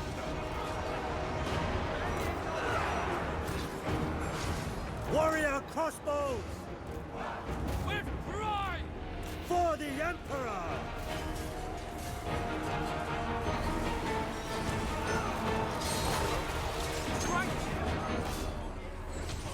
Shenyang's faithful!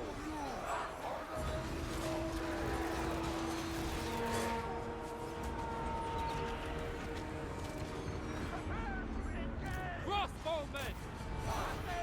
For Shangyang. Hard to get excited over the Grand Kade stuff because they were not even exciting in the first place. Hopefully, at least somebody is happy with Tigerman being in the game. Do not harm your own! Remain steadfast! Come out, be sated. Claw Speaker!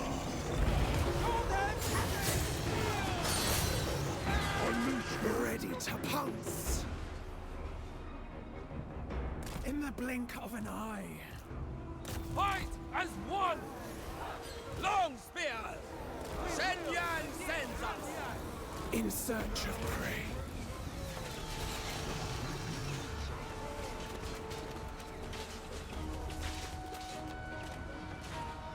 Same here, go on, same here. That was definitely disappointing.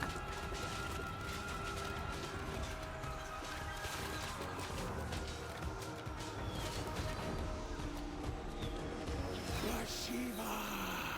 Harmony of the wind! One with the wind!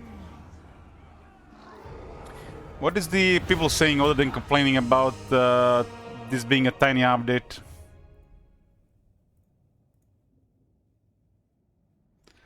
Hopefully the game stays mostly positive. It's barely holding at mostly positive. 70%.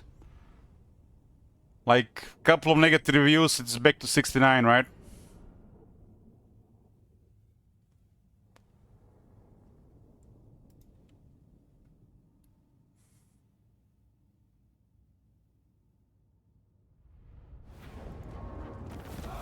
Warhammer 3 is currently 85% off.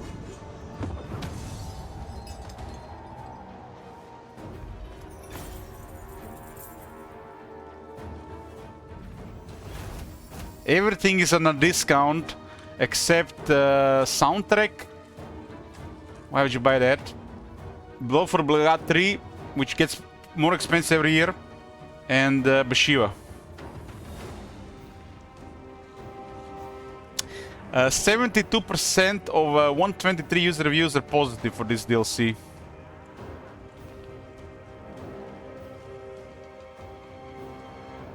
Damn, Rome 2 is 60 euros. What the fuck? And 3 Kingdom is 40 euros. What the hell?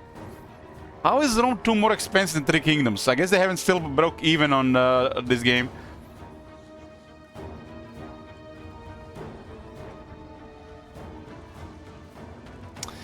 Reviews are saying by Big Stick Cartman, finally some good strategy option for Karte. Good job, guys, and the price amazing. Well, there's a smiley face here, so nothing is really here taken seriously. At the moment, there's a smiley face in the part of the review. There is this guy here who played the game for 0 hours. Open up int and crash, please.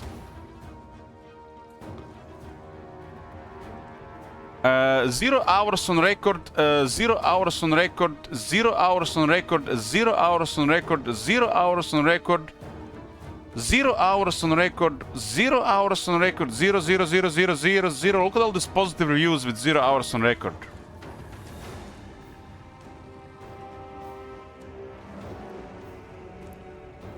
Uh-huh. So you gotta check their profile, huh?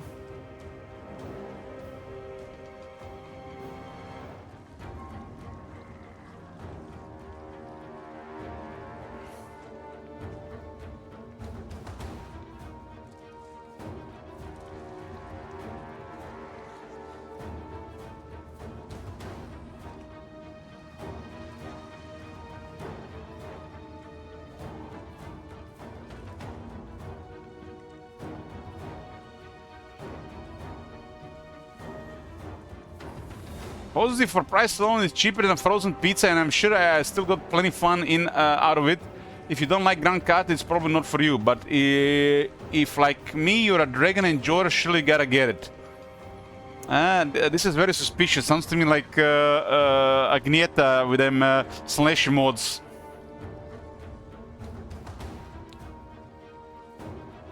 So it doesn't show the hours there. This guy has 342 hours. I think Bloomcools will still buy a frozen pizza over this.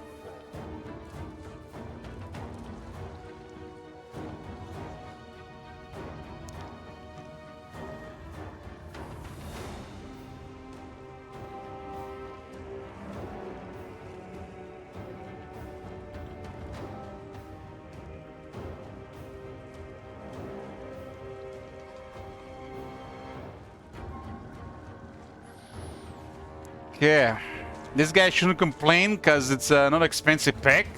CA something bad again. Game just crashes to desktop due to this not actually being a finished product. CA games are never gonna be a finished product.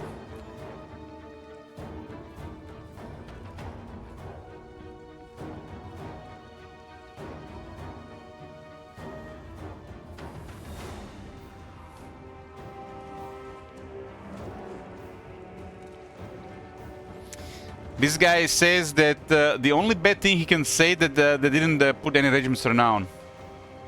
One of the worst things of the game, by the way.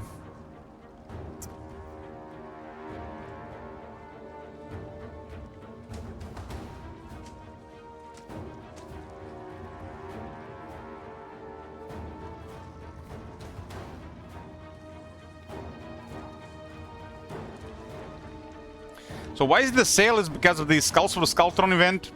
Is it always in May?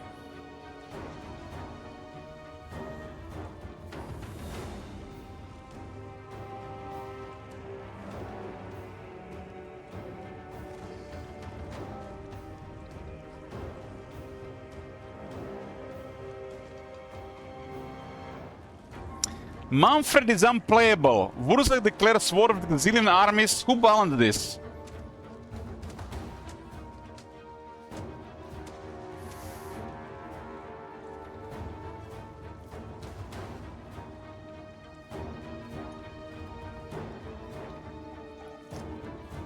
If you're at it, there's a new teaser for Total War in Total War. Total War Discord. I don't have Total War Discord. Only Discord I have, it's my own channel, and it's one too many.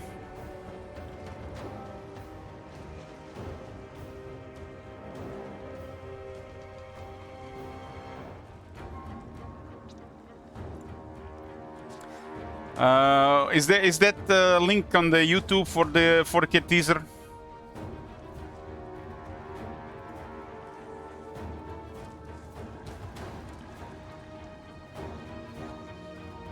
What are they teasing this time? It's a bait, it doesn't show anything. Well, we like getting teased here. It's the internet, it's made for teasing.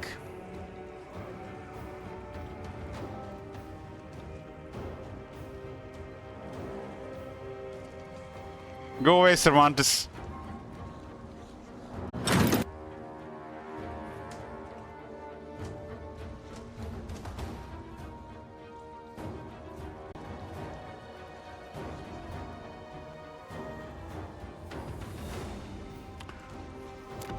Okay, we reached 217. The white tiger will rule here.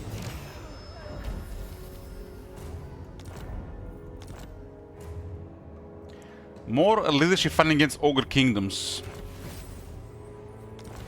Leadership everywhere.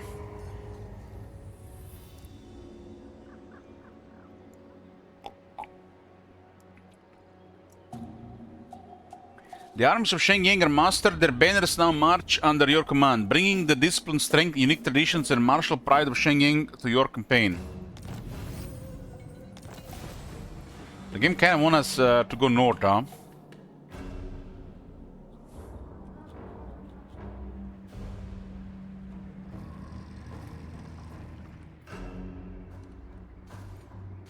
Cull the disorder by winning multiple battles. 4 battles, huh? So either south or north. Get some options.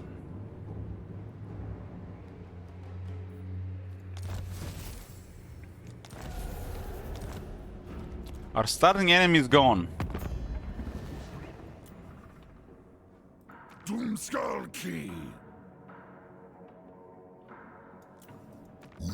Grimgor is going south, huh? And the Gold Tour is going north. So we're kinda in a sandwich here.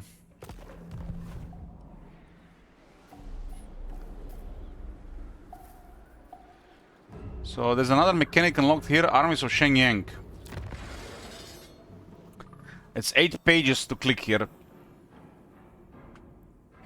The Armies of Shenyang panel allows the use of Iron Favor as a means to strengthen Bhashiva's armies and military buildings. It also offers great rewards from the completion of Zhao Ming's goals and other objectives for Shenyang.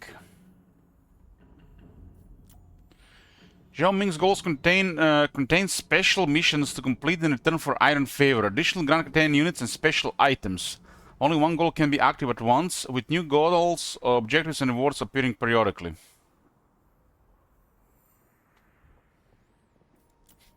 Iron Favor can be spent in the Shenyang's Warhol type to purchase insignia, special equipment assigned to units via the army panel, or to increase Lord's capacity or unit capacity for certain Canadian units.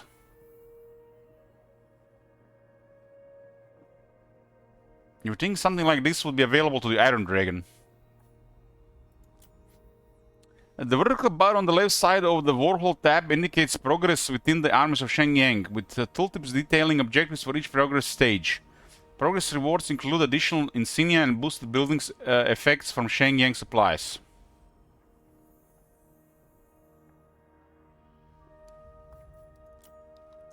Bhashiva's limited lore capacity can be increased here by using Iron Favor.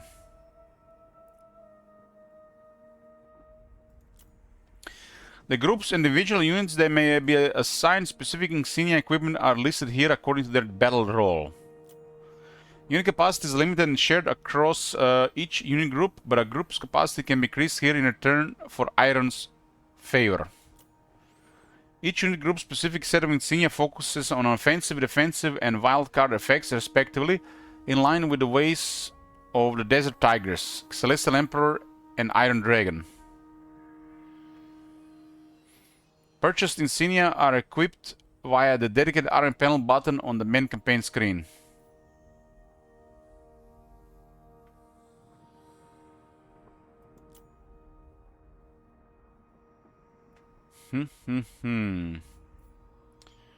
So we get one unit capacity for 50, we get another lore for 250.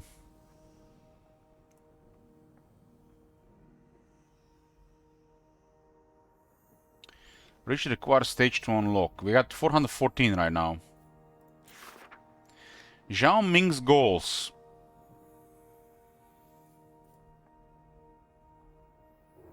So we are basically just his right hand right now.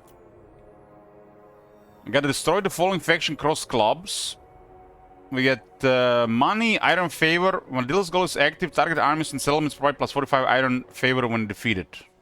And 2 Iron Helganas get unlocked. This kinda look like more polished ogre contracts.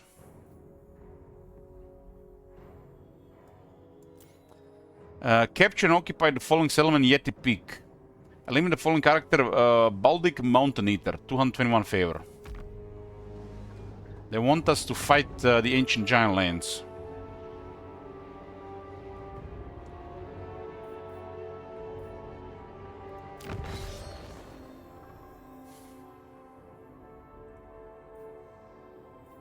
So right now we're at a share capacity of 2 here, or 4. Unique insignia, so it's for this actual unit, the capacity is at here.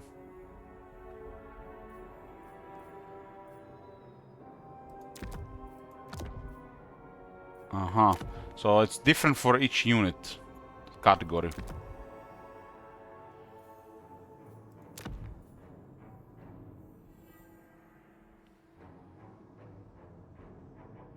There is a one that lowers defense by 4, but it gives him 50% more mass, sundering attacks, and 10% speed on a heavy cavalry unit. What?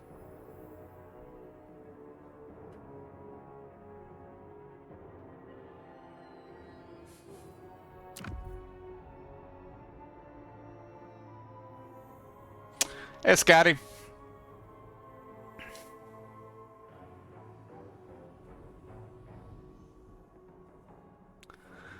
What's the new Too Long Don't Read? Glad to be back on Total War. Too Long Don't Read. It's a patch 7.3 disguised as 8.0. More hot fixes than anything. Another rework of Gran Carte.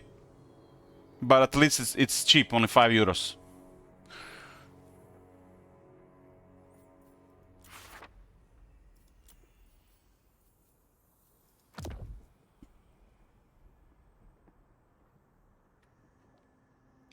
So this is what they mean by the next goal. We're currently a higher blade. Stage 1 insignias are available. The next one is fulfill Zhao Ming's goals 1, 10 additional insignias 1, and recruit a total of 6 Jade Warrior units. Currently 0. This will give me a stage 2 insignias, unlocks Dragon Armory building, unlocks Shenyang's improvements for Jade Armory building chain.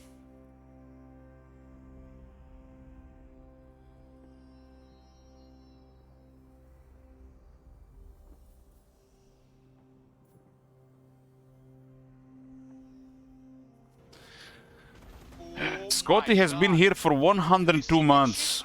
Holy shit! What the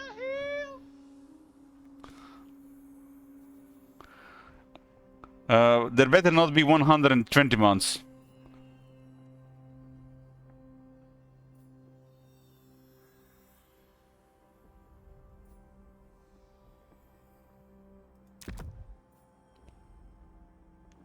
So look at this. You have so many buffs for the Green Longman Riders now because of the new tech. And you can get stuff like 50% mass, another 10% speed, and 20% charge bonus. This unit can get crazy buffs these days. Really crazy buffs. Probably just fun just taking buffs on this unit.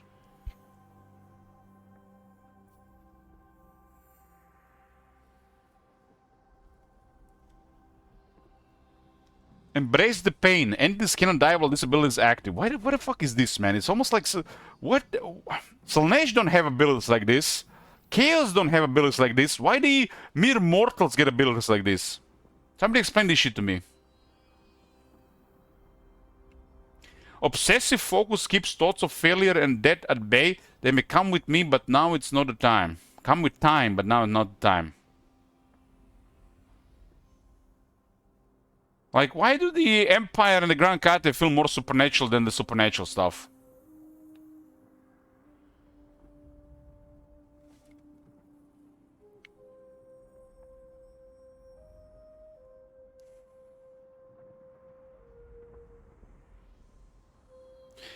I swear, this developer almost needs... Somebody needs to tell them it's okay to make the bad guy strong. If people not gonna like it, just put the setting in the game. Should be called Strong Bad Guys. Check. It's okay. They have to put a separate settings in this day and age.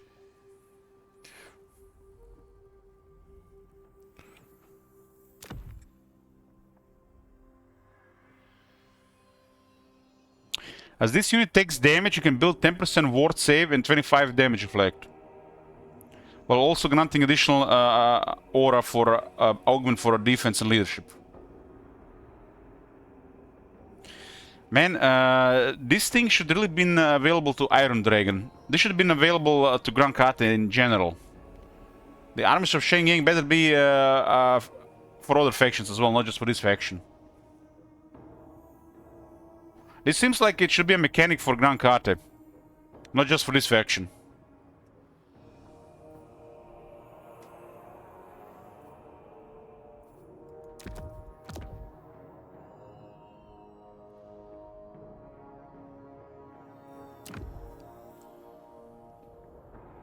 I got 414, I don't have a Lord. I gotta unlock the Lord, right? It's a no-brain. Okay, Bhashiva is here.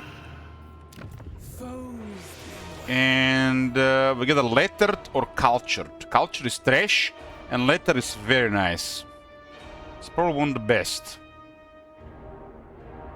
So we get a lettered Tiger Warrior Savai. Plus 75% experience gain and 50% higher chance to find magic items.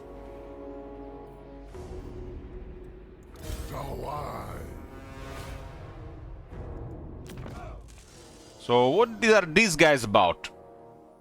40 armor, 75 leadership, 44 speed, 50 attack, 55 defense, 450 weapon strength, mostly AP with anti-large and 45 charge.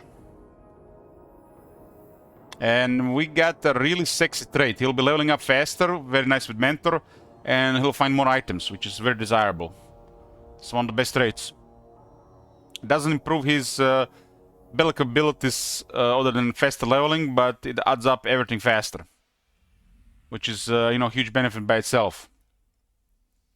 And even if you reach max level, the additional 75% experience is very good with mentor. So it's one of the best things. They do have innate missile resistance. 30 anti-large.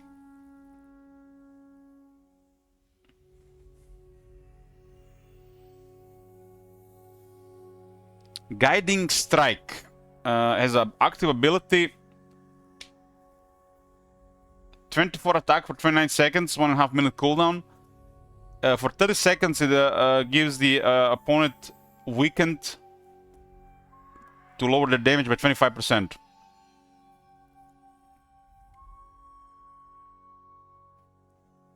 "25-second contact effect, huh? All these guys have ferocious ambush. The Tiger Warriors.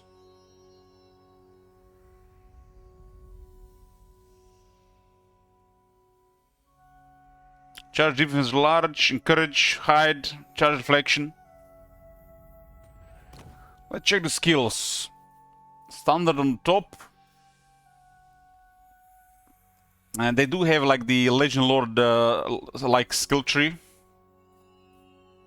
Which still some lords don't even have. Like Manfred, probably Scroll still.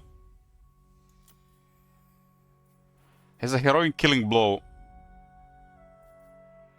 Bhashiva has only Deadly Onslaught. Blade. Heroic killing blow is better.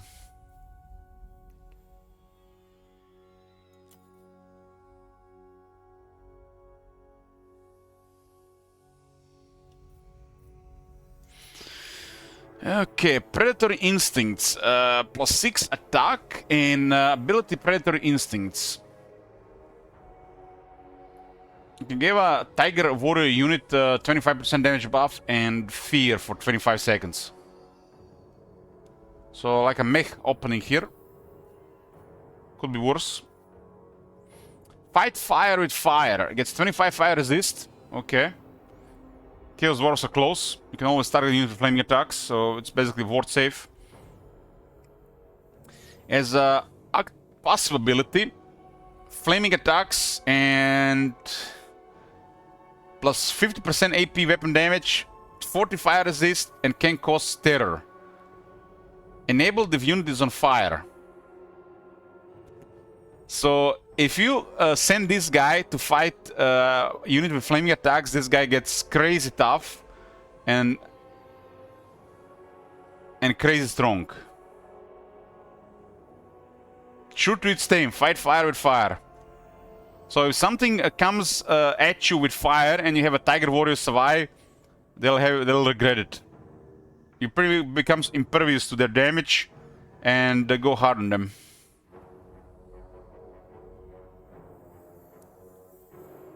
So you don't want to attack this guy with fire. That is a really kind of crazy ability. It's like a hard counter. It becomes the super tank against fire.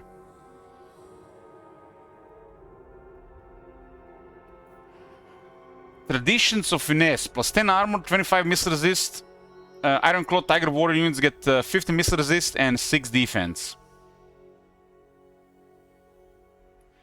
So make the Iron Claw Tiger Warriors tougher.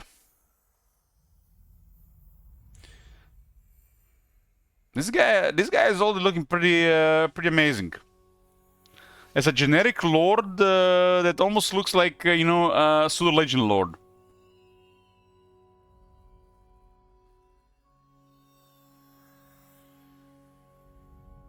This trait might as well be a Legend Lord level trait. Because the Legend Lord traits have not really been buffed since the traits got updated. So another buff for the Tigers. So this is it actually buffs itself, but it says it's like a part of the army buff. So more Iron Claw Tiger Warrior buffs. Stronger anti-large in damage and attack. So Iron Claw Tiger Warrior is gonna be really strong in this army. Toughness and damage wise. Poor large units.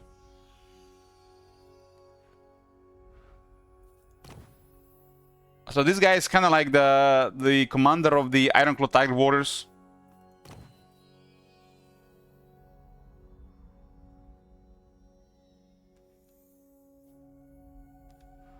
Order before war. +4 control, +8% movement, +8 movement, not 8%. Enemy hero action success chance -25%, corruption -3. I mean, just for 8 movement and 25 against harassment is amazing. The rest is just extra. That equals 25 ranks of the harassment on the hero. That's almost enough to being ignored until like very late game.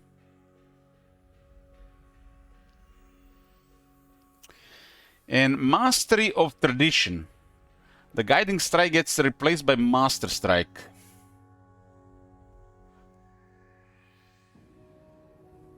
Attribute causes fear. Master Strike, instead of just having, what?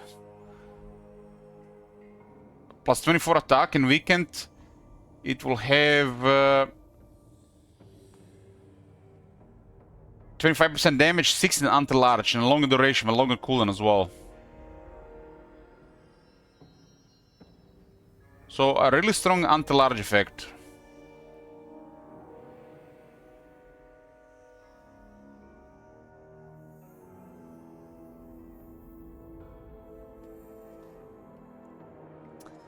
And all heroes get fight fire with fire in this army.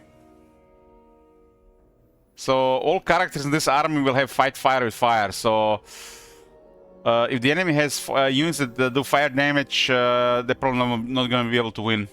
Especially if they are their most important units. Just because of this. Basically what this means, if the enemy sets your guy on fire, your unit will get 4% damage reduction. Not just from fire, but from anybody with flaming attacks. So I guess it's guaranteed to be really strong against the Chaos Dwarfs. Anything that causes flaming attacks, so against Chaos Dwarfs, Khorne, even Zinch.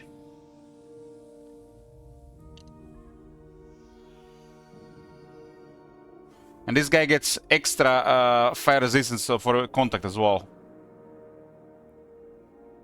This guy could probably be impervious to fire damage.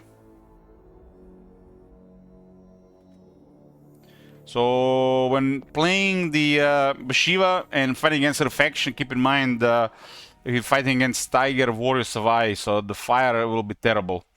Don't use the answer that gives you flaming attacks. Or weapons that give you flaming attacks. They are a hard counter for that.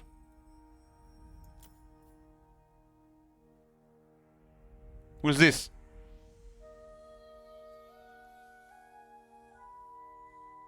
It looks like almost like a character from another game. Tao Yan the Merciless. Sounds like a legendary hero. It's like a legendary hero captain. The gate what they called gate.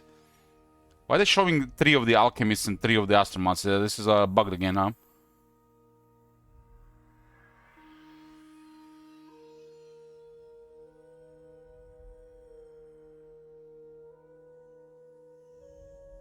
It might be the Legend Hero Gate Master or something.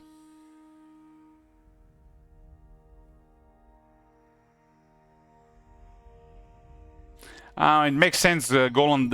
So finally, it makes sense why there are 3 pictures. It's for every mount.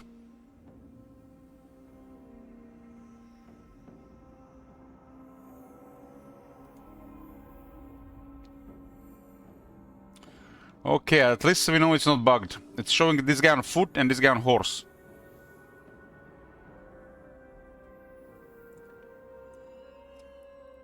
There is a new legendary hero. Looks like very stacked for defense. Is that a girl? Damn, we got another girl. And yeah, we don't have the big statue guy here. This generic lord doesn't look generic to me. This looks pretty good. This is almost like we got I don't know, like another min legend lord. They don't look generic to me.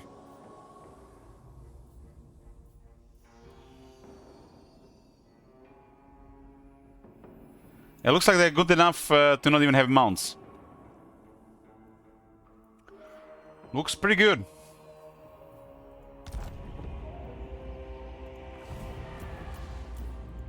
Swift and lethal.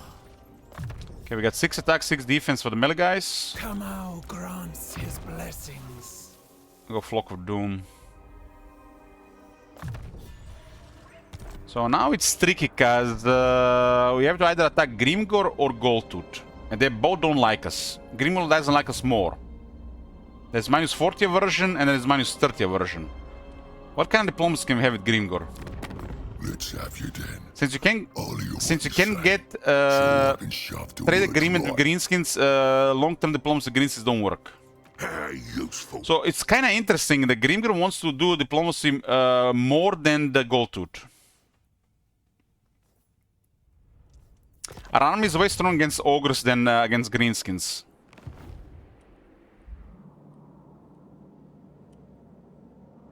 And does look like both sides want us dead.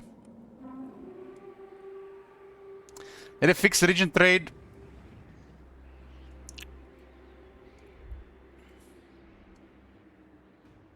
You're about to find out.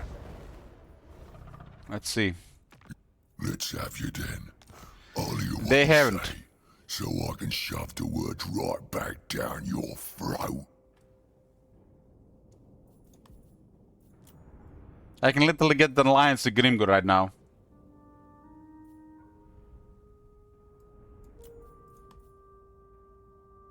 That would be a really cheap way to deal with Grimgor. It's like almost like cheating. The obstacle in this campaign are Goldtooth and Grimgor, and they're both stronger than you. At least the obstacle on higher difficulty.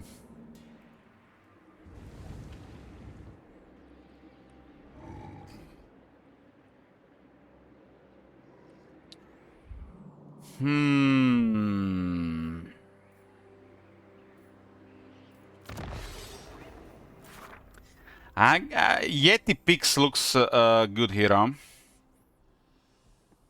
Baltic Mountain Eater.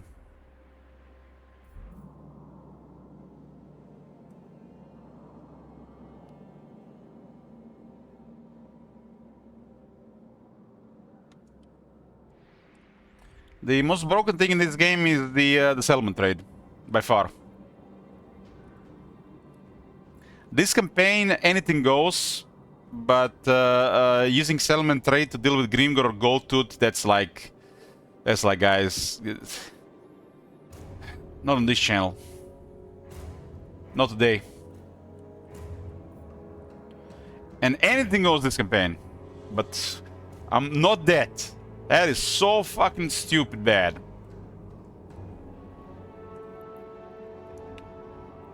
We have a house rule regarding settlement trade in usual campaigns. We can only settlement trade with allies. But like I said, this campaign at the start, we said anything goes. I am open to a So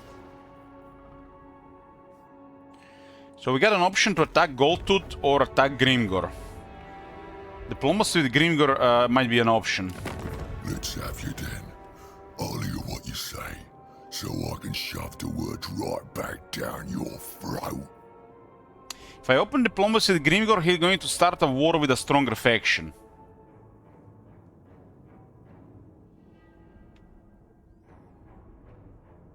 Because dealing with both is just going to be really rough here. We have to assume we have to just try to diplomacy one of them. Grimgor currently wants diplomacy because he hasn't spammed as many units as the Goldtooth.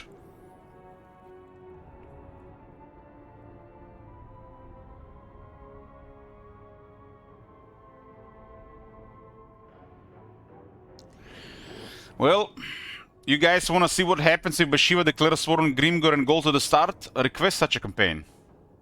You got request tokens. You can make shit happen. Otherwise, sit back and watch what I'm gonna do.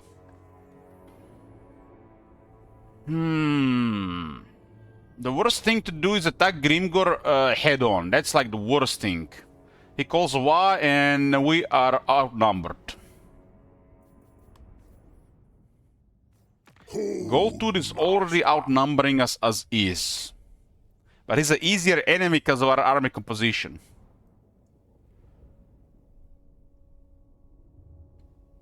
Grimgor is just stronger at fighting us. Way, way stronger right now. We don't have the magic capabilities to deal with greenskins. We could probably just go north, do our own thing. We'll get a non-aggression Grimgor. We have an opening here for limited diplomacy.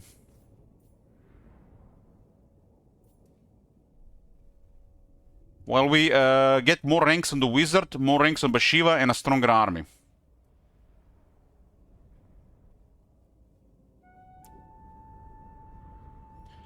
No matter what I do, if I attack one side, the other side will attack me if I don't do diplomacy. So, not doing diplomacy is just reckless. It's just a stupid thing to do. You get attacked no matter what.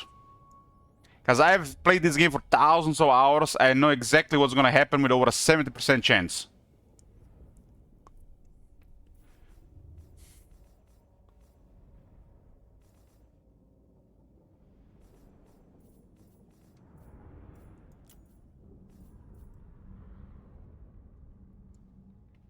Goldtooth will get too strong, will clear these guys and probably attack us unless he attacks somebody in the west or south. That's the 30%. It will same happen with Grimgor once the minor factions are sorted. Just because of the border gore. If I get non-aggression with Grimgor, it's highly likely that he's gonna smack these guys and start a big war elsewhere, because he has to respect the non-aggression for the time being.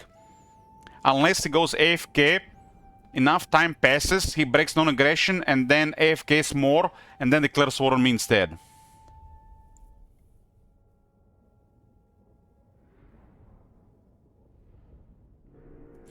Our faction can do diplomacy with both greenskins and the ogres, it's almost the same. We have minus 30 with ogres, the game doesn't tell you on faction effect, and we got minus 40 with greenskins. So it's almost the same. And currently Grimgor is at 45, and ogres are at 15, which means diplomacy with Grimgor possible and not with Grisus. Once again, Cathayan shall be the ogre's greatest delicacy. Well, for some reason, he wants my money. Good news. I'm gonna tenderize you before I eat that. Okay, okay, this kind of changes things. Goldtooth and the other guy works together. Useful. My next We got minus 30 here. This almost feels like they lowered the value for this. This is kind of cheap. This is what, 8.9? You dare approach me? If I don't like what you say, Mork will be eating your guts tonight. This values for money and the treaty should be really reversed at this value. There could be like the aversion modifier to the treaty. We have it slightly more negative with Grimgor. I'll take everything you own. Nothing you can do about it. 13.6, and they still will do it. That feels new.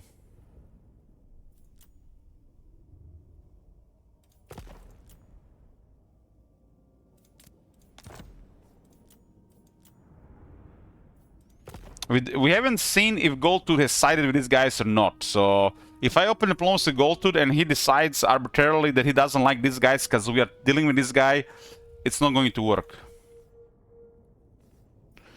The AI has this arbitrary decision making just to mess up the diplomacy for the player. So, like, for example, what happens here, I got non-aggression, military X, and trade with Iron Dragon, and they might decide, because, I don't know, Iron Dragon has moved an army there for one time, they're going to dislike them, just to make it harder for us. The over-tyrant. So Iron Dragon doesn't like Goldtooth trading with Skaven, but they got 11 positive, they haven't started treaties.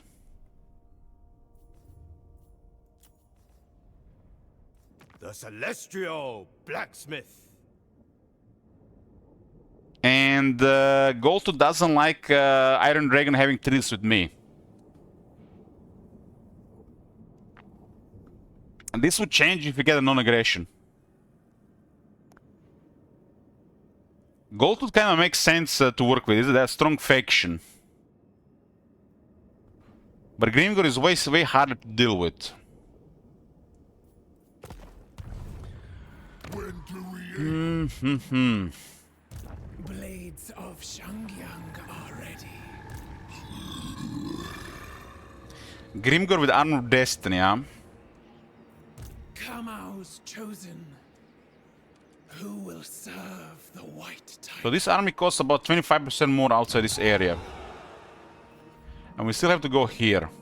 By the time we deal with Grimgor, he probably has 2 armies with Was.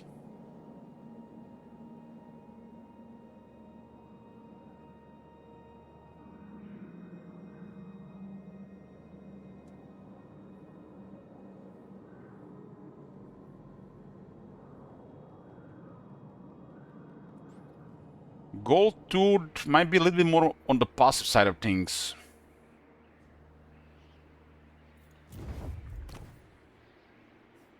We don't have to destroy Goldtooth. But we do have to destroy Grimgor. That treaty would have been just to delay Grimgor from the fight. It's another easy settlement to take.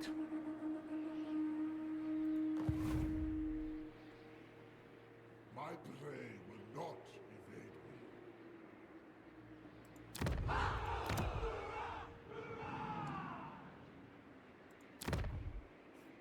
Cross clubs. And then the Amble Peak. So they haven't won north yet. I guess it's still too early on turn 3.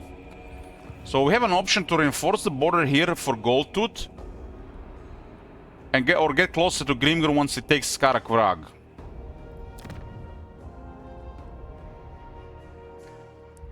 My hope is the Grimgor doesn't go south, but he might. I think we sort Goldtooth here. Diplomatically.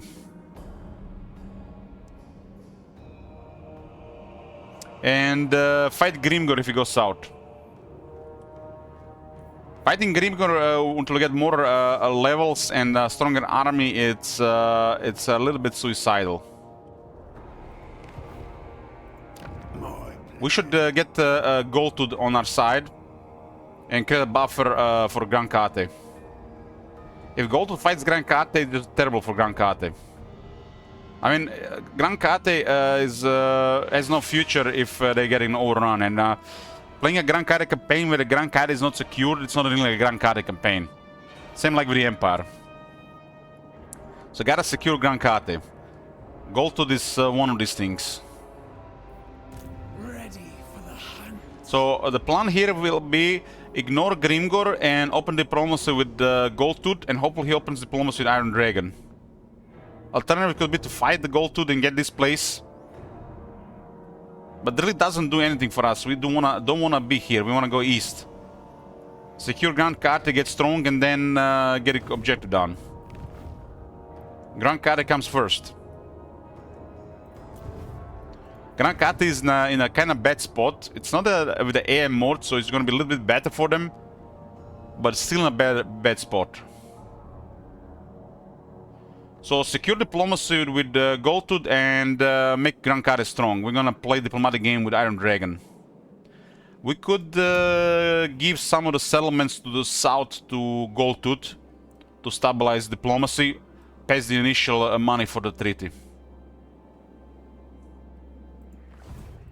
You've made a fatal mistake of thinking.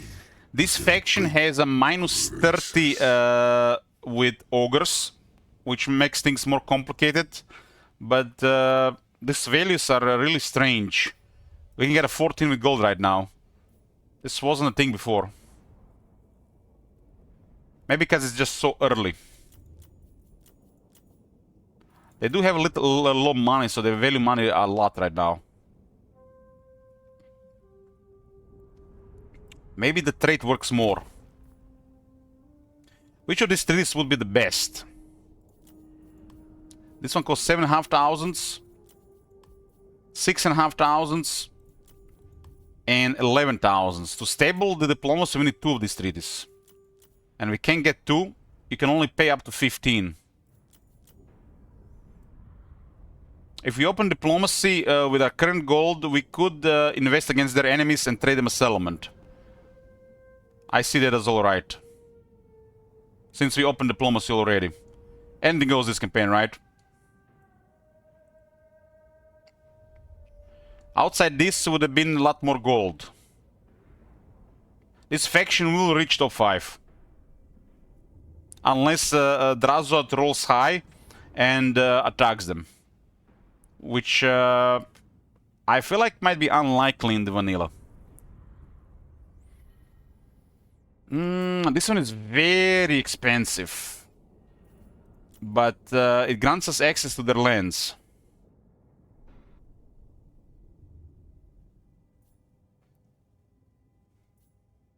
This will stabilize diplomacy a bit, but if we don't continue working with them, they'll cancel this in about 8 to 15 turns. Very, very expensive. The first card will not deliver gold. This is pretty much all my gold. I can hit a border. I can hit this border here. It's adjacent to my border.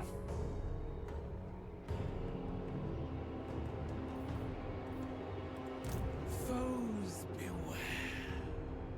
So I could catch an Amble Pick and trade them that on top for the rest of the treaties. This will stabilize stuff with Gold Tooth. And then we go help Iron Dragon sort the Grand Kate. If Grim goes south, he goes south. It's not that important at that time. We'll just make Bhashiva stronger on the Iron Dragon's enemies. At some point we have to destroy Grimgor unless somebody else does it. But the other three are pretty straightforward.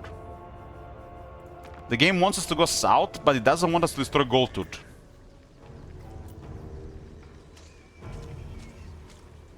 So we work with Goldtooth. The Grand Kate way. Grand Kate way. My blades are sharp. If I give him all the money, we can't really build this turn. But the buildings suck anyways. We have Harmony achieved for upkeep reductions. 10 growth, 4 control, 5 research, 10% cheaper construction, defense minus corruption, lower moon for the enemies, cheaper recruitment, more recruitment capacity, and more income. So the economy buildings would cost 2200. Anad?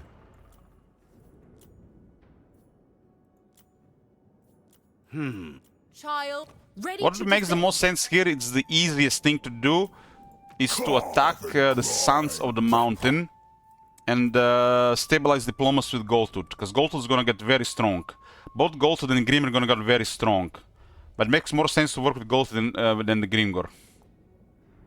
Diplomacy and Grimgor will just give him a different direction to go until we get stronger. And then we have to fight Goldtooth instead. Good news. I'm gonna tenderize you before I eat that. Are we giving all our money to Goldtooth for military access?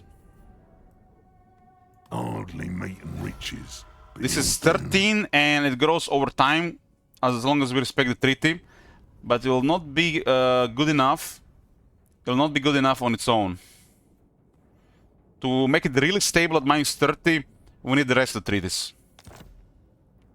But the rest of the treaties will be easier now because we have this, but we lost all our gold right now. We can hit the purple ogres to make the Grisus early game smoother and stabilize this relationship. Other than these minor ogres are gonna get all killed, the only thing we need to do here is defeat Grimgor. But the game kind of wants us to get this, what do you call them, relics, right? A chance to stretch my limbs.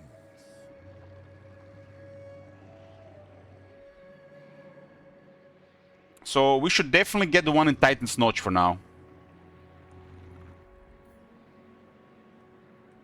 We kind of lose the window for the Amble pick stabilization, though. We do the Amble pick first, and then we go for the Titan's Notch. These guys are currently not an attack by the Grimgor. Grimgor about to get 2 armies, and he about to call a vow.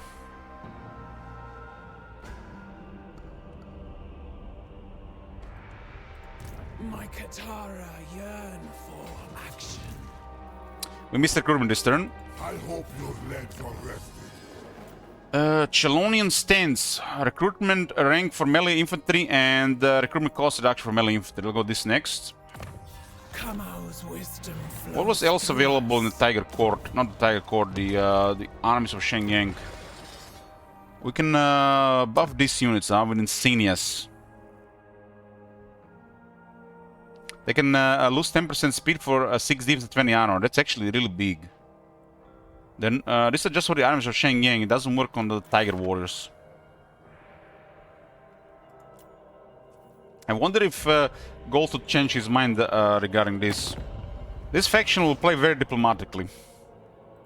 Oni. Iron Dragon now likes Goldtooth more because of our treaty.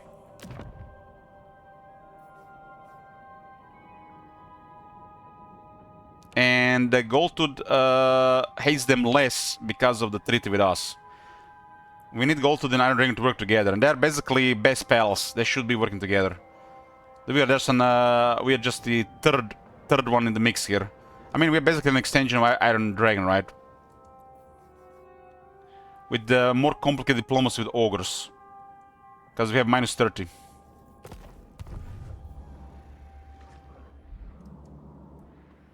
So sort Goldtooth and get this relic and sort Goldtooth. Now we have to get the we have to sort Goldtooth first. We have a window to. This is easy to sort Goldtooth. We might even get the money, or we're gonna get a settlement anyways. The settlement is just for Goldtooth. We're gonna go out of the way to make Goldtooth like us, and then we're gonna get the relic and decide where to help Iron Dragon next. Might not be the rest of this place though. Even if Gringor goes south.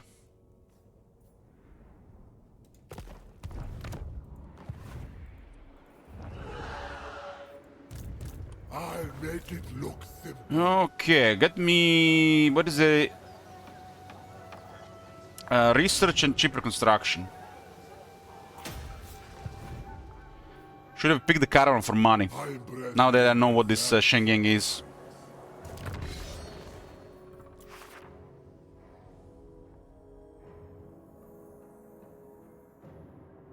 Grimgor is currently not at war with them, so we have like a window of 3 to 4 turns.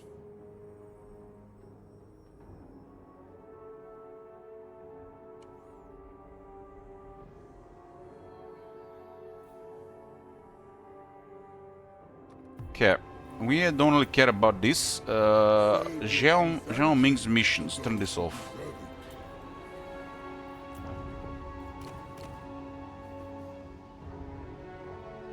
The game sends you on a path to do things, but there is more here at work. More here at work.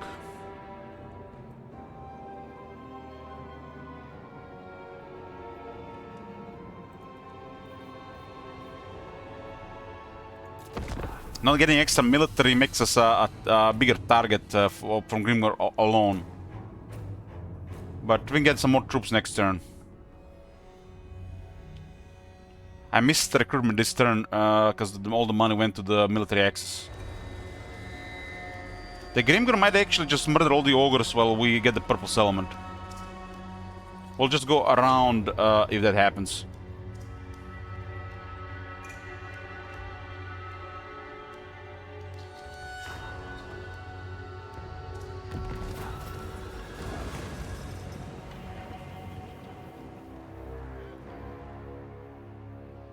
Well, well, well. The Wazaks have attacked my caravan. Ahead, the road vanishes behind iron stakes, chained captives, and the furnace glow of the Chaos Dwarf camp. Your herald barely escapes their mockery with his life. No tribute was asked, no bargain offered. The road is theirs unless you dare make it otherwise.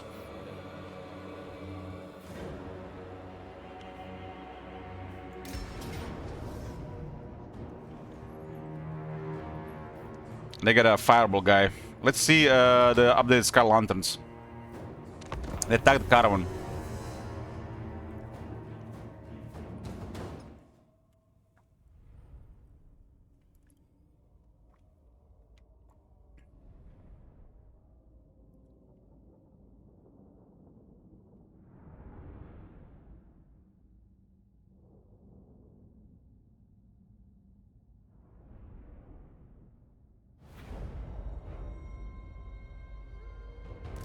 Ready to hunt.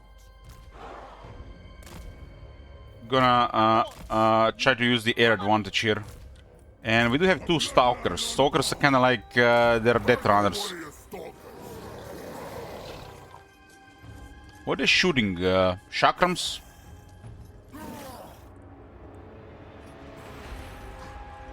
Remind of gut runners, but they can also fight like death runners. Stalkers. And their Savai is their leader here. How fast is this in the air? 60.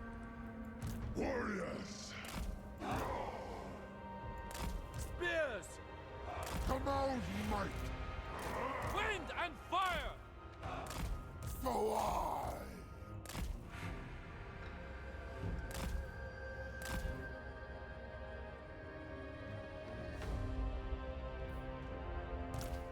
Oh, actually, they do have only 2 ammunition. You're right, one, so they're like the chameleon stalkers. You're right. I didn't even check their ammunition. Praise the dragons! My commands Absolutely right there. all shot. These bad. These things are faster than before. All fight. They definitely move faster.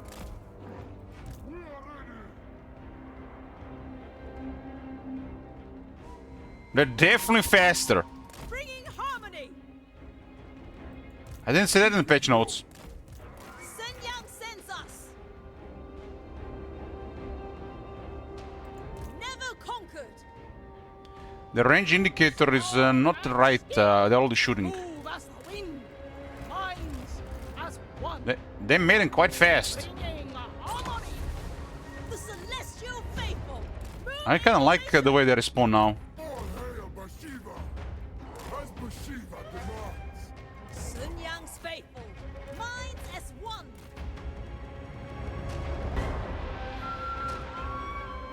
Fight as one.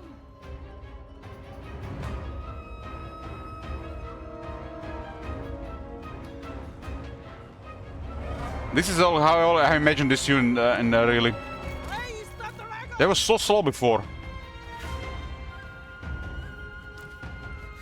A bloodline unbound.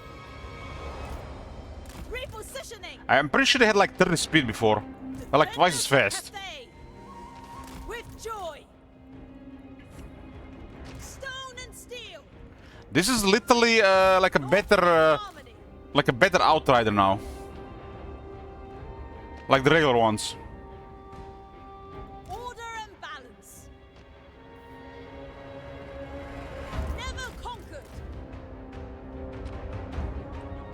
Praise the dragons!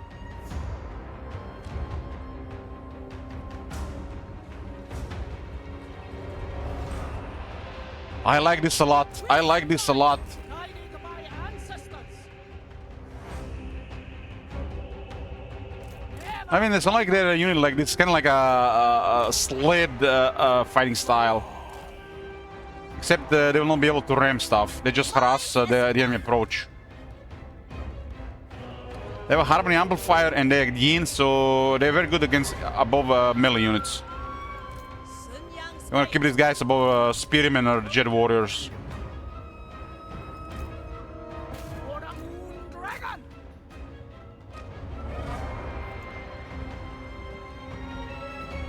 Defenders of Their projectile is pretty good. And if they get experience, they're gonna get even more accurate. Defenders of Cathay!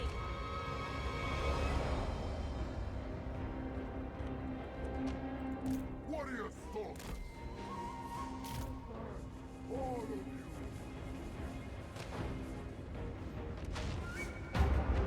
Okay, one should shoot the Lord at a closer range.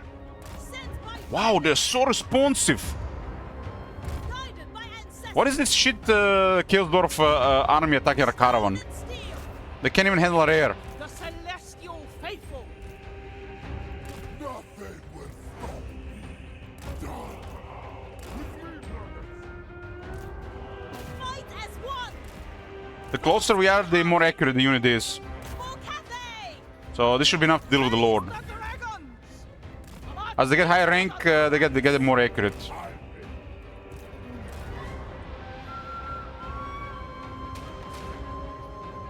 They will perish! There's some penetration going on here. The speed was 35 before. They do seem to engage way faster. Thoughts in harmony! Long spears!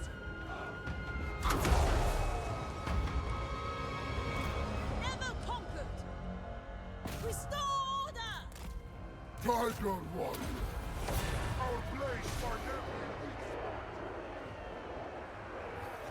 So just hope Gobos. Minds as one! Seeking Cathay's foes! teeth back.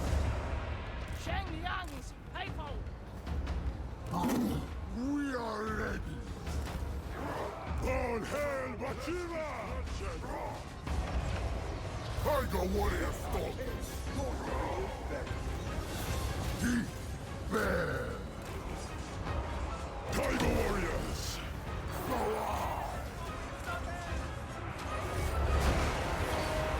This guy also have a pretty high charge. Warriors. The Emperor expects Zhang Yang's faithful, guided by ancestors. All on my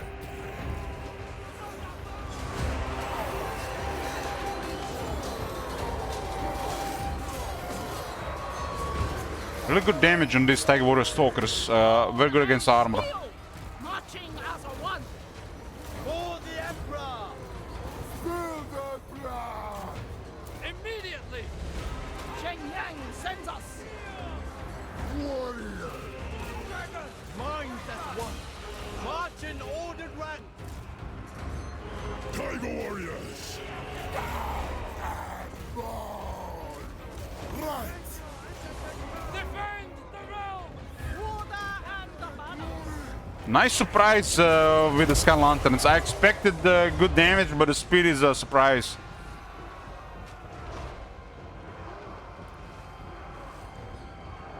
For Cabal. The speed is definitely a welcome addition. So this is one of the things that are not in patch notes, right? For the White Tiger. Cabal's might with discipline. Praise the dragons!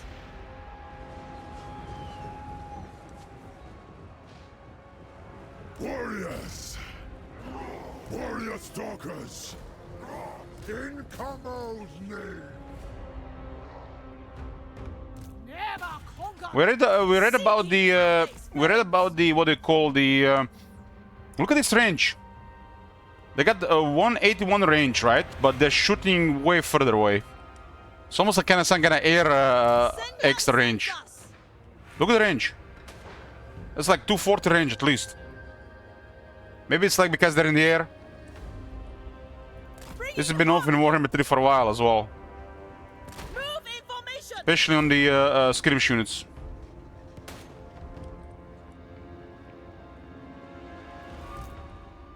Desert Tigress. Repositioning! The celestial This unit feels nice now. Seeking Cathay's foes! Harass the enemy, approach while you shoot them with artillery, wizard's range, and then get into formation while still shooting all the time. Dragons! Look at they've been shooting this entire fight, they still have ammo. Wind and fire!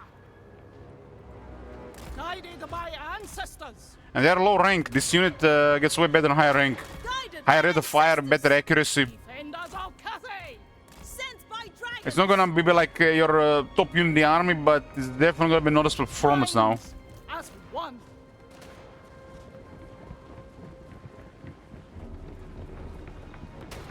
They drag away!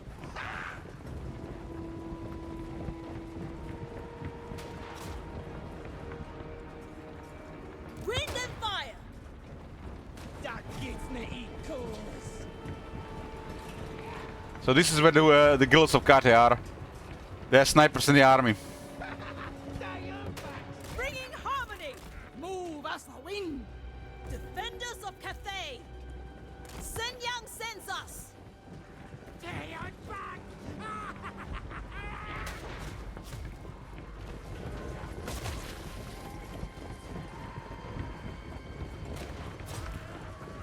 battle commence!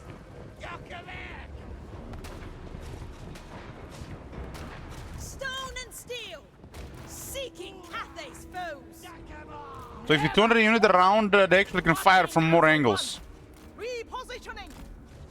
A march in order, It's like a shooting platform like the Doom Wheel.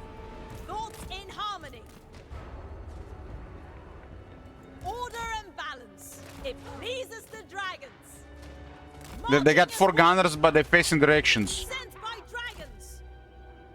Bringing harmony. Sun Yang sends us. March in ordered ranks. 4 gunners, but they're facing the direction. It is fated. With infinite pride. Need a spoon sign button. I mean, you can spin it around. Immediately. Move information. This is a nice change. This is probably one of the better changes since the update, right? March in ordered ranks. This unit was such a joke before, right? Seeking Cathay's foes. Sun Yang sends us. This unit was such a joke now. Such a joke, but now it's actually pretty nice. And this unit, it really gains a lot from high rank.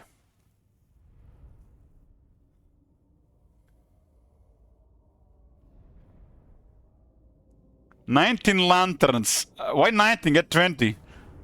Lord Magistrate can have a lantern as well. Get one with a wizard. I feel like there's gonna be an army these days.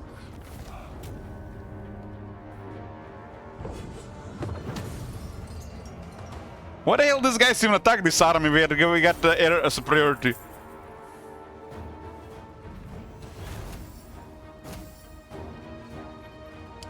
Have I seen this one?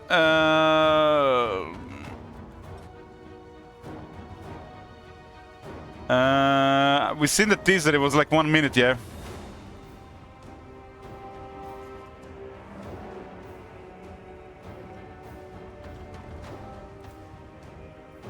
We'll go with the Venerate for replenishment.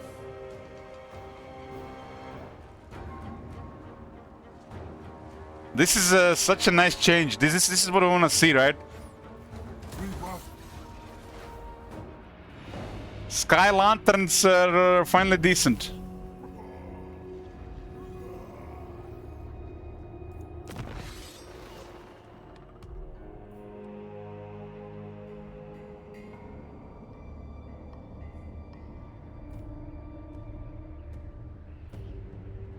Something happened. Why the war with these guys? Are they because they attacked the caravans?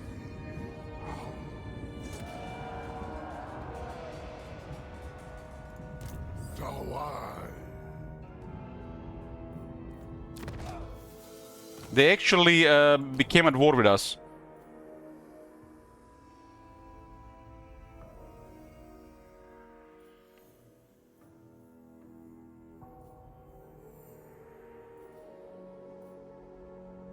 Okay, let's go with the replenishment low attrition. Oh, now that's more like it. So their garrison attacked us. What? There was their garrison. What's the garrison?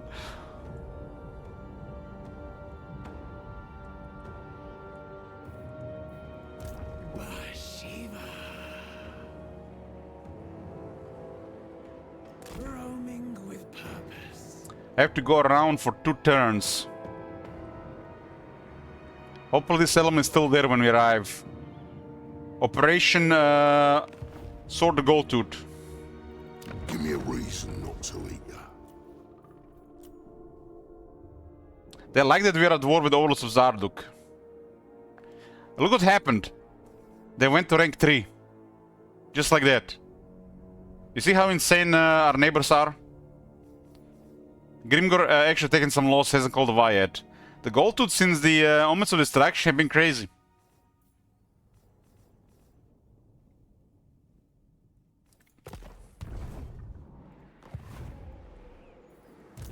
So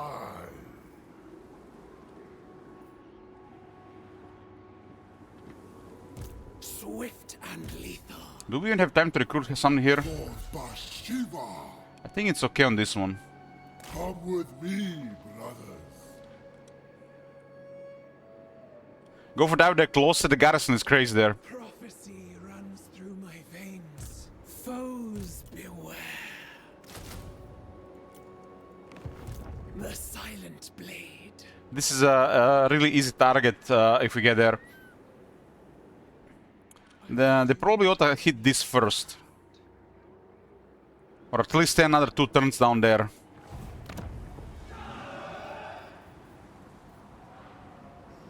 $45 growth.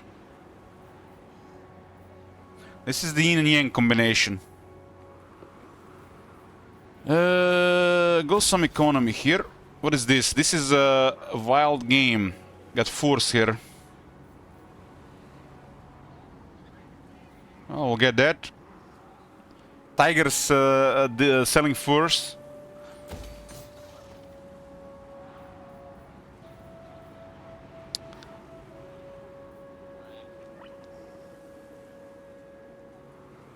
We can just switch this around to yin, about yin and yang.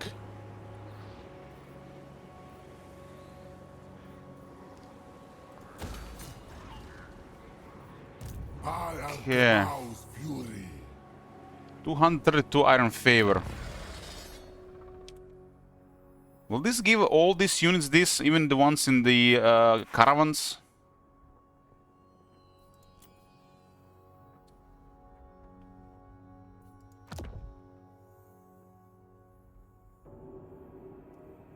I have to see how this works.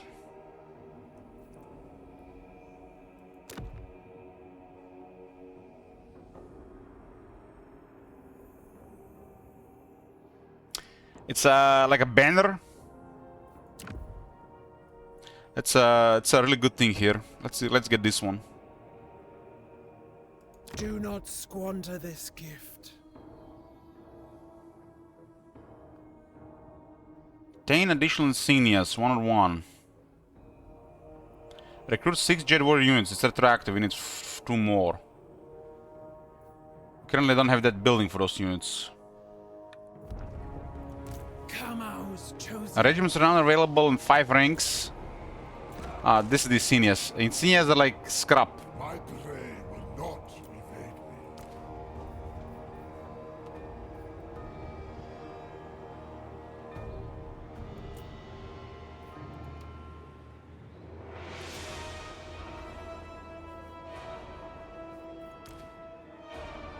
So once I equip to a unit, that's it. I cannot remove it.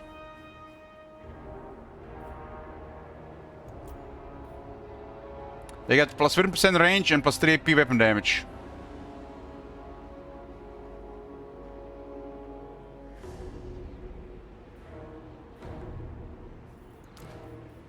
But we've been deceived. It's regular weapon damage.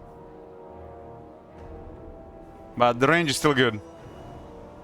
I wonder if this is a bug. Even the most sharp-eyed archer senses can be further improved by additional 1, that of the Predator's little steadiness. They've given the archers the wrong damage. It's armor-piercing weapon damage. It should be armor-piercing missile damage. So it buffs their useless melee damage. They're given the wrong one. And it clearly says about shooting here.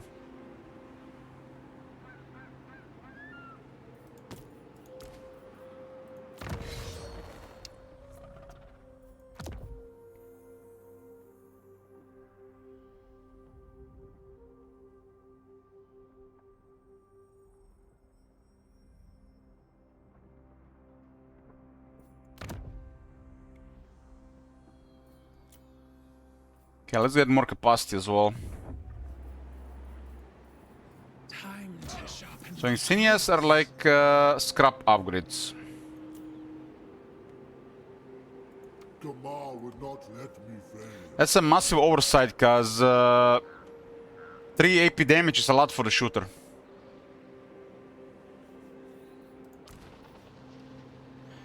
This one is 20 armor and 6 defense at a cost of 10 speed, 10% speed.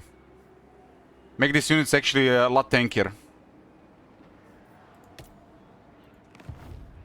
I mean, it's very confusing. They get base weapon damage, base missile damage, armor piercing weapon damage, armor piercing missile damage.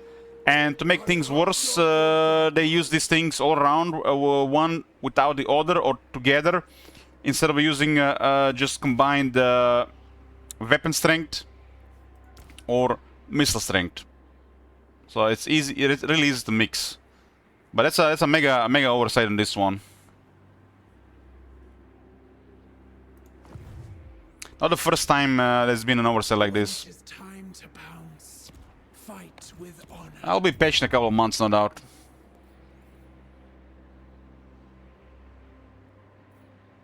We'll wait for further upgrades here before we consider changing yin yang.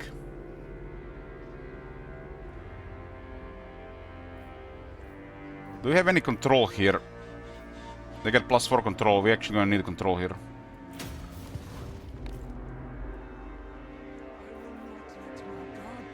Hopefully the caravan gets there to see what we get in Aldorf.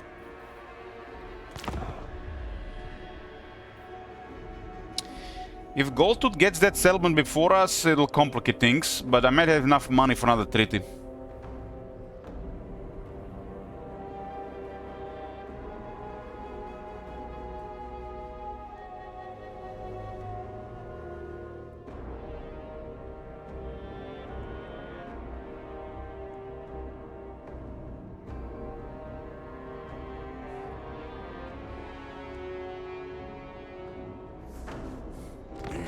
Does not wither me.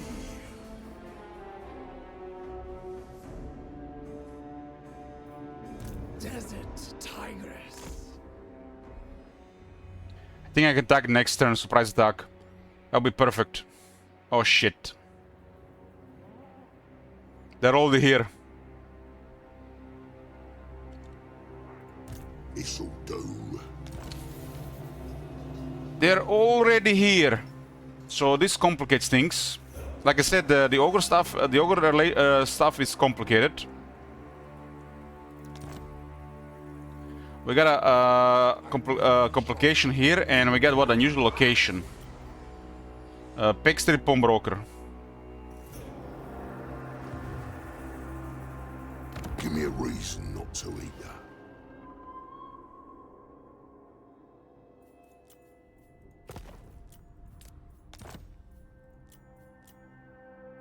Then working with the Skaven also complicates things. I need this.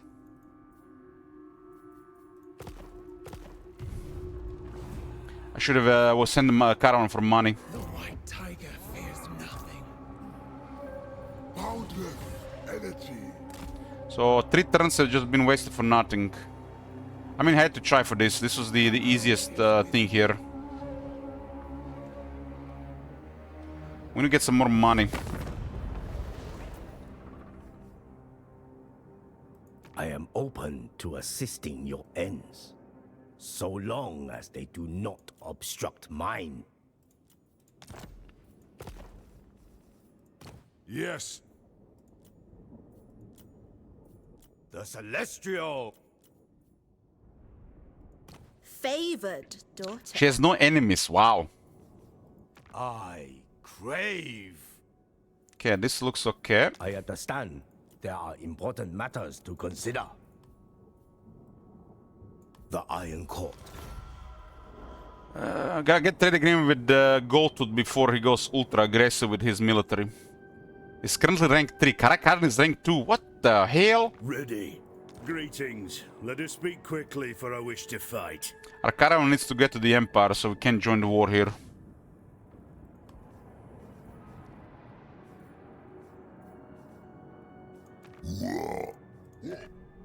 What? This guy's rank 3, and we have a window for treaty here. 6.9. They got to rank 3 in a couple of turns.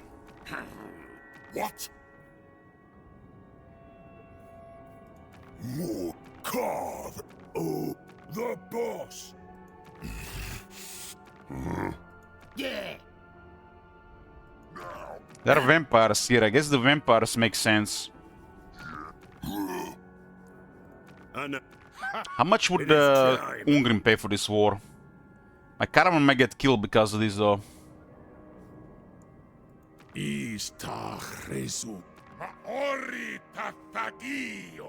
Kazakh.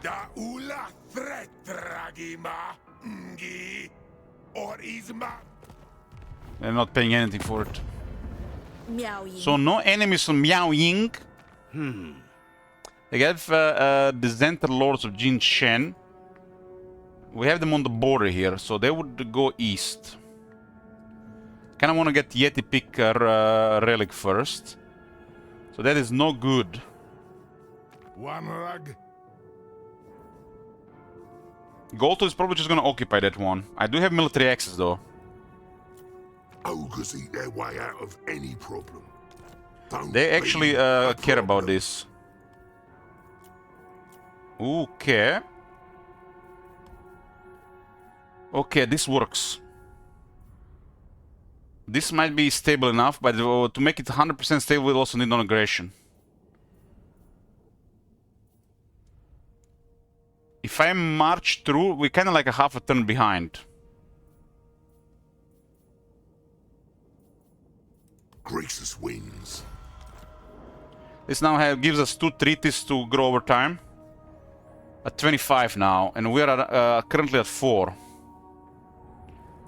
This is a little bit complicated because they got diplomacy with these guys. We could also pay for this later. We are making Iron Dragon, Bhashiva, and Goldwood work together here. And then we're gonna take care of Grand Kate. Because if Grand Kate is not taking care of what is even the purpose of this campaign. My blades are sharp.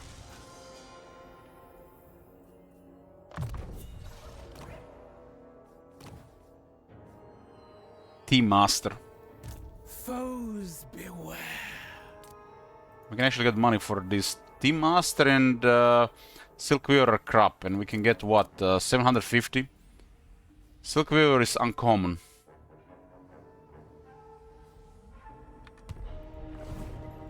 I live for that. Goldtooth has a really strong military, and he's a perfect ally for Grand Kate. Ever since the Ogre rework, Ogres are really strong.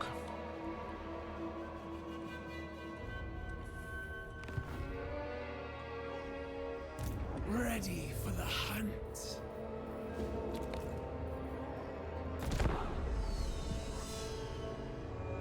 Should have gotten a cavalry from Mani. Looks like there'll be not trading settlements with Goldtooth. We're gonna have to use the treasury the old way. Old school diplomacy. Empty the monies. Delayed development. That was the thing in Warhammer 2. You would use gold to make diplomacy work. How it should be in the first place.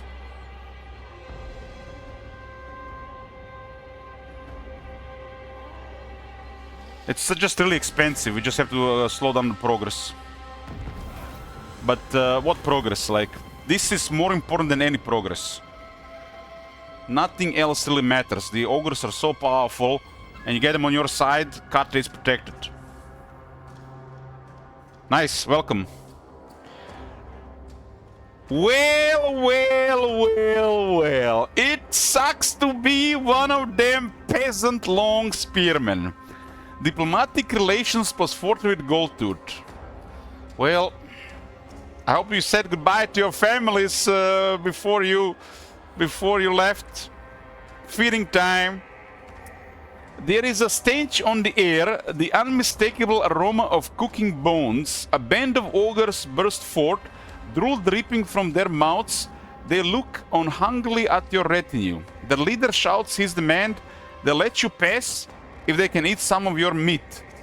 And they don't mean the cargo in the caravan. Why the hell is a goal to the event in the peak pass of Karakadrin? That's the other side of the world. We lose one peasant long spearman, but we get plus 4 glacier gold for a while. This will last at least 5 to 8 turns. And this is what we were looking for.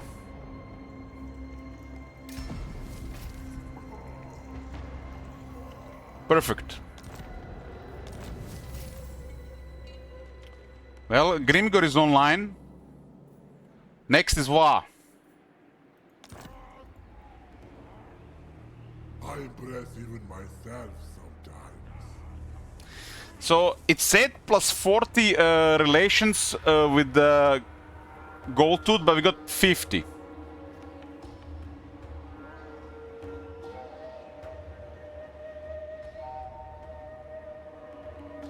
Immediately.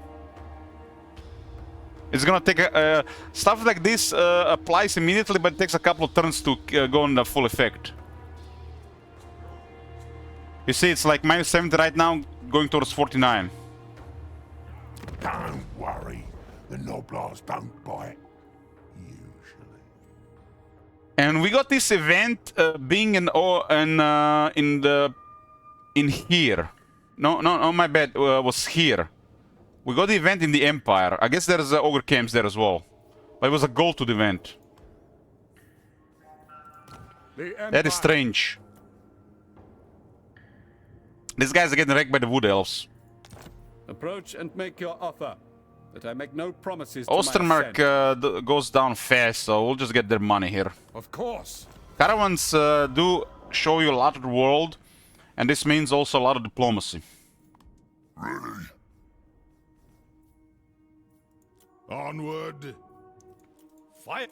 Even if there are no green numbers here, What? even if there are no green numbers here for treaties, you can always try to get some money by joining wars.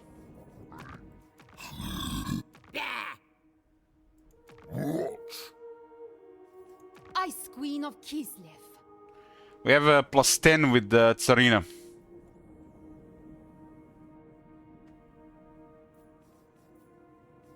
Everybody's so chill. Keep forgetting it's not the AI mode.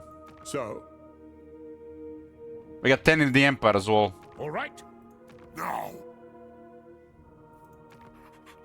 I tribe lord. Join our next great feast. We promise not to eat ya.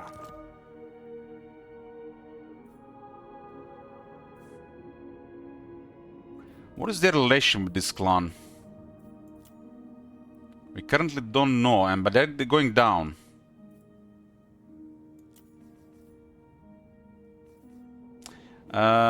Anything goes this campaign, right? So we don't need to check. Don't worry. There's a house rule for this as well, if the house rules are on. This is to fully stabilize Grancate and the Grisus.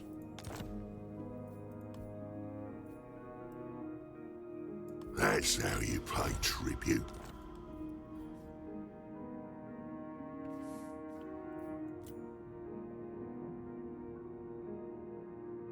Okay.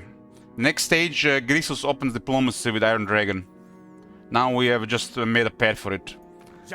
And Zhao Ming is taking mega damage against the these guys. Look at this, 210. He's getting wrecked. If he gets further wrecked, they're gonna get attacked by gold too, then nothing else. I'll do my duty. A wise warrior bides her time. Watch and learn. Nothing can stop me. Swift. Okay, try to get a relic here. Although the Grimgor is almost online with a VA. Why did these guys get wrecked so hard? I guess maybe because the minor faction buff? It's possible. They could have just taken mega damage taking Hanyu Port.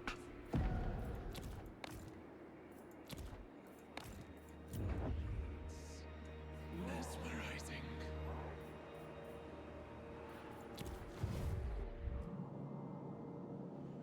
Okay, gold to the relationship is secured. Just missing non-aggression, but considering the event where we fed the spearmen to the ogres, should be stable. And I did gold to open diplomacy with Iron Dragon. We have to keep an eye on Grimgor. Not much we can do against Grimgor though. His army is way too powerful. We're gonna deal with these green guys and then see where we can help in Gran Kate. Because Gran Kate has to come first. Just secure the Ogre Mountains first because we started here. We don't have to engage with Grimgor for a while though. He might overextend going after us and he'll get attacked by somebody else. The silent A rank 5 with no good wizard and a trash army fighting against big number greenskins out of question. Chance to stretch my limbs. We'll go for inner speed. Better vigor and speed for all armies. This is one of the most powerful technologies period in the game. And now Gran Kate has one of these. That's plus 20% speed for all units. Characters included. That is really, really crazy for every unit, but I would say it's even crazier than the flying units. They can just engage and disengage really fast and just give you the advantage in the battlefield. There is always more. Those units can reach some really crazy speeds now. Like the Wood Elf Flying Cavalry level of speed. Save your true savagery for those who deserve it.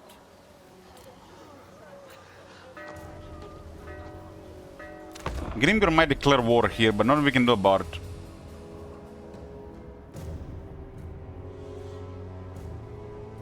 We could pick just Grimgor or Goldtooth. We can go for both without the settlement abuse. But it's a passive vanilla AI, so it might be a while before he wakes up.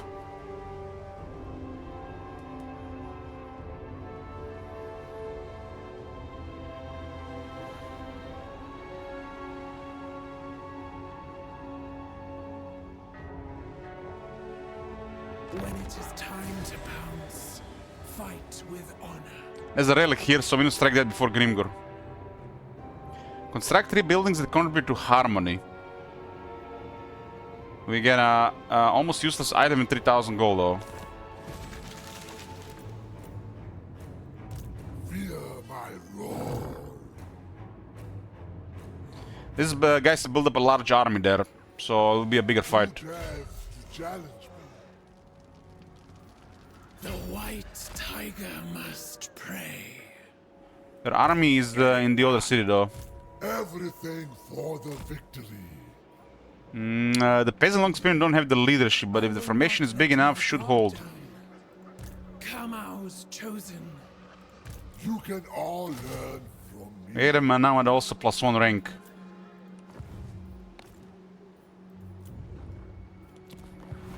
Okay. The ivory road is open to you. We just need on aggression and we are rock solid with Goldtooth. And we hope Iron Dragon stabilizes. He might actually get killed before we join him there. If the Iron Dragon doesn't increase in military, Goldtooth might attack him. It's currently 201. He's taking massive damage. We turn on the minor AI, stronger minor AI factions. Because it's okay thing to do in vanilla. And it has had some troubles with the city. Ready to defend.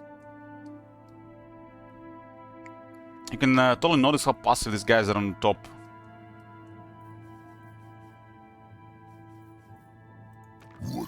Grimgor hasn't started a war in one turn. Grimgor should be like a hard AI, the vanilla mod AI. Yeah, mod is like a menace around turn 8. Especially because this is one of the factions closest to him. He would have guaranteed attacked me if this was the AI mode. It would probably be like close to 90%. With just a couple of variables on the other side that might bother him, depending on how they do. Like Tamurkhan, Kolek, and Satan the Black. Because Grimgor has 4 things to do. 4 things to do, and it's a lower bias towards the player in vanilla. But this faction is very close to Grimgor. And he does like going towards Goldtooth, destroying all the weaker factions in the path. And Goldtooth is the strongest faction in this area. Nobody is as strong as Goldtooth. Goldtooth by far is the strongest since the Omens of Destruction. And Goldtooth diplomacy is secured right now. As long as there's no like some random freak accident where they get wrecked, this is secured. Grimgor and Drazad might have a chance against Goldtooth, but we see what's going on here. Unless they high roll them, Goldtooth ought to win. That's why Grand Kate and Goldtooth diplomacy is a very good relationship. Ever since the Omens of Destruction. Even if the Goldtooth armies are not very strong early on, he has a crazy inflation of power through camps. And everybody's gonna be scared of him, and he's gonna be just picking off weaker factions and just getting him more powerful with camp and military. Just gonna keep growing over time. This doesn't work as good in the air mode though. Because factions tend to be more aggressive and they tend to ignore the camps more. Stand with pride.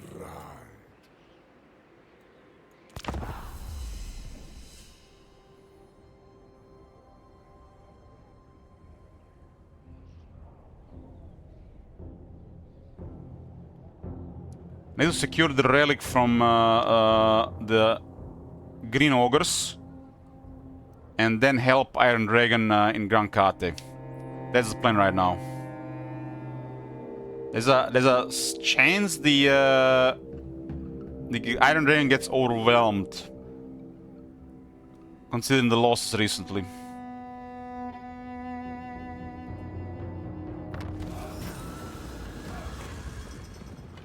We can add 2 Streltsy to the army. Streltsy are a pretty good unit, better than Tiger Warriors. A caravan stumbles upon patrol of allies that have been lost for some time. The guides can show them a way back to friendly regions, although this will cause a short delay in getting the caravan to its destination. But they're taking a while to reach Noon. How they got to the... I guess they were moving away from the Kislev area, deeper in the Empire. Man, Goldtooth has no trouble dealing with Karak-Eisen this time.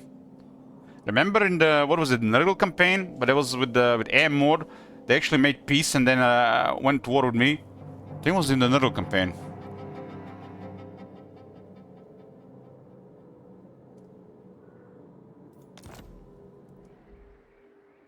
Do not believe this. Okay, they're recovering military slowly, but they're also at war with Clan Treacherik now. Or some Clan Kreezer, not Treacherik, Clan Kreezer.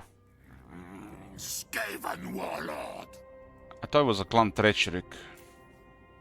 Clan Treacherik is the one that is getting wrecked by Gorst right now.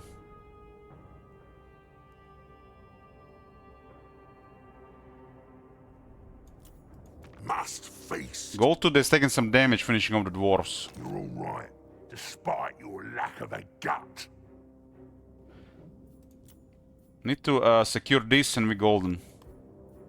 Look at this, exactly enough to get this. Grease's win. No settlement trade was needed.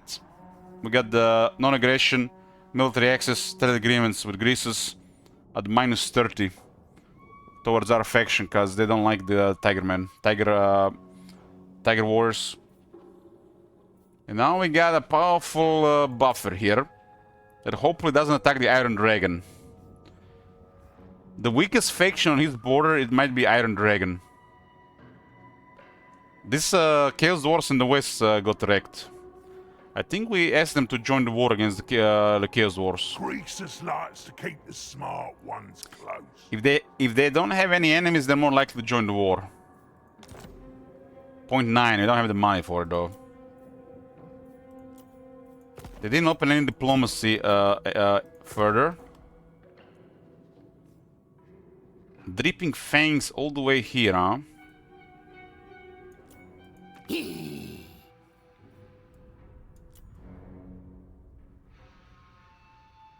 There's a road leading to Dripping Fangs. The city will hold longer. The best thing for Gold to do now is to go south. But he'll probably attack us, whoever is the weakest. Now he's done with his initial objective, so I'm not even sure what he's gonna do now. He might just go AFK. Karakadan is rank 1. What the hell?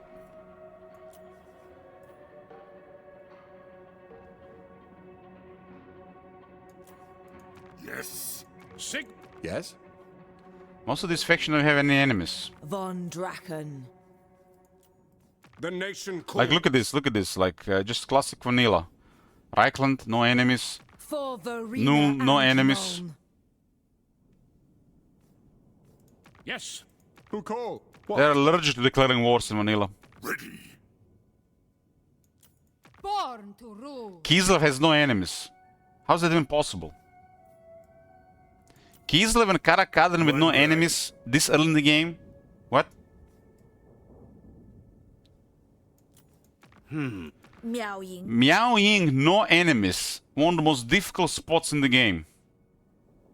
What the hell? She's probably the most difficult spot in the game.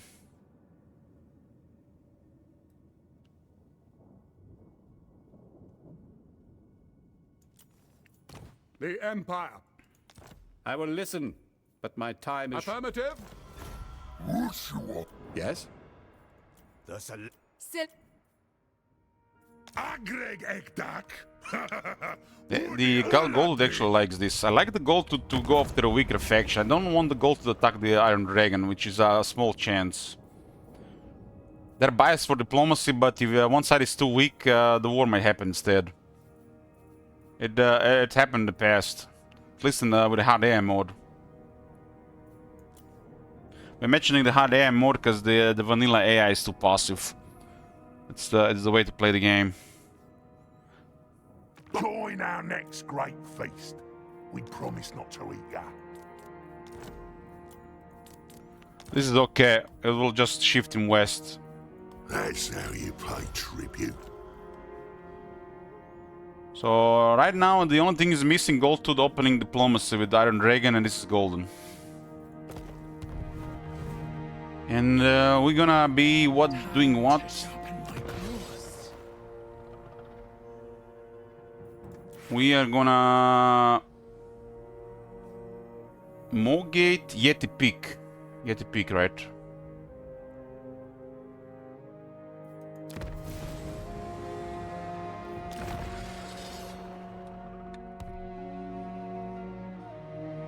I can't let any. These guys have started the war with the Center Lords of Jin Shan, and they moved away. Does this mean they're going around through the Chaos Ways, through the Bastion? I don't see them in my lands. I fight with honor. You didn't respect the boss, so not a chance. They do have an army around, but I'm expecting just Ogre Bulls.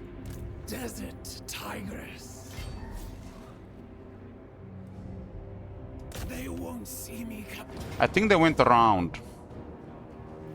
with ease.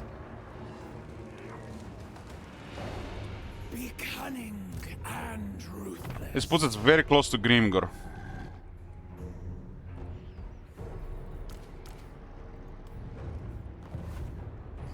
So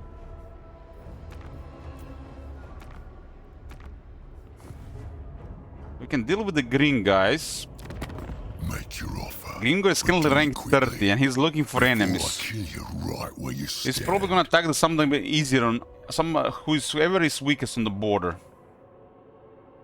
Diplomacy with Grim was actually possible, but it's a little bit off considering who we want to work with. Is Neferata out too, or is that it for the future? This is just a small DLC. Small DLC, small patch. Nefrata is coming with Nagash in a couple of months.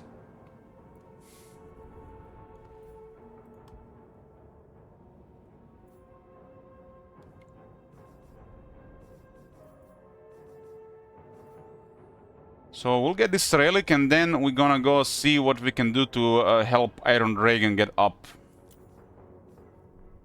Eyes. Fire and metal. I mean, playing Grand Cat and playing this part of the world, or Goldtooth, Grand Cat is important. Goldtooth kinda like can work both sides, but the campaign feels like half-assed if the Grand Cat is not stabilized. We're basically an extension of Grand Cat, and Grand Cat must come first.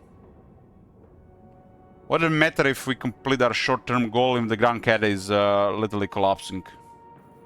It feels just half-assing. Just securing Goldtooth here is just the first thing, the rest is just dealing with all the Grand Cat troublemakers. And there's several of them, plus the whoever is winning in the north on the other side of the bastion. Before we do this and continue, I'll be playing for probably a couple more hours. I'm gonna get me some food. I'll see you guys. In a bit. We continue. We're back, boys. We had a chia pudding. We'll eat in about like an hour or so. Till then we play.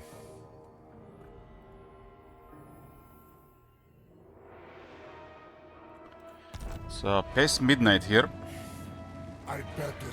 Hey, Les. Oh my god. Have you seen that shit? Holy shit. What the hell? We got a mission for the Iron Dragon to capture Yeti Peak. It's kind of like a faction that is working with another faction. Would be bad if the Iron Dragon gets destroyed, right?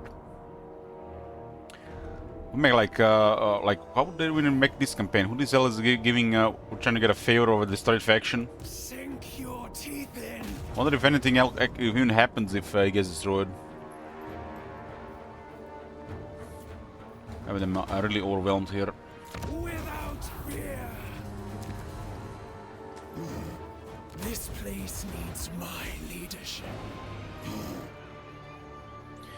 We've captured a relic. I think this army just went around. My Katara yearn for action. Damage was still a little bit on the higher than usual side, but we have a really nice stuff going on the unit buffs. Swift and lethal. What would even be the second skill here? We don't have the veterancy on any of the units.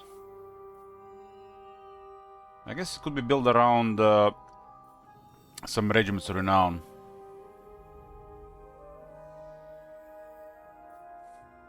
We are rank 6, 6, 7, 8, 9, 10, 11, so we can still get 1 point and then get all the unique skills. I pledge my tools to the Iron Dragon. First of the Tiger Warriors. Ever stronger. Well, we'll see if they can respond to this.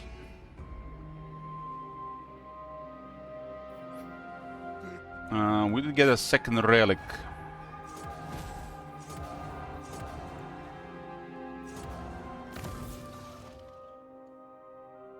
We're gonna be devoting relics to the Way of the Thousand Gods to increase the phys resist and metal defense of all the Tiger Warriors. Makes sense to keep devoting to 1 until at least 3 so you get this oath unlocked. I missed the early stream. What is the Wooden Catgirl? It looks like a fan faction. 8 phys resist and 3 defense, and now we get more global recruitment.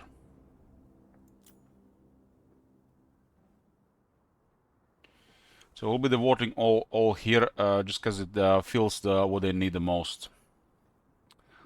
Hey, Tar Fury. Foes beware.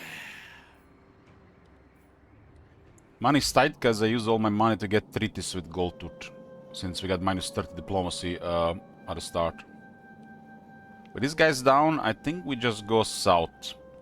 Fighting Grimgor is unrealistic as he's just gonna call a war. Kamau's chosen.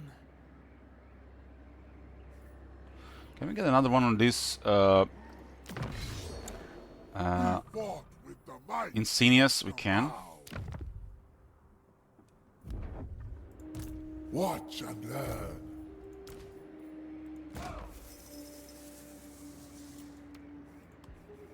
Them getting 20 additional armor, 6 defense is quite a big, and they're gonna be holding our formation. So they're tougher and harder to hit. Shame the crossbow one is bugged, increases the wrong type of damage.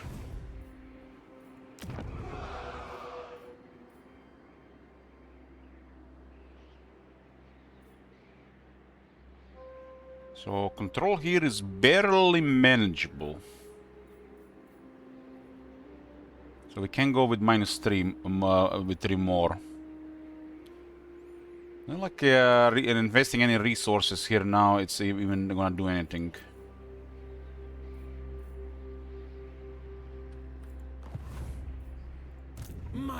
We're at 19 units anyways.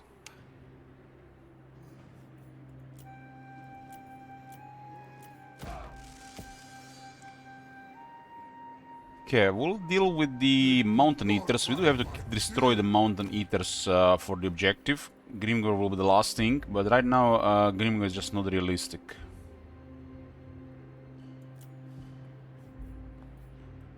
You're basically a short campaign has nothing to do with Grand Kate.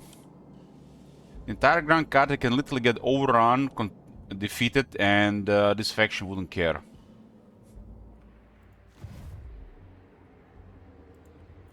I find that strange. Our caravan is about to reach Nuln. How long was turn 1? Like 4 hours.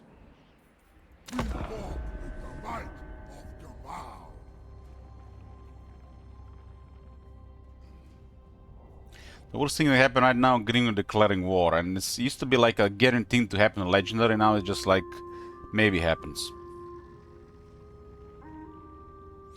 This is just a vanilla campaign, anything goes, no house rules, no mods. Open-ended goal. The next campaign will be a lot more interesting, I think. So they went around and they were just outside their age, huh?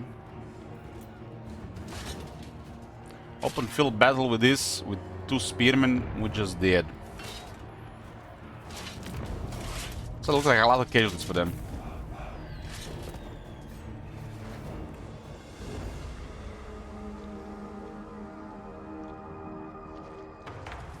Beware, fool. My blades are sharp.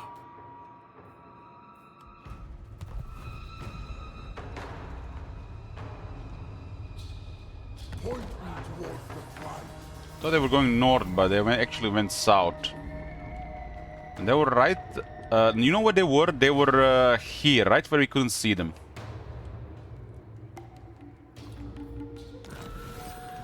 Caravan was completed, we got a lot of iron favor, a lot. But we missed a lot of gold. We also gained additional 150 iron favor because we visited Nuln. We got a Hellstorm rocket battery in that caravan. And we got experimental explosives. All units in the army get more explosive missile damage and radius. Good for the rockets. And he gets a magic missile as well.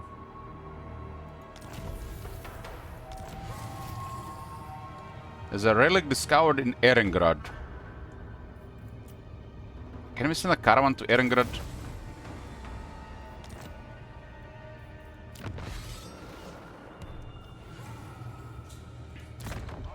So, this is the reason why we need to get more caravans, because this guy is returning home.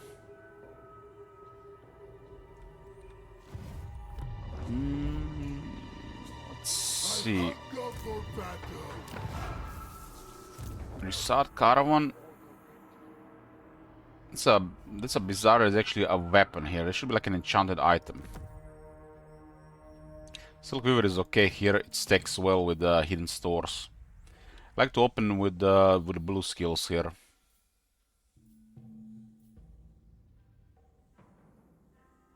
I'll increase the maximum caravan cargo capacity for the next one. It looks like a good caravan.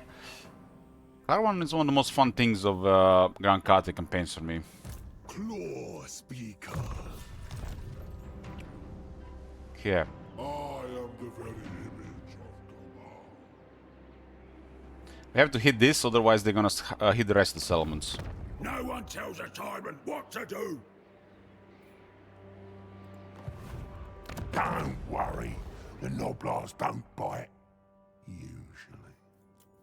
They haven't opened diplomacy with the Iron Dragon.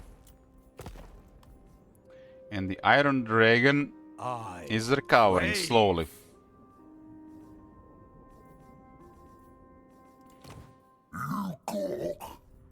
Who calls? Natural or There's a confederation available. Wow. That is bizarre. I just met these guys really a couple turns ago. Save your true savagery for those who deserve it.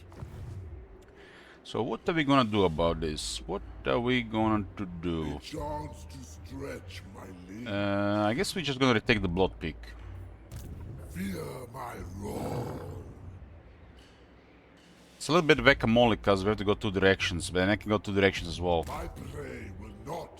There's a camp here actually, not an army. Ah, there's the army. Desert Tigress.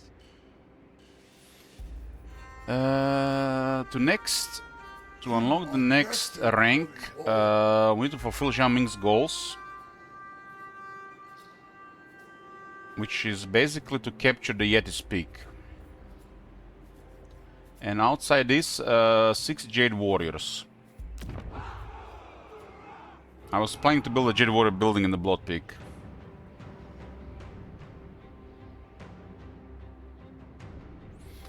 So have the Tiger New Awakening, crave some Frosted Flakes. What are Frosted Flakes? Yeah, P90.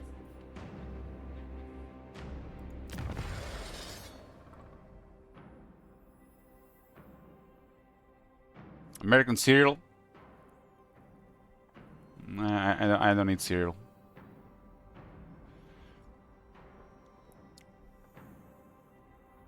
Did increase capacity here, and I did get a second army, so this is all good now. We can just unlock Insignias at this point. I already buffed both halberds there.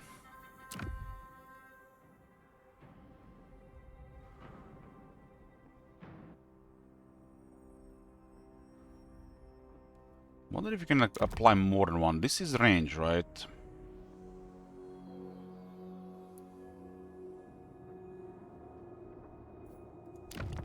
Shame this one is kind of poor and this one is bugged.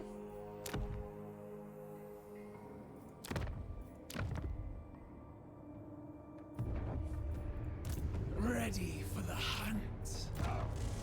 So they can get other ones. Our defense is still gonna be at +2. So easy to spell. Aha, so they can only have one. Interesting. Okay, so the other one gets removed.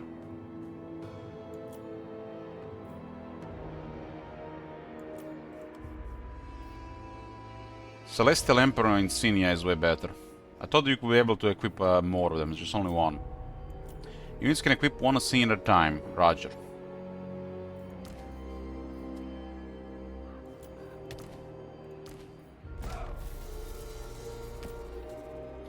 Roger, we do need to unlock more Jade Warriors. This is just basically Levit troops. I lead us to salvation. Go for economy here. Swift and lethal. Oh, well, I got a lot of Iron Fare, which I didn't even need. Because the caravan was set for favor instead of money.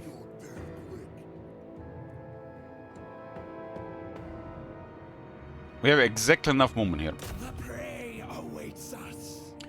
We're gonna deal with these mountain eaters.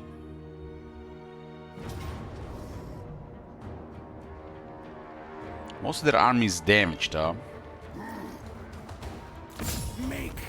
I got the replenishment buff. Extra casualties on the slingers. This den is now ours. Almost fully replenished next turn already.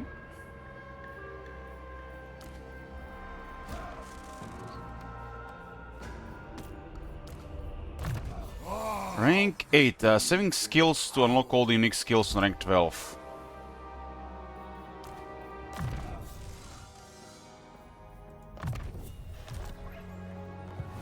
I never lose. This guy got 2 ranks there, nice. I'm just going making for fighting for now. A chance to hold. What an odd place to put Bhashiva. I thought the Iron Dragon was friends with ogres now, and he's her boss. Well, you can still work with gold too, just requires some work. She does have minus 30 with ogres, which is, yes, it's odd.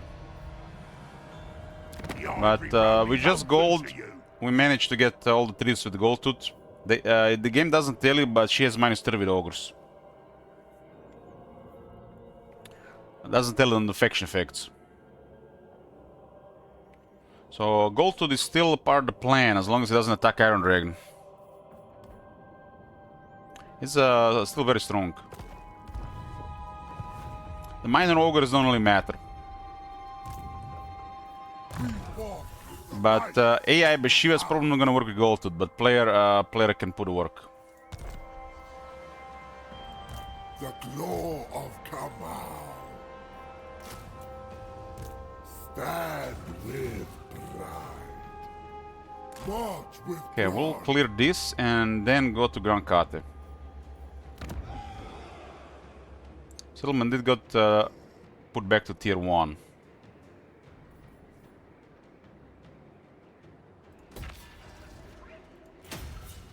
This also makes provincial instability, which might make rebels here. What does this even do? Doesn't give gives you a little bit of income. Items for sale via events. Gotta send the next caravan.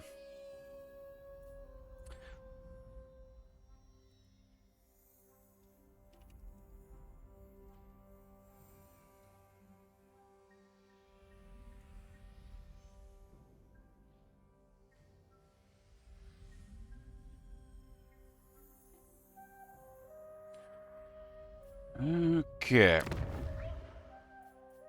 This one has peasants, and what does this one have? This one is deeply devout. It does give you capacity for the close speakers, but we don't have the building for it. The close speaker capacity always seems good. That starts with an extra Tiger Warrior.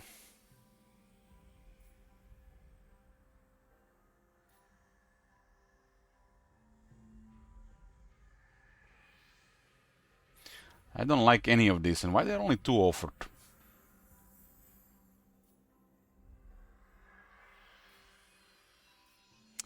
I guess the peasant one is slightly better. This one actually starts with a close speaker as well. Actually, hold on. Starts with a close speaker as well, but we're gonna have to level him up, right? It's interesting they start with a hero as well.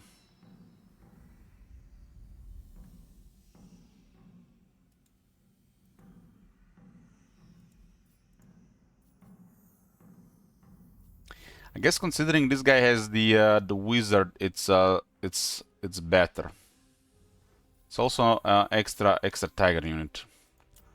It really depends what attacks us. The enemies do start scaling like crazy.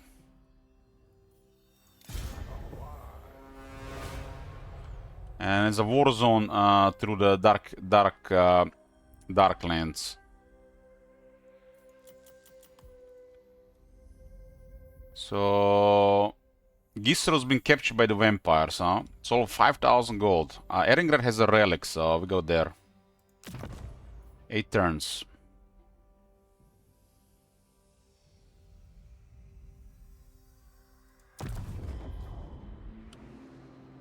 Thank Kamal for these glorious rays.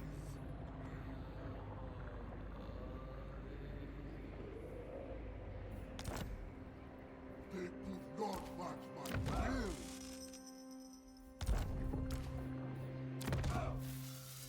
He has a hero, but looks like we don't have any control over the hero.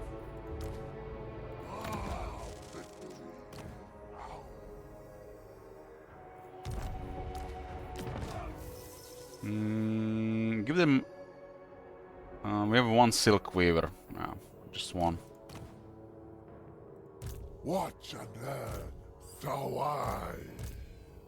Savai mercenary are their caravans. Kamau's chosen. It's like a garrison hero, yes. Look at Armor of Fortune, it's pretty nice on her. Needs a resistance and armor. And these guys are almost dealt with.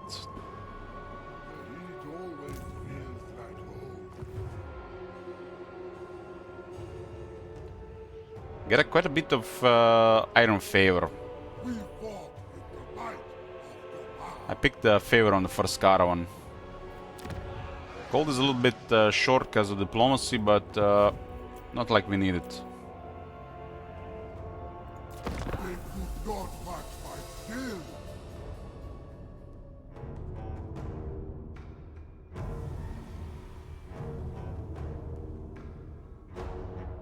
Finish the Mountain Eaters and go see what we can do to help Iron Dragon with some expansion to 2 or 3 provinces.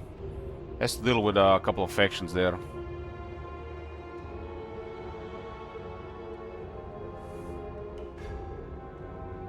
This is a faction that favors diplomacy game. It's a pretty straight and easy way to play Warhammer 3.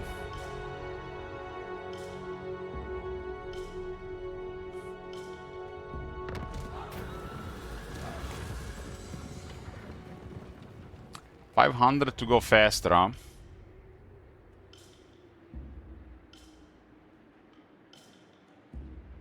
Your guides know of a route less traveled that is safer and quicker, but such a precious information will not be cheap to obtain.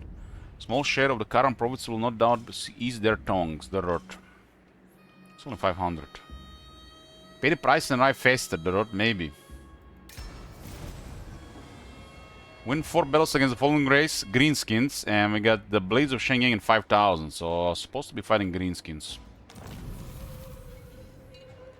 We got a technology, inner speed, vigor loss reduction minus 10% all armies, and speed plus 10% all armies.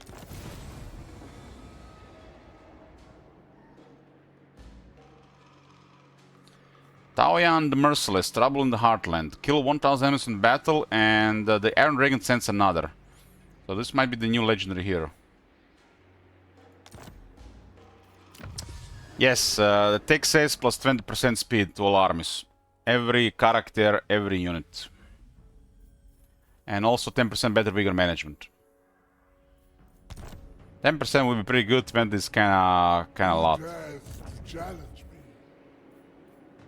So Bhashiva is now at 68 speed. Her army has already additional 10%, so it's plus 30% now. Makes the characters really fast, right?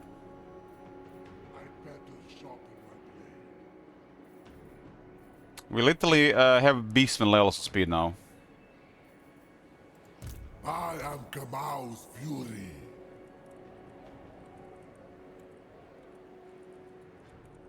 Point me towards the fight.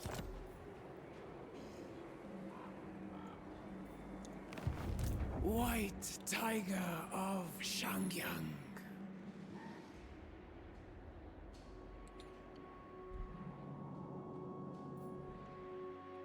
Did Grimgor start a war? Nope. Hasn't even get an extra military. I hunt. So,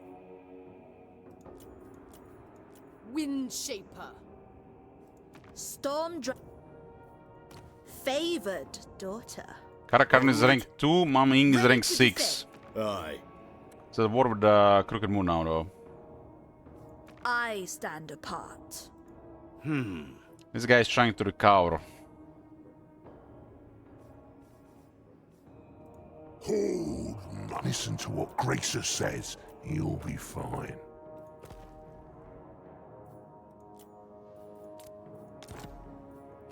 Yeah.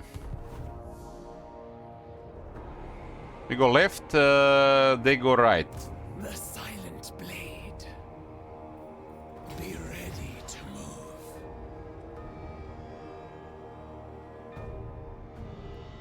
shall.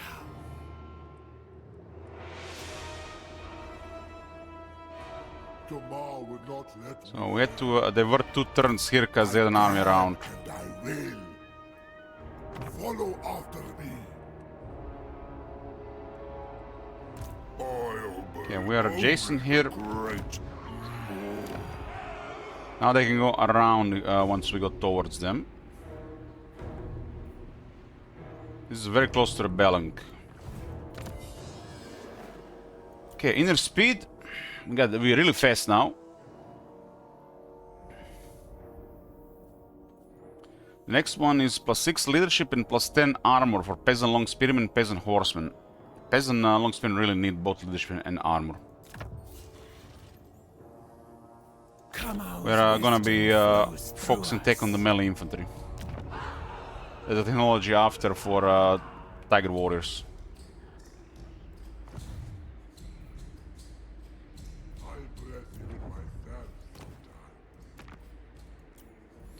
So other objective requires Zhao Ming's goals, 4 of them.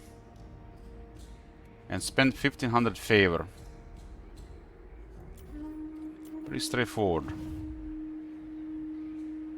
A chance to stretch my limb.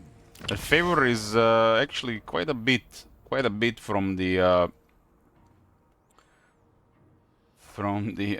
caravan.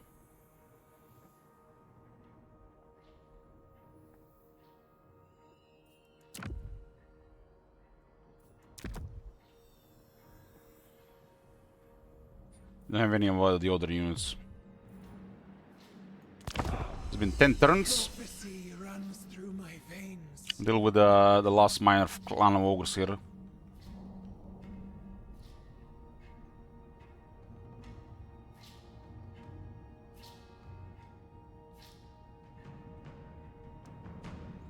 It's one of the worst provinces in the game. Speak fast. The one on the right. Grimgor declares war. What a surprise. The caravan was too close. Probably the caravan is what caused it, so that shortcut backfired.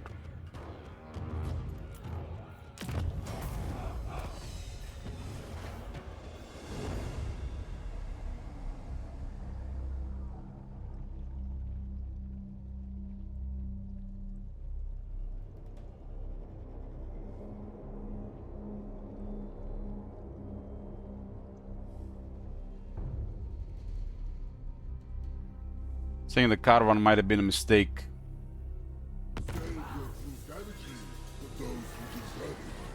I got a alchemist now.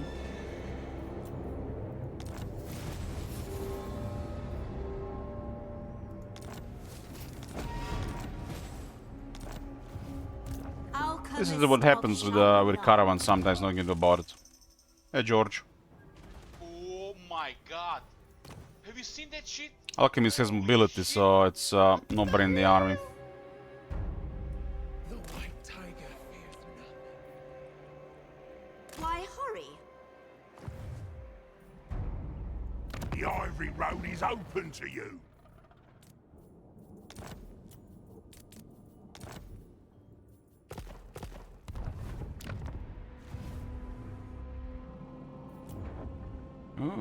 Okay.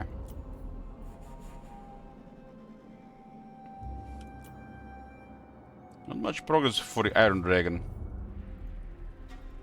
I never lose. You never lose. Listen to what Gracer says. You'll be fine. Farm out is the only thing that's adjacent here. Stay focused, lest our enemies do the stalking. I live for battle. Swift and lethal.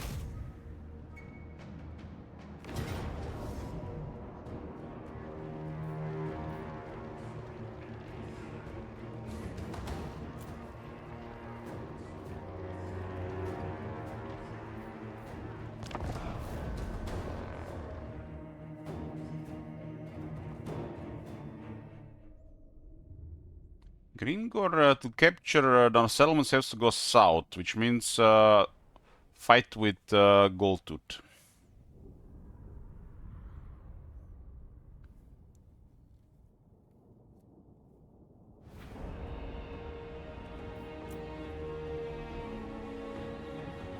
The caravans are already blocked west, and it's only turn 10. So the caravan mechanic doesn't really do anything if the pets are dangerous.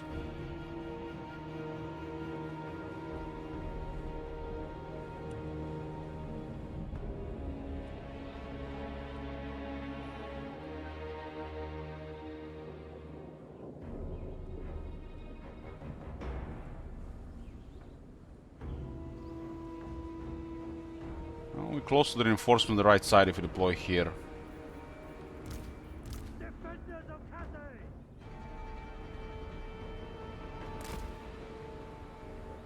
These units are basically worse than goblins, right?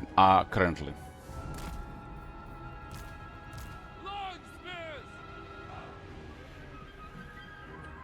At least they got an edge against large.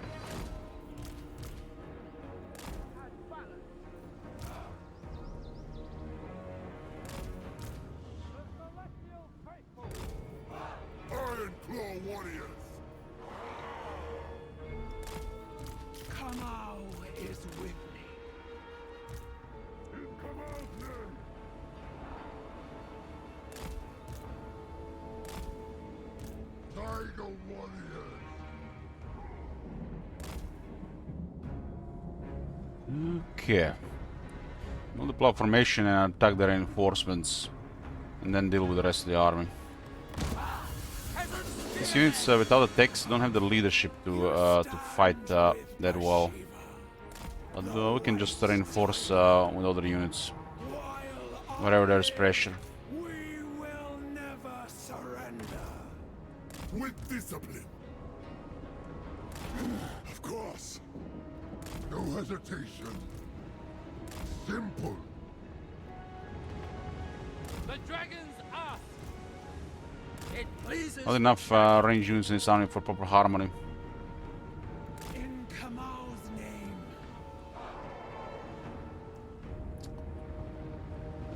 Bhashiva. They're sending their pecks ahead while the rest of the army waits. It just makes no sense. To the front. Warriors. Spears! Whatever is required! Thoughts in harmony. All hail Bhashiva. Fast and deadly.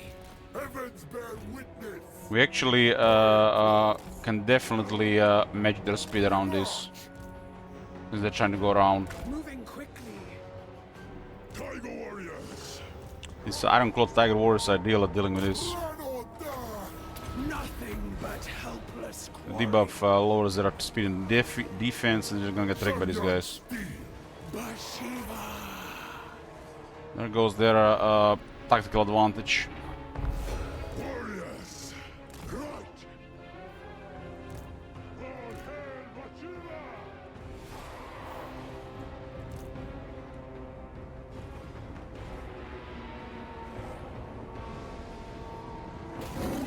Fear us. With ease. Warrior crossbows! Yes. With joy. The dragon's ass. Warrior tigress. This unit is perfect at dealing with the saber tusks. Kind of more agile depth guard. Ready to pounce. See it done. I have the armor on Nine unbound. peasants, so this is the only one that can actually take some damage. Jade warriors. They will perish. Bhashiva. It's kind of like a cliff here, huh? I will succeed. Immediately! That's bad news. Spears! With pride. Harmonious. I went for a charge. For Kamal.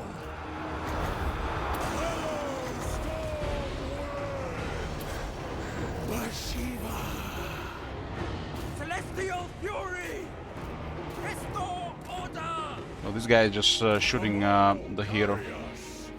I will not wait. Light on my feet. Warrior crossbow! Come our way. Following my path. Didn't get much advantage from being spears with that counter charge. Some just extra peasants go direct. Crossbowman! We serve the dragons. Warrior. Surge forest way. I got Spirit Leech. Kamal's might. Jade warriors! Crossbowman! Tiger warriors. Teeth bad. With honor. Claws are sharp. It is my duty. Baron is making the other guy. Faithful! On the prowl. Even 60 defense to attack. Stone and steel! No stopping us. Rend them. For God once. Move as we! What happens when you don't have shields? The range damage adds up quite a bit. Jade crossbow!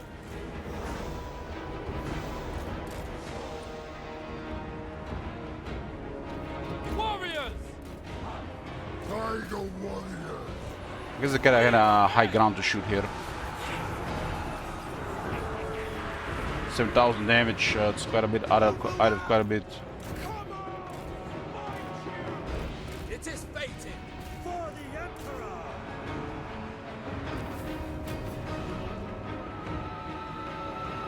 If we have this performance against a crap ogre army, we're gonna get murdered by the greenskins. And this is why I avoid Grimgar at all costs. We are ready. Greenskins are way better melee than ogres. And these units just don't work against greenskin melee at all. It might work against ogres.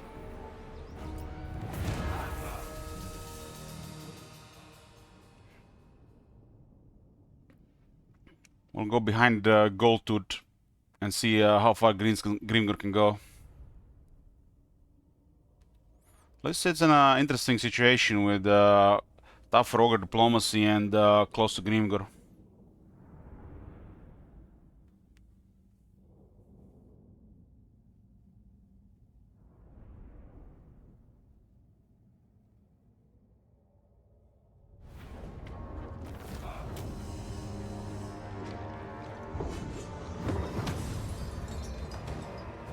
What's the range did here?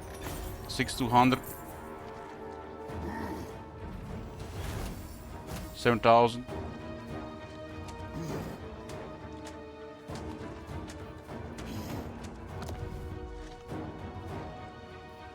This den is now ours. Cornet threat. Across the scar fields and broken settlements along the Ivory Road, the scent of blood carries far beyond the mortal realm. With slaughter sustained by ceaseless conflict, the hosts of Khorne steer. Spurred by an unknown hand, where blades have already tasted flesh, the air grows heavy with rage.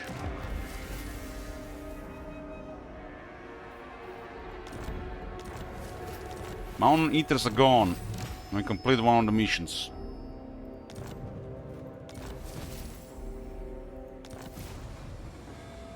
Capture 650 battle captives and we unlock hero Tyon the Merciless. Maybe it's the corn thing was a message for the legendary hero. Tawai. Follow after me. Bhashiva.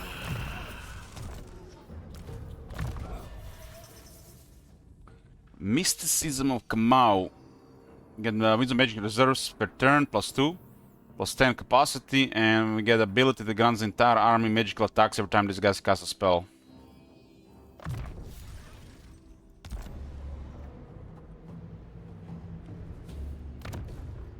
fought with the might of Gaval. He's almost rank 10. What is this do? They could not match my skill. These units just have no armor for melee fighting, especially if they get charged.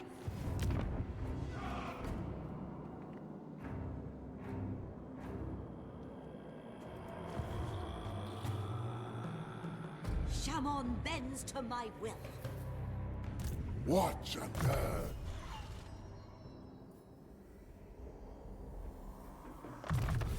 Glory. Needs armor. Alchemist of Shamon. So Grimgor, we sent a caravan and it was in front of Grimgor and Grimgor attacked it. Means Grimgor's gonna go south. Hasn't called a war yet.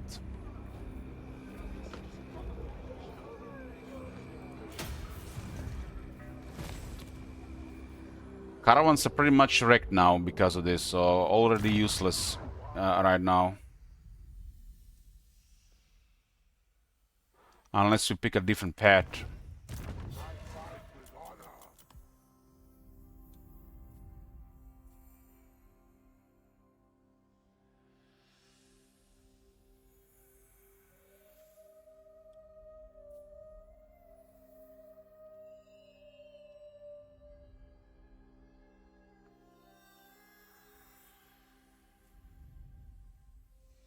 All other pets go through Grimgor right now.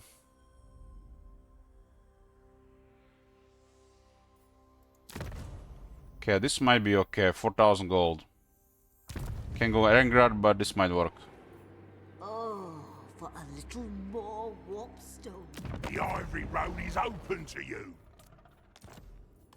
We'll invite gold against Grimgor. Hardly meat and riches, but he'll do. Okay.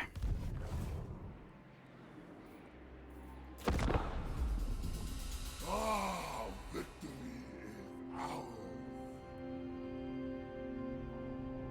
Speak fast, or I'll rent.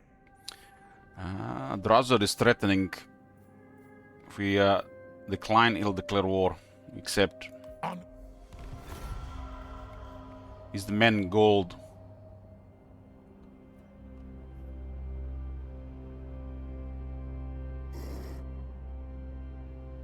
With gold to send his army north, we might poke around, but it's gonna call a war and gonna double his military.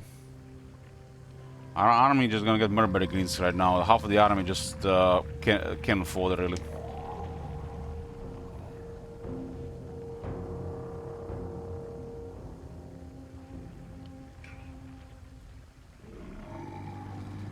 The Iron Dragon knows all. The Box of Delights. A wild-eyed alchemist proudly presents you with an ornate chest, which seems to vacillate in and out of corporeality. He declares that it contains purest magic distilled from several tones of warpstone and purged of all corruption. His experiment, alas, is unrepeatable, so this boon must be used wisely. It's unrepeatable, guys, remember that.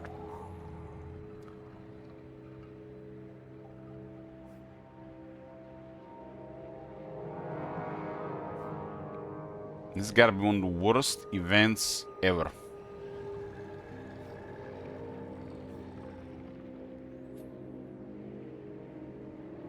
Breathe deep of the strange vapors within, and you shall be infused with the winds themselves, and the harmonious power of wind pulses through your veins. None will ever dream of questioning you.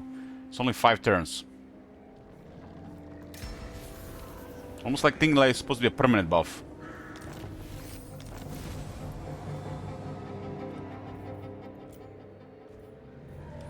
Intercept Corn Force before they reach full strength.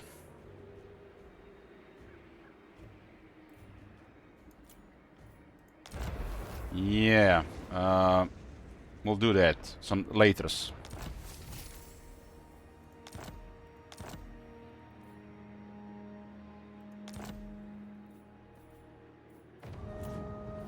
We have a Grimgor army here, and we got Grimgor army there. Desert Tigress. Tread softly. Okay, Strike we need 2 more levels for unique skills. Forbidden Increase ends. mobility Set with the feet alchemist. Become fleet.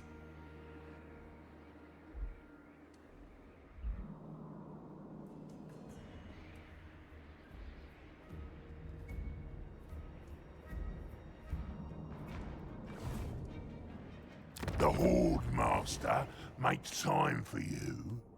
Gold is rank 4, Grimgor is rank 33. We'll fight Grimgor together here. Although my army is really bad compared to Greenskins. Especially against the Grimgor's army currently. I mean, what the hell are we gonna can do against this? We can do nothing against this, we just lose. Time to sharpen my claws. Like, these units are completely useless against Greenskins. Kamau is with me, the silent blade. I live for battle. Hunting my prey. Kinda need Jade Warriors, and they are tier 2. Jade Warriors.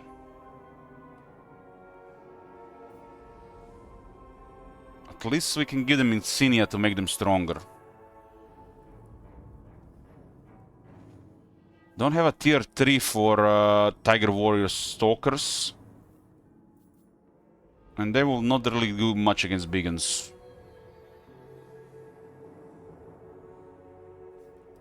Veil of Titans is here. Let's see if we can get some Jade Warriors. We really need to replace this Peasant's Pyramid. They don't know anything. I think with the Jade Warriors we can apply some fighting, proper fighting. My guard down.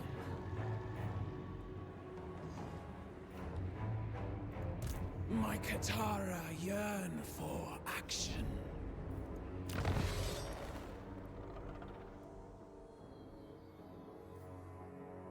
We have so much of this Iron Favor. It's supposed to be already getting a bunch of Iron Warriors, Jade Warriors.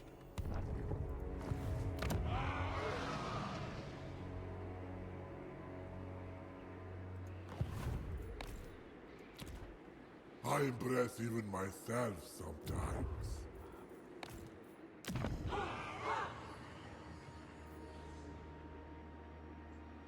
Ready for the hunt. Also try to get around and hit Grimgor settlements. The white tiger. We'll have a Maik in the back at Jade Warriors.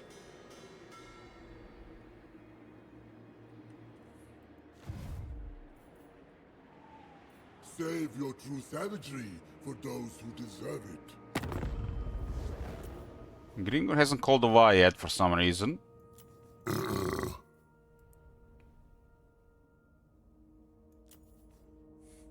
Qualuma is the Kasapaz ek Sudanma. Grimgor is talking shit here, Zayton. I heard him. I heard him loud and clear. Loud and clear. He says you're not evil enough. He will have some words with you. No. Fire and metal. Storm. Every moment in your presence is an offense to my harmony is a Oridu one raga waddle. Victras binta rocas. Vagras chasutlo. No way. Favored. Da is Kasapaz mach tachrun. Fatatiar nachrunt. 3.1, huh? Grimgor is literally the only obstacle in this campaign. There is nothing else. But it's one of the biggest obstacles in the early game. It's 3 armies and about Kolova. 4 armies. Aye, aye, I'll have your words.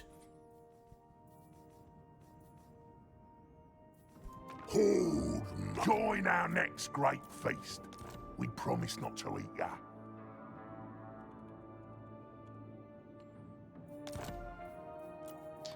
Need some gold. I need some gold. I mean, we didn't have anything to do with the gold other than getting the infrastructure up, right? But Blood Pig got attack would have been just wasted gold. Might as well went for diplomacy. Useless. 500 gold. Nice. Useful.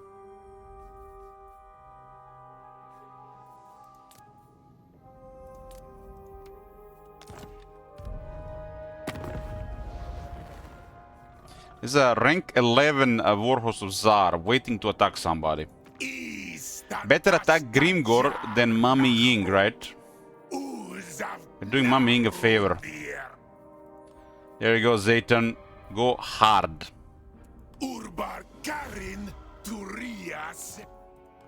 Okay, we got Zayton on the other side for Grimgor, and we have Goldtooth on this side for Grimgor.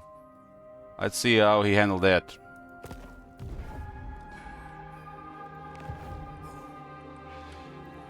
I better sharpen my blade.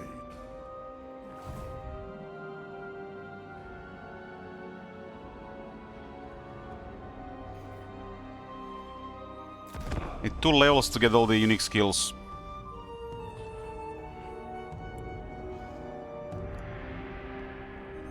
This territory don't even matter. The only thing that matters is the Grimgor dead.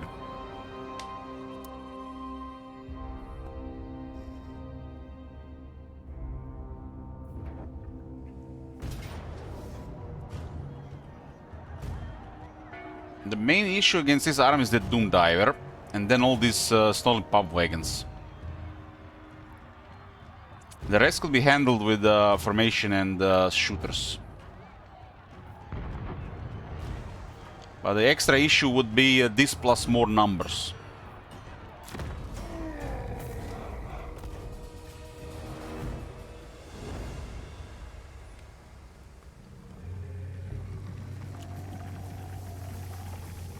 The Greenskins are the strongest faction in the start of the game, second to none. They got the most troops and the biggest armies. They might not have the highest quality, but they're definitely the strongest at the start. Mesmerizing. Boss's orders.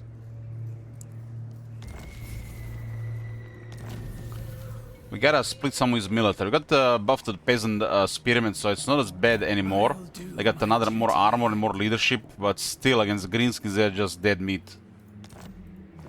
Everything. I got Goldtooth army assisting on this side, and the Zayton might come as well.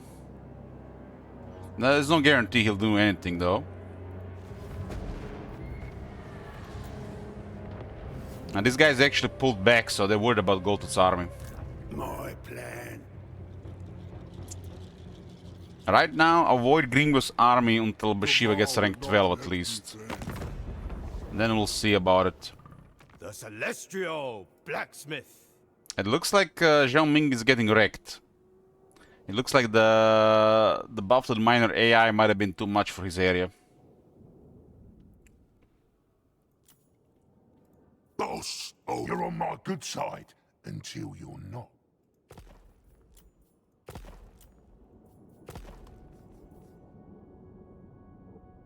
Can I assist you? Gorse has made The over-tyrant. Darkness comes. no, we just have the option with the minor AI, the minor factions are a little bit stronger. It's okay for the vanilla. I... Makes things more difficult. Miao Ying. Wielder, a Wittenland can wait. Our meeting can... I kinda need to help Iron Dragon get his stuff together, and I'm not sure the Goldtooth can handle Grimgor alone.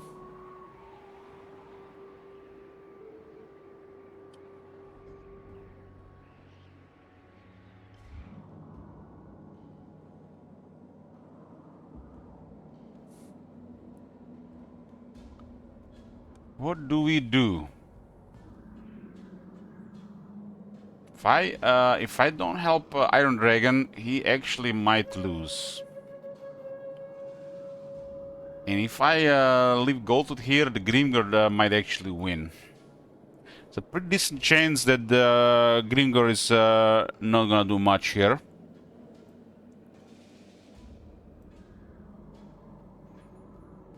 Iron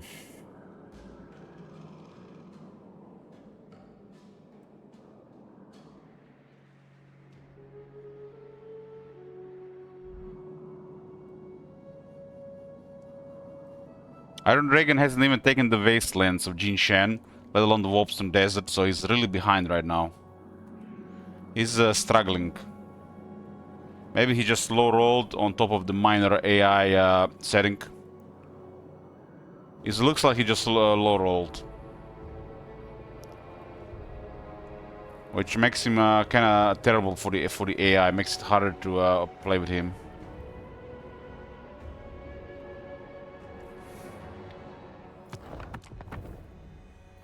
My blades are sharp.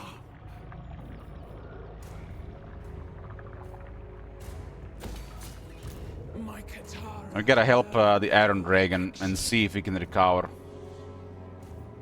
Grimgor will be busy here for a while anyways. Stay focused. It's no guarantee he doesn't call a wine the next 2 turns. Be swift, my kin. Help the Iron Dragon. Makes no sense if the Iron Dragon will go down, right? Iron Dragon and Grankate going down is like, what the hell is her purpose, right? These lanes really don't matter.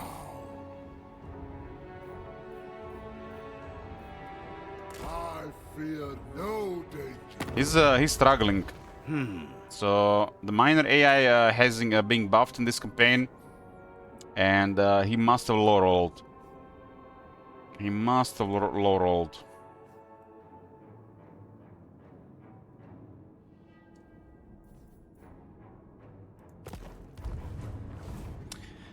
What's your relation with the nearby ogres at the start? Minus 30, Frodo. So you got a aversion, so it's harder to work with ogres with this faction. I used a lot of money to make gold to the diplomacy work. He was open to it. This campaign faces 2 tricks: what to do with Goldtooth and how to handle Grimgor. And after that, you're golden. This one is probably a really tricky one in AI mode with some settings.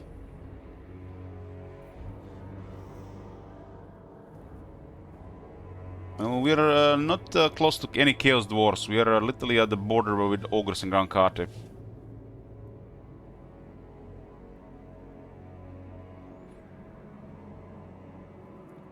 Goldtooth is one of the stronger starting factions, and the Grimgor is one of the most difficult ones to deal with at the start. Everything else is like second. Technologies will close this gap. Jade stands next, plus 15 armor, additional 15 armor, for all Jade Warriors, Peasant and Tiger Warrior units, just like that, and 4 defense as well.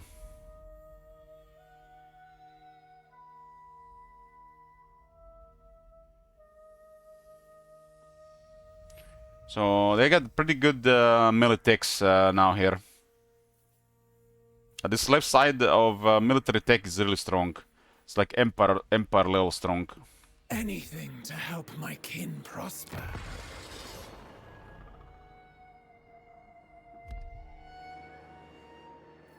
A dark god's shadow still lingers here.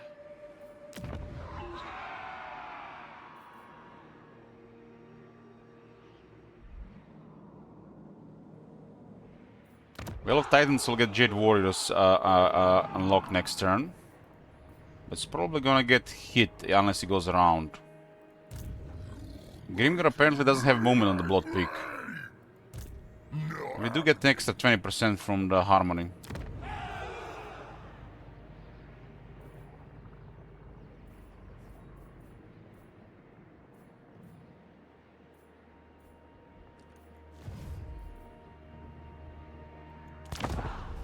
I better sharpen my blade.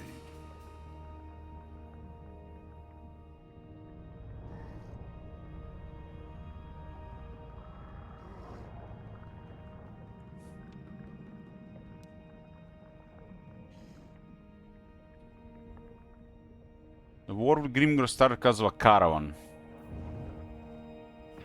He called a war.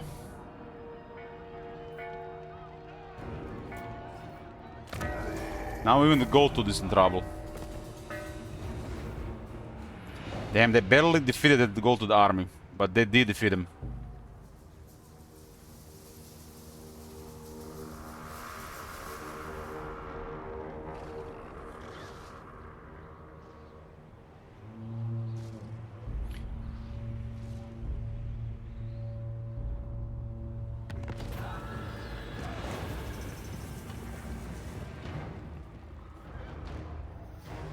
Some random chaos dwarves, huh? How is this medium casualties? I got flying units, 2 Streltsy, and a Hellstone rocket battery. What the hell?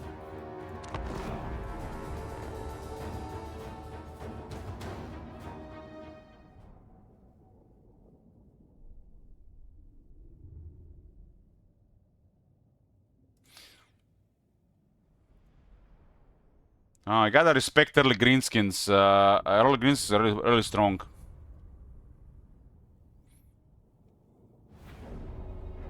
This faction has quite a weak starting army to deal with the greenskins. It's made to deal with the ogres.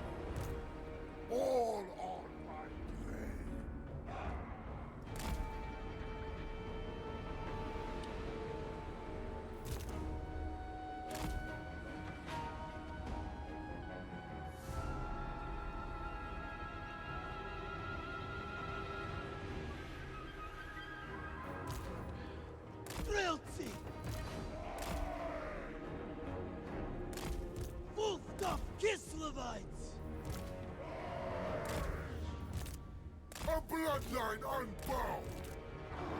Warriors! The biggest surprise of this patch, I would say so far, is the Sky Lanterns.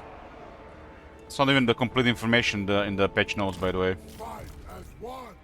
Not only they have a decent ranged attack now, but they're also almost twice as fast.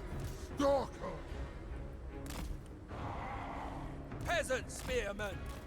They might have finally fixed this unit.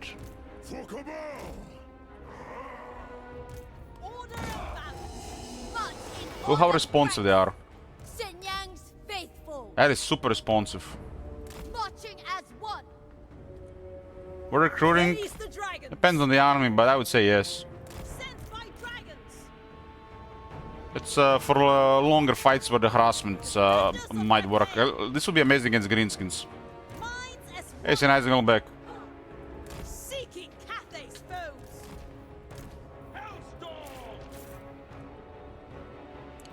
They do have a harmony amplifier, 25%. Give a volley here, boys. Stone and steel.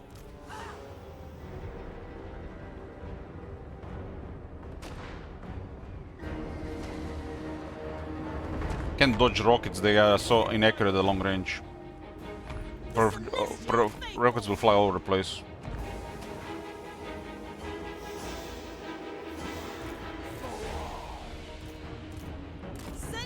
Caravan has some good units now, I have to say. Hopefully it doesn't get destroyed. Caravans can get easily destroyed.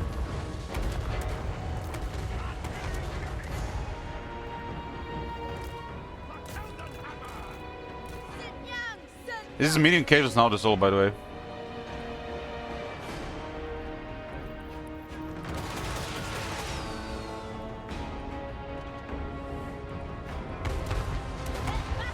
Trying to dodge rockets is stupid, it's just bad code.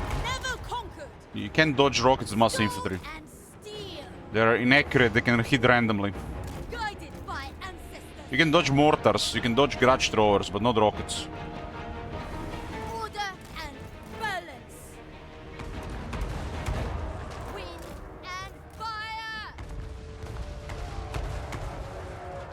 Trying to dodge, they made it worse.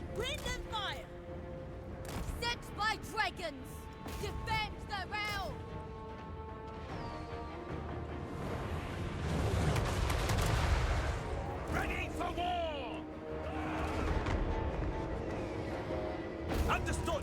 Guided by ancestors. The celestial faithful.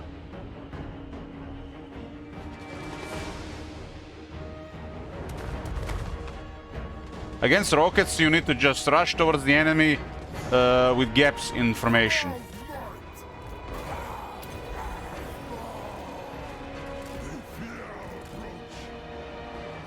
Sometimes dodging artillery is a terrible thing, but there's a time and place for sure for it. Especially against mortar type artillery.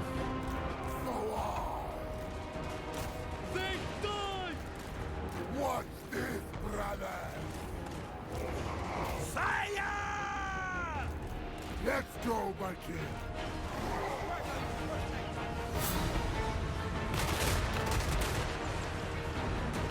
Tiger warrior stalkers. Warriors. A bloodline unbound. It commands me. So I.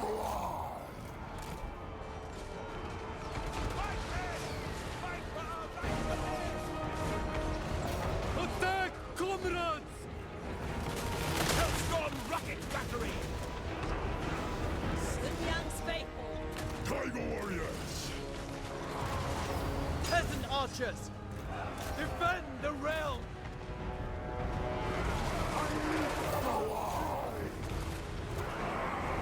Look how fast the Sky Lanterns now. It is done. For the orthodoxy. The motherland will prevail.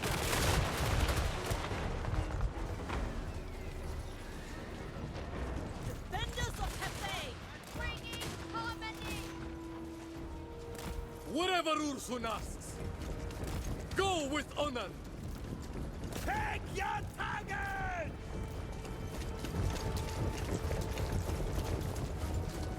Purge them!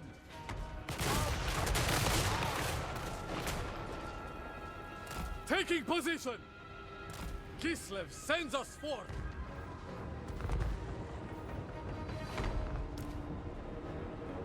It looks like even Strelts get 20% speed buff.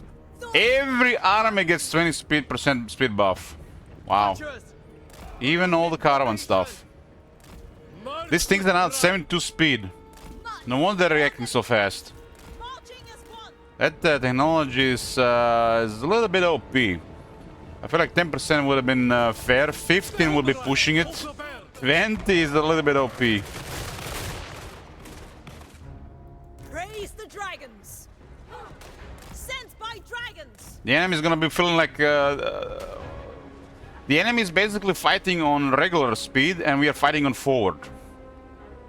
That's basically the difference between having the technology and not having the technology. Order and balance. Seeking Cathay's foes. Guided by ancestors. For Cathay. Minds as one. A lot of the attacking and animation is attached to unit responsiveness and speed. Move as wind.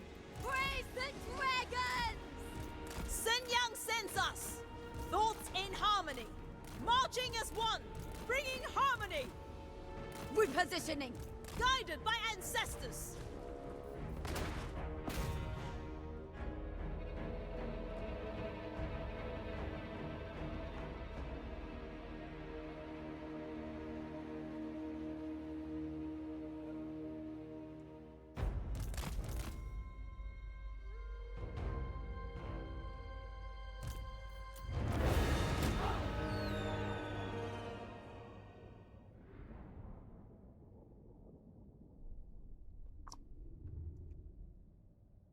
Units like Streltsy, Sky Lanterns, Hellstone Rocket Battery get really impressive in high rank. It doesn't show you, but high rank increases accuracy. The difference between rank 0 and rank 9 is huge. And also the rate of fire increase, so they reload faster.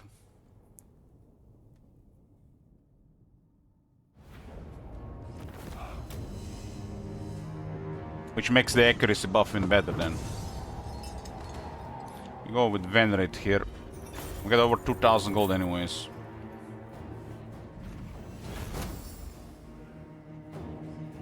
Almost 20,000 this Hellstone Rocket Battery.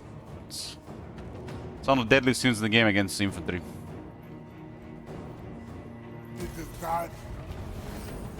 Lady Talia. Lady Taoyan.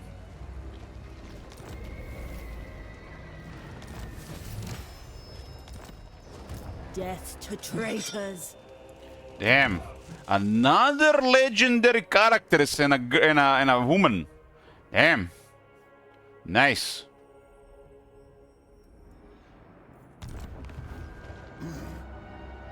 It looks like gold to the army lost on the left side. That's unfortunate. Grimgor called over as well. Grimgor is rank 8 and gold to drop to rank 54. Hold, master.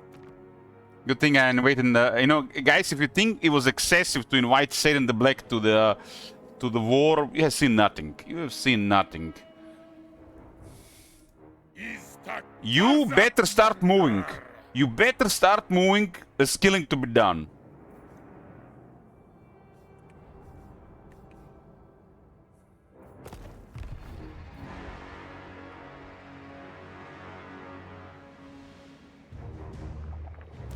In command. So, Taoyan the Merciless. Why is D with a capital T? Claw speaker. Bhashiva the White Tiger. We must not delay. TTM. Why is T capital letter? Merciless. Assault units, additional 10% casualties inflicted. Melee attack plus 6 for all Jade Warrior units, Hero's Army. Range plus 20% for all Jade Warrior units, Hero's Army. Pretty nice trade. That's how we do a trade. Unlike that Nuln hero, Nuln's headsman.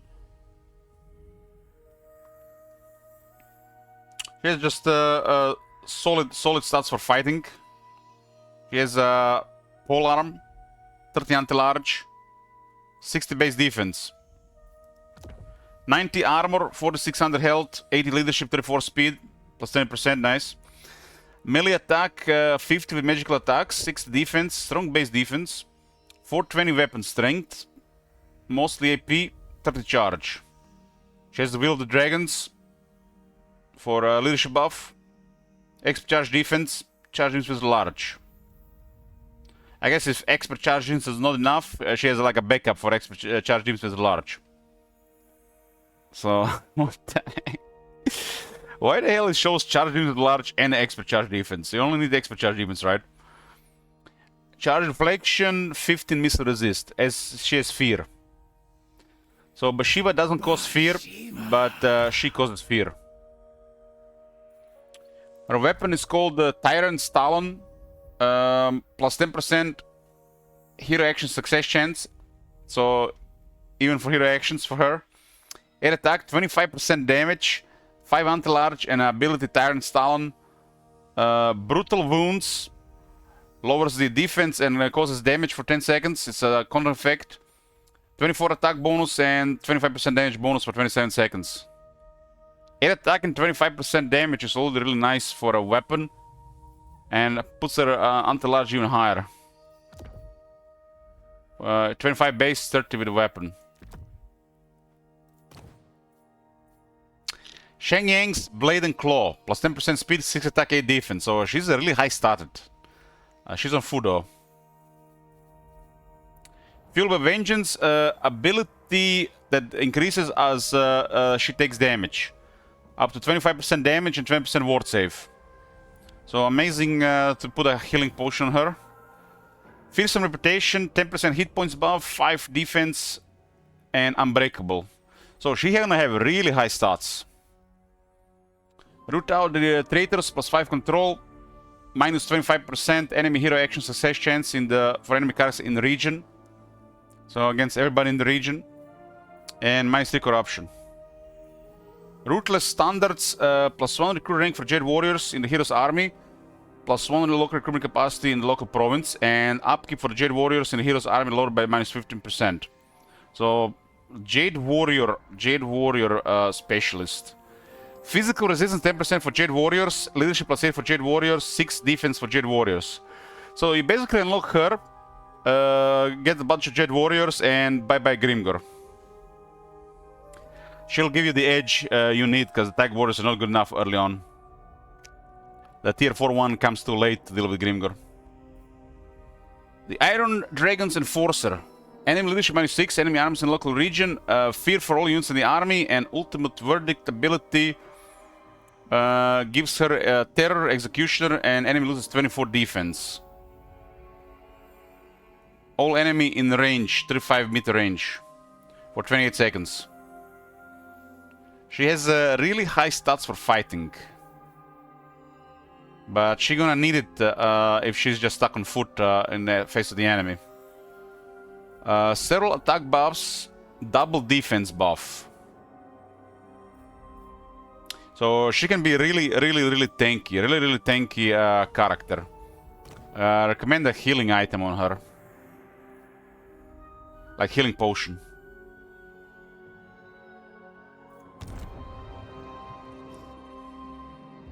Iron Dragon is getting wrecked and Gold just lost the battle. Not going real well here, right? And Grimgor just got a wah. No. If Zayden doesn't attack him in the next couple of turns, Goldtooth is gonna get wrecked. I have a couple of turns to recruit troops though. Grimgor went around.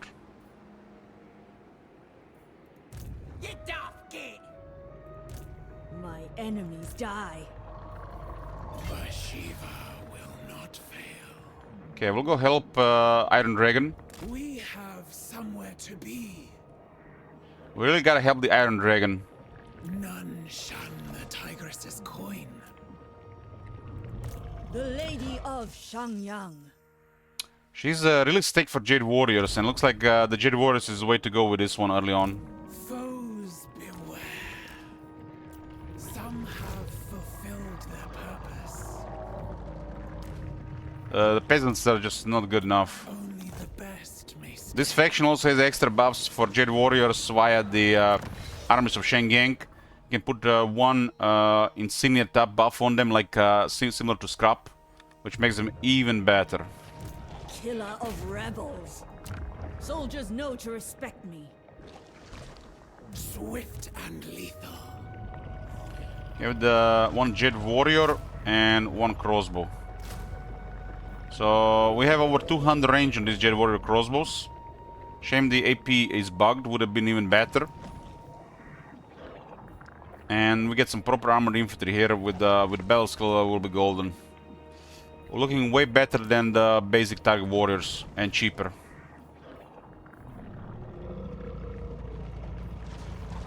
Now that we know she exists, Tiger Warriors are just nonsense on the tier 2. Just get Jade Warriors, print Jade Warriors as soon as possible, get Iron Favor, use the Iron Favor to increase the capacity of Jade Warriors to get a bunch of Jade Warriors. Combination of Jade Warriors halberds and the crossbows. And she will do the rest. Battle skills on top, technology on top, and the Jade Warriors are golden. Way better than any Tiger Warrior. Tiger Warriors will be okay on tier 4. But that's much later, later doesn't matter. Jade Warriors MVP. Just make sure to get some Iron Favor and unlock a bunch of unit capacity.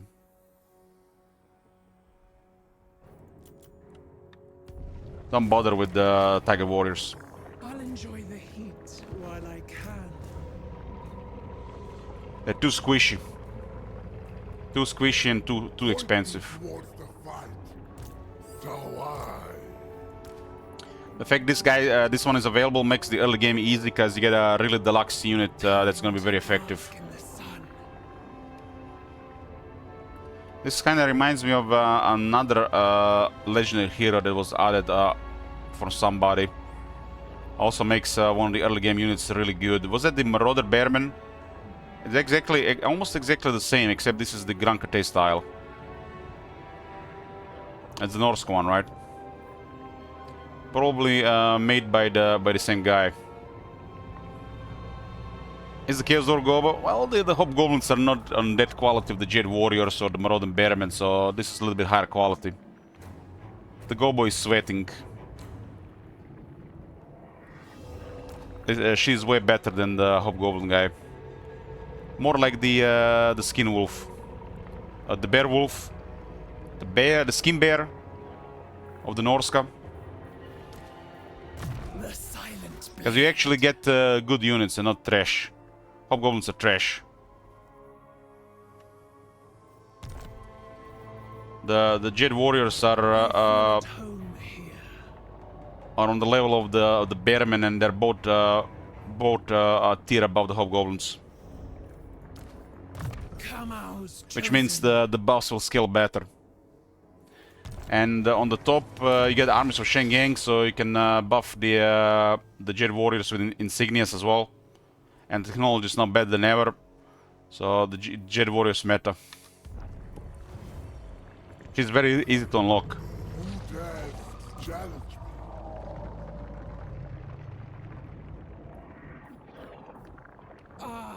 Hobgoblins not trash, my apologies. Hobgoblins are trash deluxe. For Bhashiva.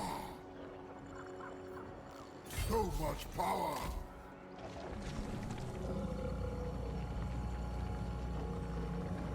Desert Tigress.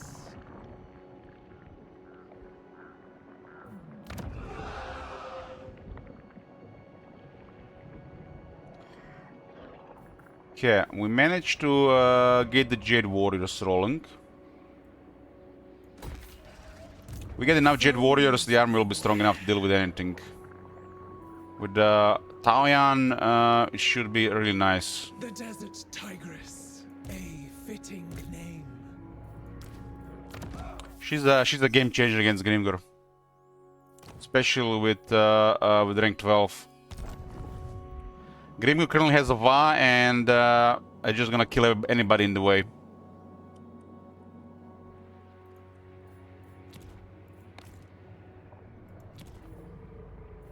That is all right. We'll just deal with him as we unlock more stuff.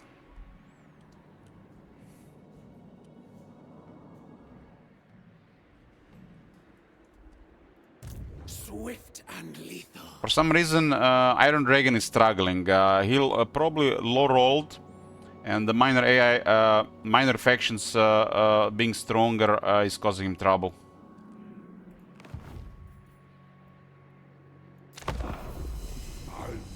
Grimgor is pretty much our main obstacle this campaign. Nothing really else matters, because early on we don't have the resource to deal with him, so it's a struggle. But the moment we unlock the resources, like in this case we discovered the Jade Warrior Legendary Hero, that's more than enough to deal with Grimgor. We'll have numbers on my side, even if they get more troops. Just have to make sure they don't have too much extra troops.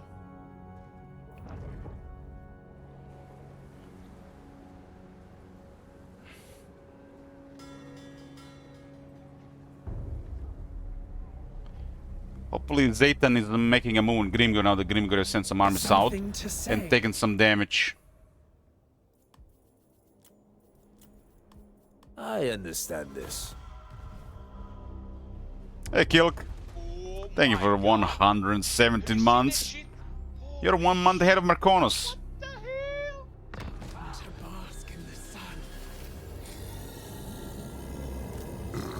This is the second time the Blood Pig gonna get wrecked.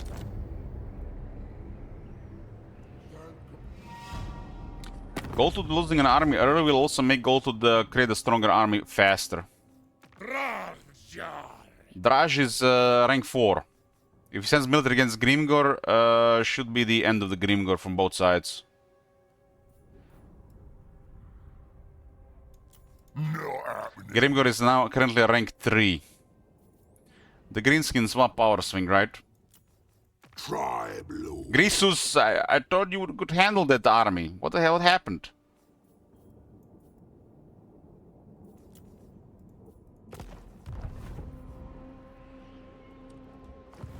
Okay, this will give us the Jade Warriors. And we help the Iron Dragon here. Your ferocity is without equal. He's recovering, but not fast enough. I understand. There are important matters to consider. In this area, Goldtooth, Iron Dragon, Geld, Bhashiva, and Mummy Ying work together. In this equation, it also could be Nakai, but best to put him out of his misery. In this mix, I mean. Ready for the villain. Nothing you can... Villain. Zhao Meng. Tigers have come. Western provinces bid you a warm welcome. In most places. Okay. We have to work together with Zhao Ming, otherwise, like, what the hell is her purpose, right? We'll go alliance with Zhao Ming. And we'll help him against the Lord of Jinshan. He seems to be struggling against them. We are in He's struggling with a lot of things from the looks of it. It looks like we're just in time to help him out. Looks like he's struggling with a lot of things. We should have come sooner. So to me it looks like he low-rolled and he's struggling against minor factions. We have that setting turned on where the minor factions are stronger. Which makes the campaign more difficult because of this. But we'll do this. Please give us something to do.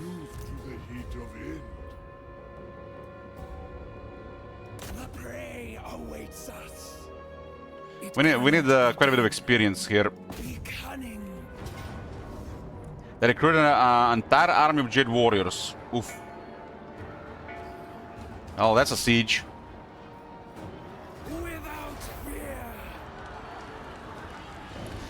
That's a siege.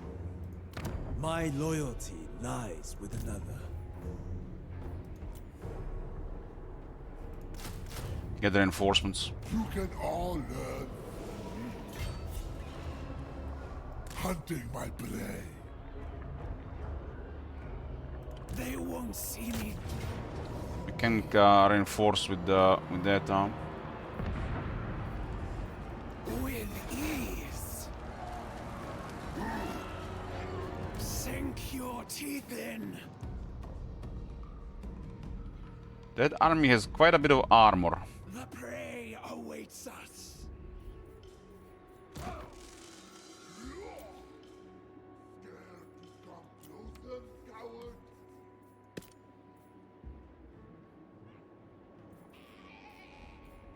I'm so close to unlocking the unique skills. First of the Tiger Warriors. In a heartbeat. They still haven't fixed the roads in this place. The roads are not supposed to create attrition. It's just bugged. There should be attrition all the way around the desert, but not the roads.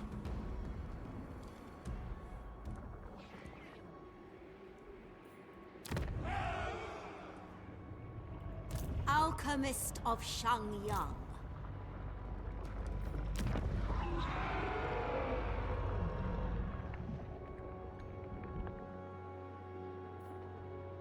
I think we might just follow into this.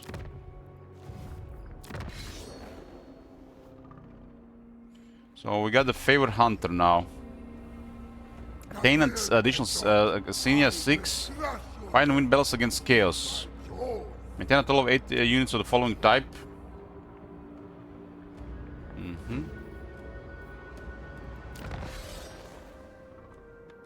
Didn't even get any of them. I didn't even check.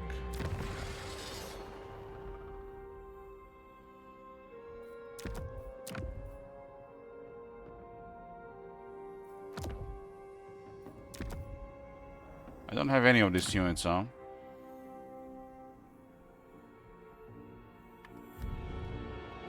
What about our caravan?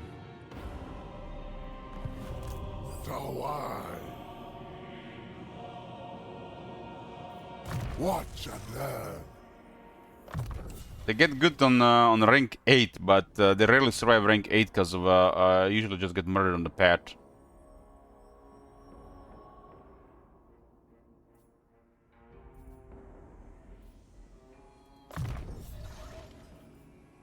Watch and learn, warriors. Okay. We need a clean fight here. It is noticeably harder minor factions on some parts here. I mean, the Skaven are giving them grief, the Zentrals giving them grief, and the Vampires are still big here. I think it's a good setting to turn on if you play vanilla. That's an optional setting, though. Make Kamo proud.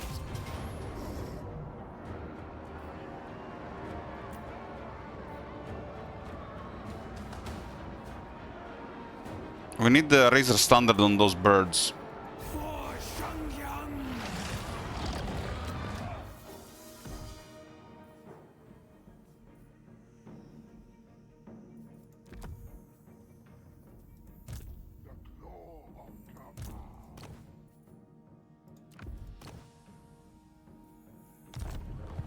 They won't see me coming. We have a restricted recruit of Jade Warriors until we acquire some of these resources, but when we acquire those resources we didn't have the building, so we've fallen behind the Jade Warriors. And Jade Warriors are better than the Tiger Warriors.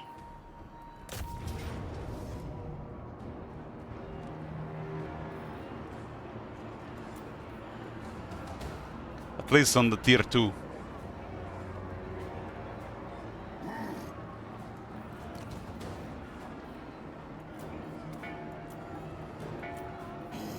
There is so much armor here, including 6-9 shooters.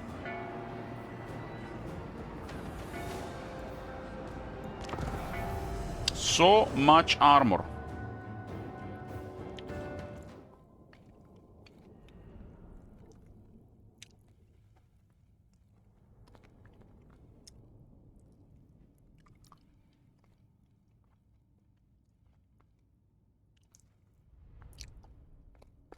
It's actually the first proper battle of this campaign.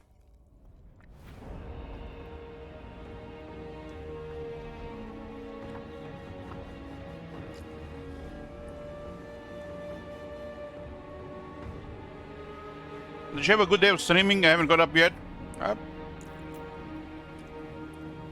Was okay. The patch was disappointing, but this campaign has been interesting.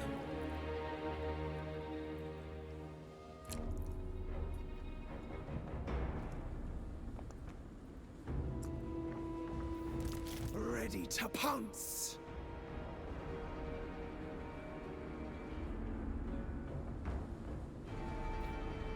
Scourge of traitors! Their walls will crumble before the Emperor's might.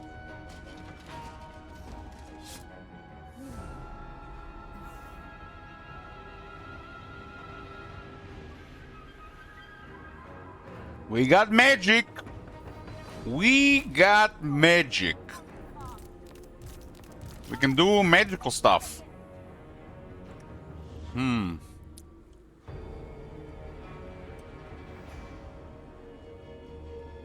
really like attacking this area.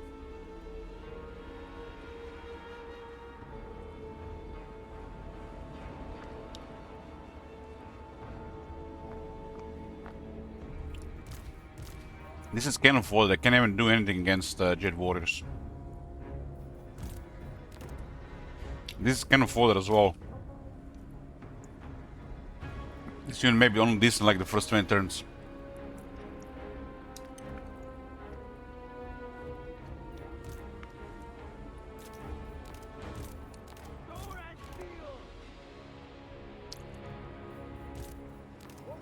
We do kind of have a limited ammo compared to enemy numbers. I'm gonna attack this bottleneck area, and hopefully the magic will deliver. We have a one shielded unit, but this unit is more available than the peasant lies. We just put the peasants take care of us instead. These units are next to useless. Next to useless, just cheap bodies. A bloodline unbowed. Jade warriors! Jade crossbows! Wind and I trade 5 of these for 1 Jade Warrior. Bastion against chaos. ready as always. Iron claws. Probably gonna try to shoot at Tigers because they're really bad against missiles.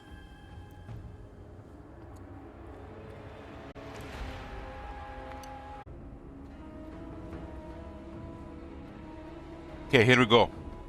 Hopefully we're not too late to save the Iron Dragon. It's being currently overrun by a couple of factions. Lady of Shangyang! One with the winds. That's a big city of troops. Bhashiva. So we are outnumbered here, but I do got a lot of voodoo. They have to answer the wall if I attack the wall.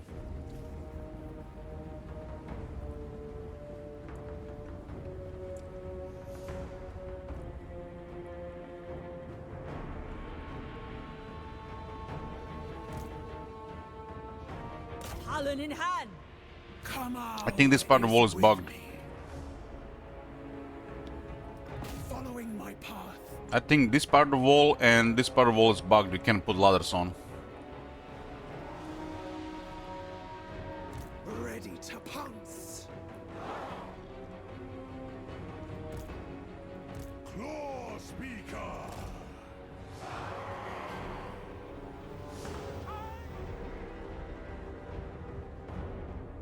We left them in shreds. We're gonna have to send troops one at a time up there. There goes the Uyghur here. Rebels die first. Where the birds at? I need those birds. Crossbowmen. What is she's like anti-rebel or something. Understood. They're sending troops. Taoyan. Voice of command. Light on my feet. She can climb the wall. Okay. Taoyan. Taoyan is pretty tanky, so she'll handle this no problem. Just need to make sure to get rid of their shooters.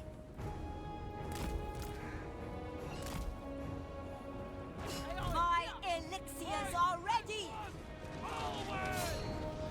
Praise the dragon. Get closer. Get closer. Whatever is required. Send some troops to mitigate damage. This part of the wall is bugged and this part of the wall is bugged. Bhashiva. Our vengeance will be brutal.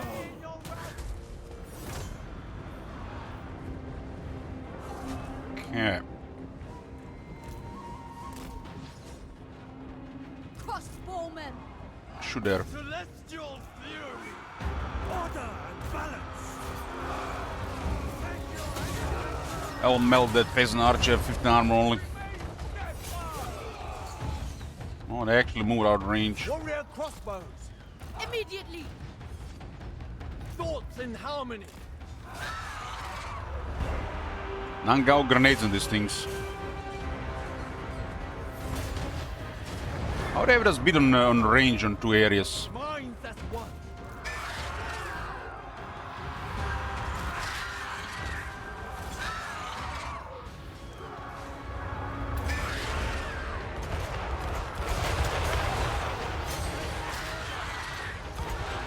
That was actually pretty good damage. Claw speaker. Give them some defense. Let's put some Flock of Doom here.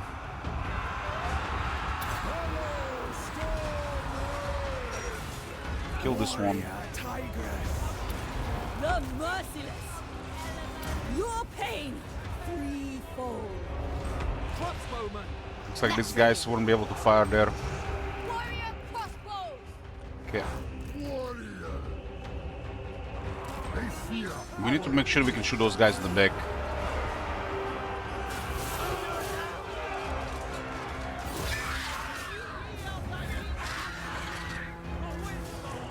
I guess this is too much of a grinder without the proper million on the wall. Hail Bhashiva. Tiger warriors. Of course. Will of the dragons. Jade crossbows. Order and balance.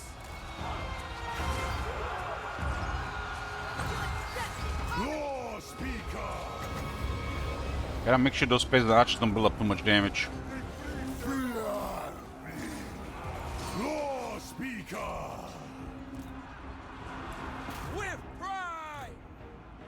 Send this guy around. These guys are 140 range.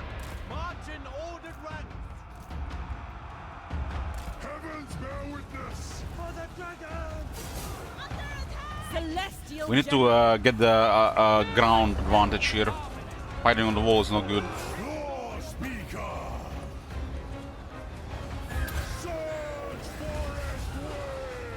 I didn't unlock that second skill for a power reserve, so would have had near unlimited magic this fight.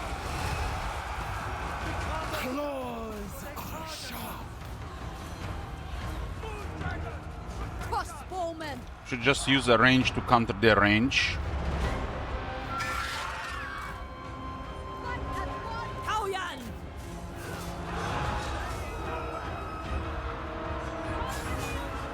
Their general is down. Now they get a little bit tired. We'll send Tiger Warriors to grind the infantry for most part.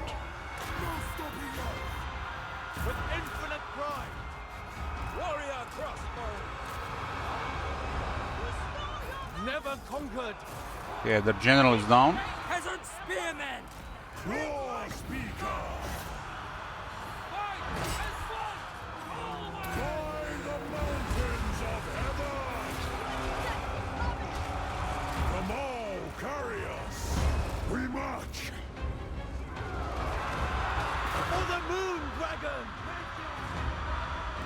Can we actually shoot those shooters?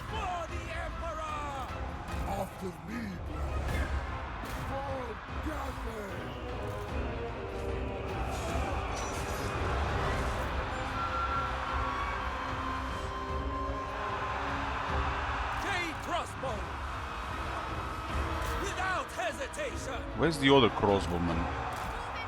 Have them beat on range, I got 200 range. Okay, go down, go down. We don't want to fight on the wall if possible.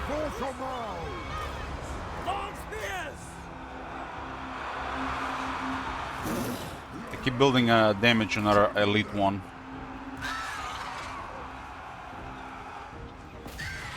Let's see if those guys can surprise them from behind.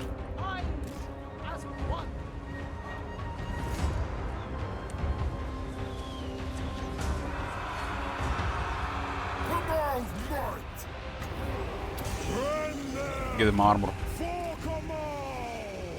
This unit should be doing well here. Grinding them from the flank. 50 kills, 52 kills, 53 kills, 54. Let's go. Keep grinding. Let's weaken them to kill them a little bit faster. Juicy Flock of Doom. Overcast. Praise the dragons, guided by ancestors. Scourge of traitors. Okay, this is a good grind on the side. Peasant archers. Can we shoot their shooters? Defenders of Cafe. Warriors. This guy's doing well, almost routed that unit. 40 charge bonus with extra AP works. Nice. Bye-bye. That's a quality unit gone. Crossbowmen. Defenders of Cathay. It is fated. The Emperor expects. This guy is starting to knock down the wall. Those guys died to towers, so gotta disengage. We still have one bombardment here. Well, they will go unstable and restore these elementals. Power is still okay. Go with a big damage here. Overcast Flock of Doom.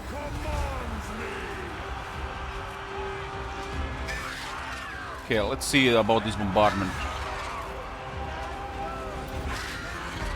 And now we can go die.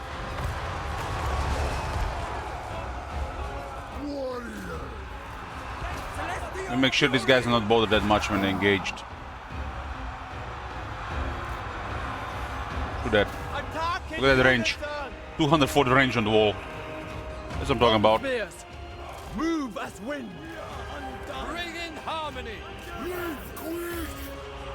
As we are pushing them, we're getting bigger and bigger pile of units. So the remaining voodoo will be really nice to stake damage. Fight as one. I got the reserves. As Bhashiva demands. I guess a really good Flock of Doom here.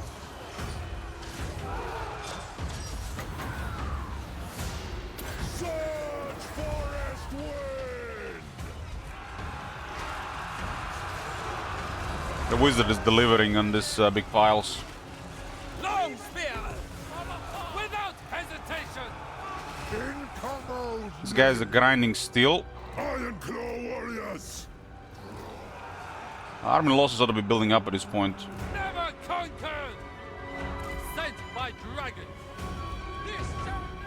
Sender is there on the wall. Where Cabal commands. Blade of Shangyang. Moon Empress, aid me! Army losses are building up. We just need to push a little bit more. Warrior crossbows. Shenyang sends us.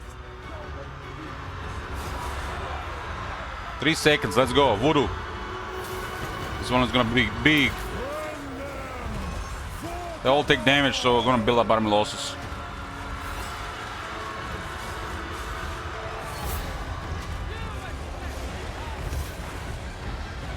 Okay, just push forward now. The celestial faithful. Crossbowmen. Repositioning. These things are still fighting. We are ready. End this prey. Burn on. I will not fail. I'm not even sure what this does. Stalking my quarry. Moving quickly. No hesitation. Rooting out traitors. Victory is my birth. This is the thing we got from Noon.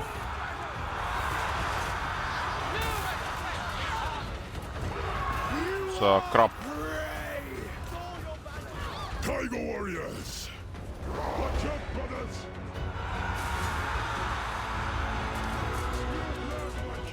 Jade crossbows. Immediately. A bloodline unbound. Let's go to get those peasants down. Cabal's might. We are ready.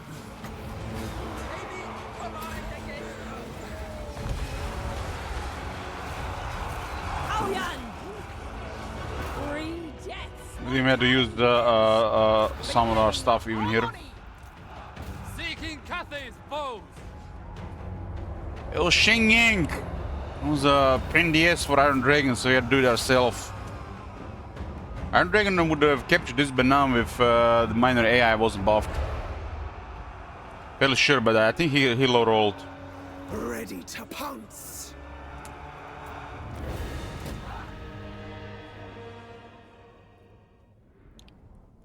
Close speaker of a lore of beasts with almost 300 kills. We only sent the Tiger Warriors when they were already diminished and a little bit tired, so they started grinding. I still had like 5 reserve units. We could have probably killed another 15 Jade Warriors.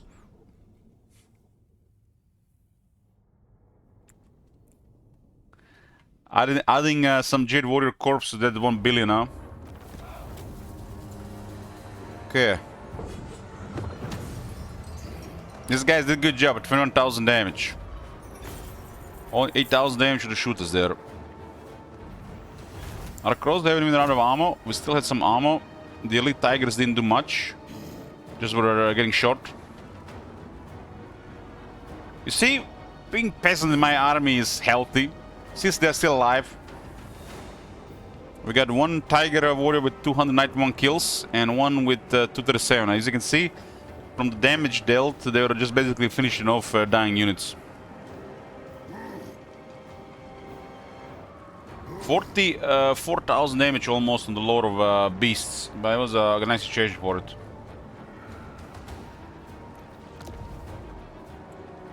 The White Tiger will rule. And look at this, we got a Jade Sculptor plus 3 recruit ranks for the fresh Jade Warriors.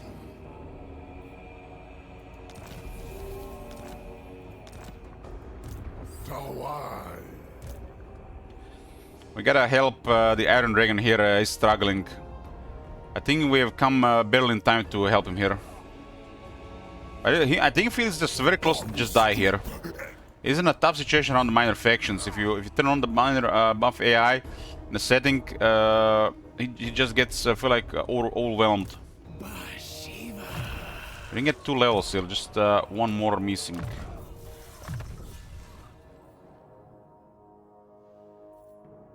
Okay, we got Anchor him, cheaper magic, lower cooldowns. This thing is really overpowered.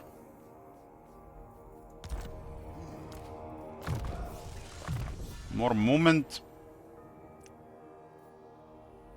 So this is the new alchemy stuff. More speed, lower cooldown, and lower metal spells. It has a Sky Lantern, which is very nice.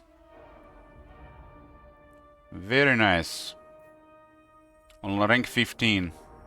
We got one with extra fizz resistant defense. Poop. Okay, fuse these two. We got a Staff of Wuxing. That's a really strong item. Only one use though. But the winds can go up at a much higher rate if that works.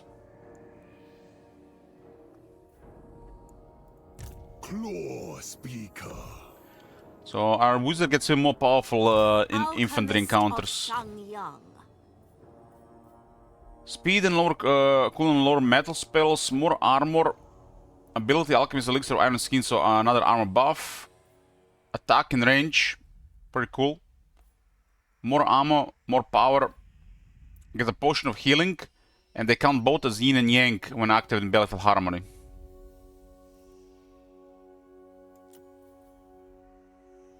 Enables magical attacks for the hero's army. That is very strong as well. And you can still pick one of these only. This can be already unlocked earlier. I don't care about this one casting magics. I want it for the unique skills, and for the Sky Lantern, and most of all, increased mobility. But might as well get magical attacks for the entire army since it's so early. Don't care about her spells. This is an ability that grants magical attacks and buffs damage of troops nearby. But this is like a stronger version of everything, right? Flame attacks, magical attacks, base weapon damage, base missile damage. What is this? 14 seconds. Magical attacks, all damage 25%.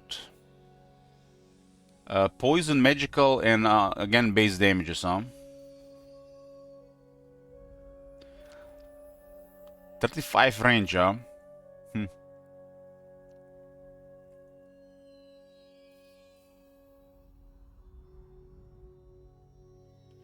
It's not really ability that will do really anything.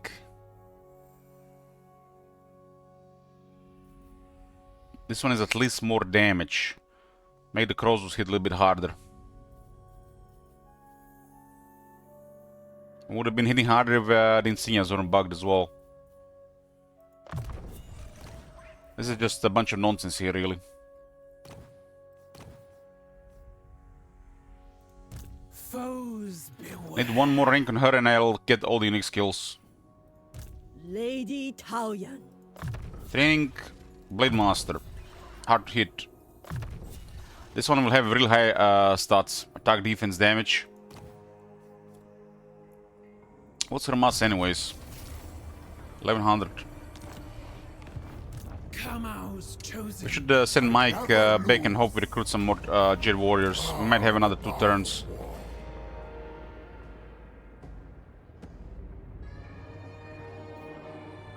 We fought with the might of Gamal.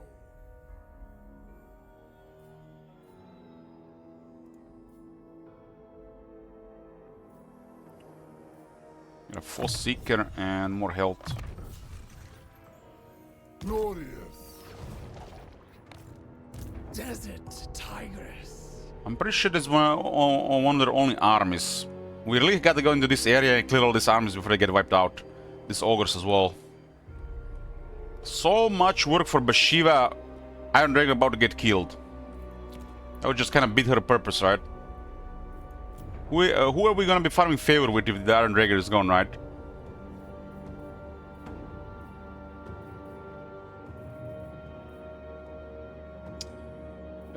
What does this place have? A yin building, huh? So I guess we'll keep it.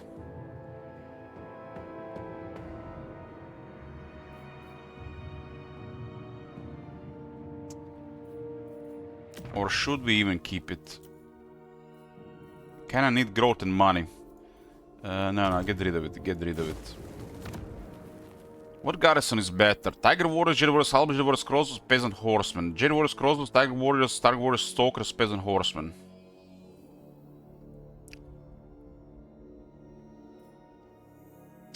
In order, Peasant Horsemen. 2 Tiger Warriors, good on the wall. Halberd's solid as well, 1 crossbow. What's the alternative building here? Income and money, Yang. They're both solid. Go with Yin and we'll get economy building for Yang. Because one of the defensive buildings has to be either Yin or Yang. So we'll get the economy building for Yang. So Yin defensive. And we'll go Yang economy here for more research and income. This setup could be a little bit different later, but it's only just spices here.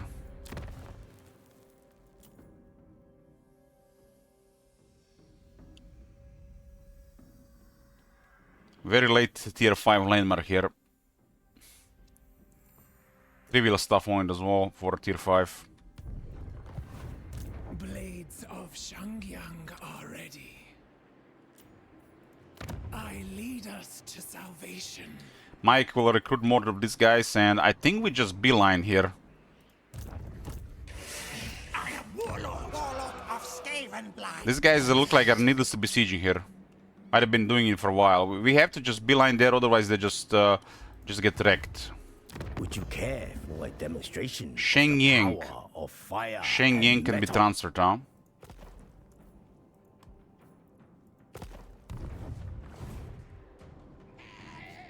Ready for the hunt. Let's get the garrison sorted. I think we're just gonna trail 2 turns to save them. The silent blade. We're already ready to move next turn. This is looks like a weaker army. More peasants.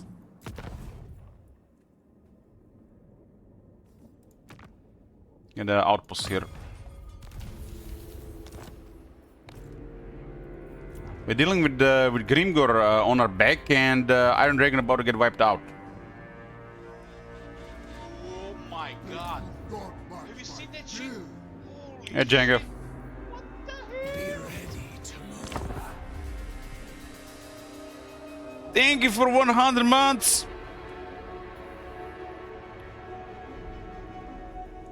You've been here for so many years.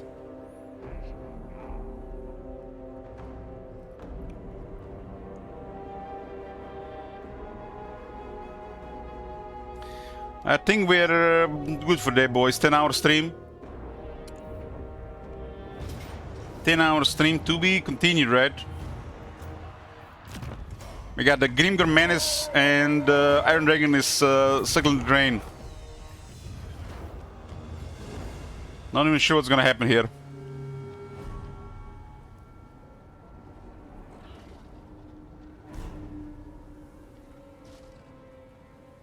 You are unworthy of... Iron Dragon is doing poorly against his early factions. I guess he has to deal with 3 minor factions. One of them was bound to give him trouble.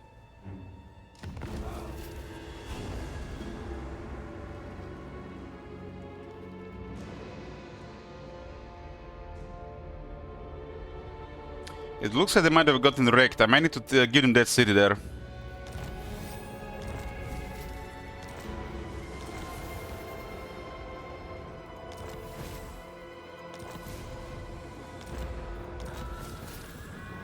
Decided to complete the caravan at least. Star metal plate. All good stuff. Good stuff. Organ guns. There's a corner army coming as well. There's a lot going on here. A lot of going on. It does look like Iron Dragon lost his army as well. Man, they're getting wrecked by minor faction.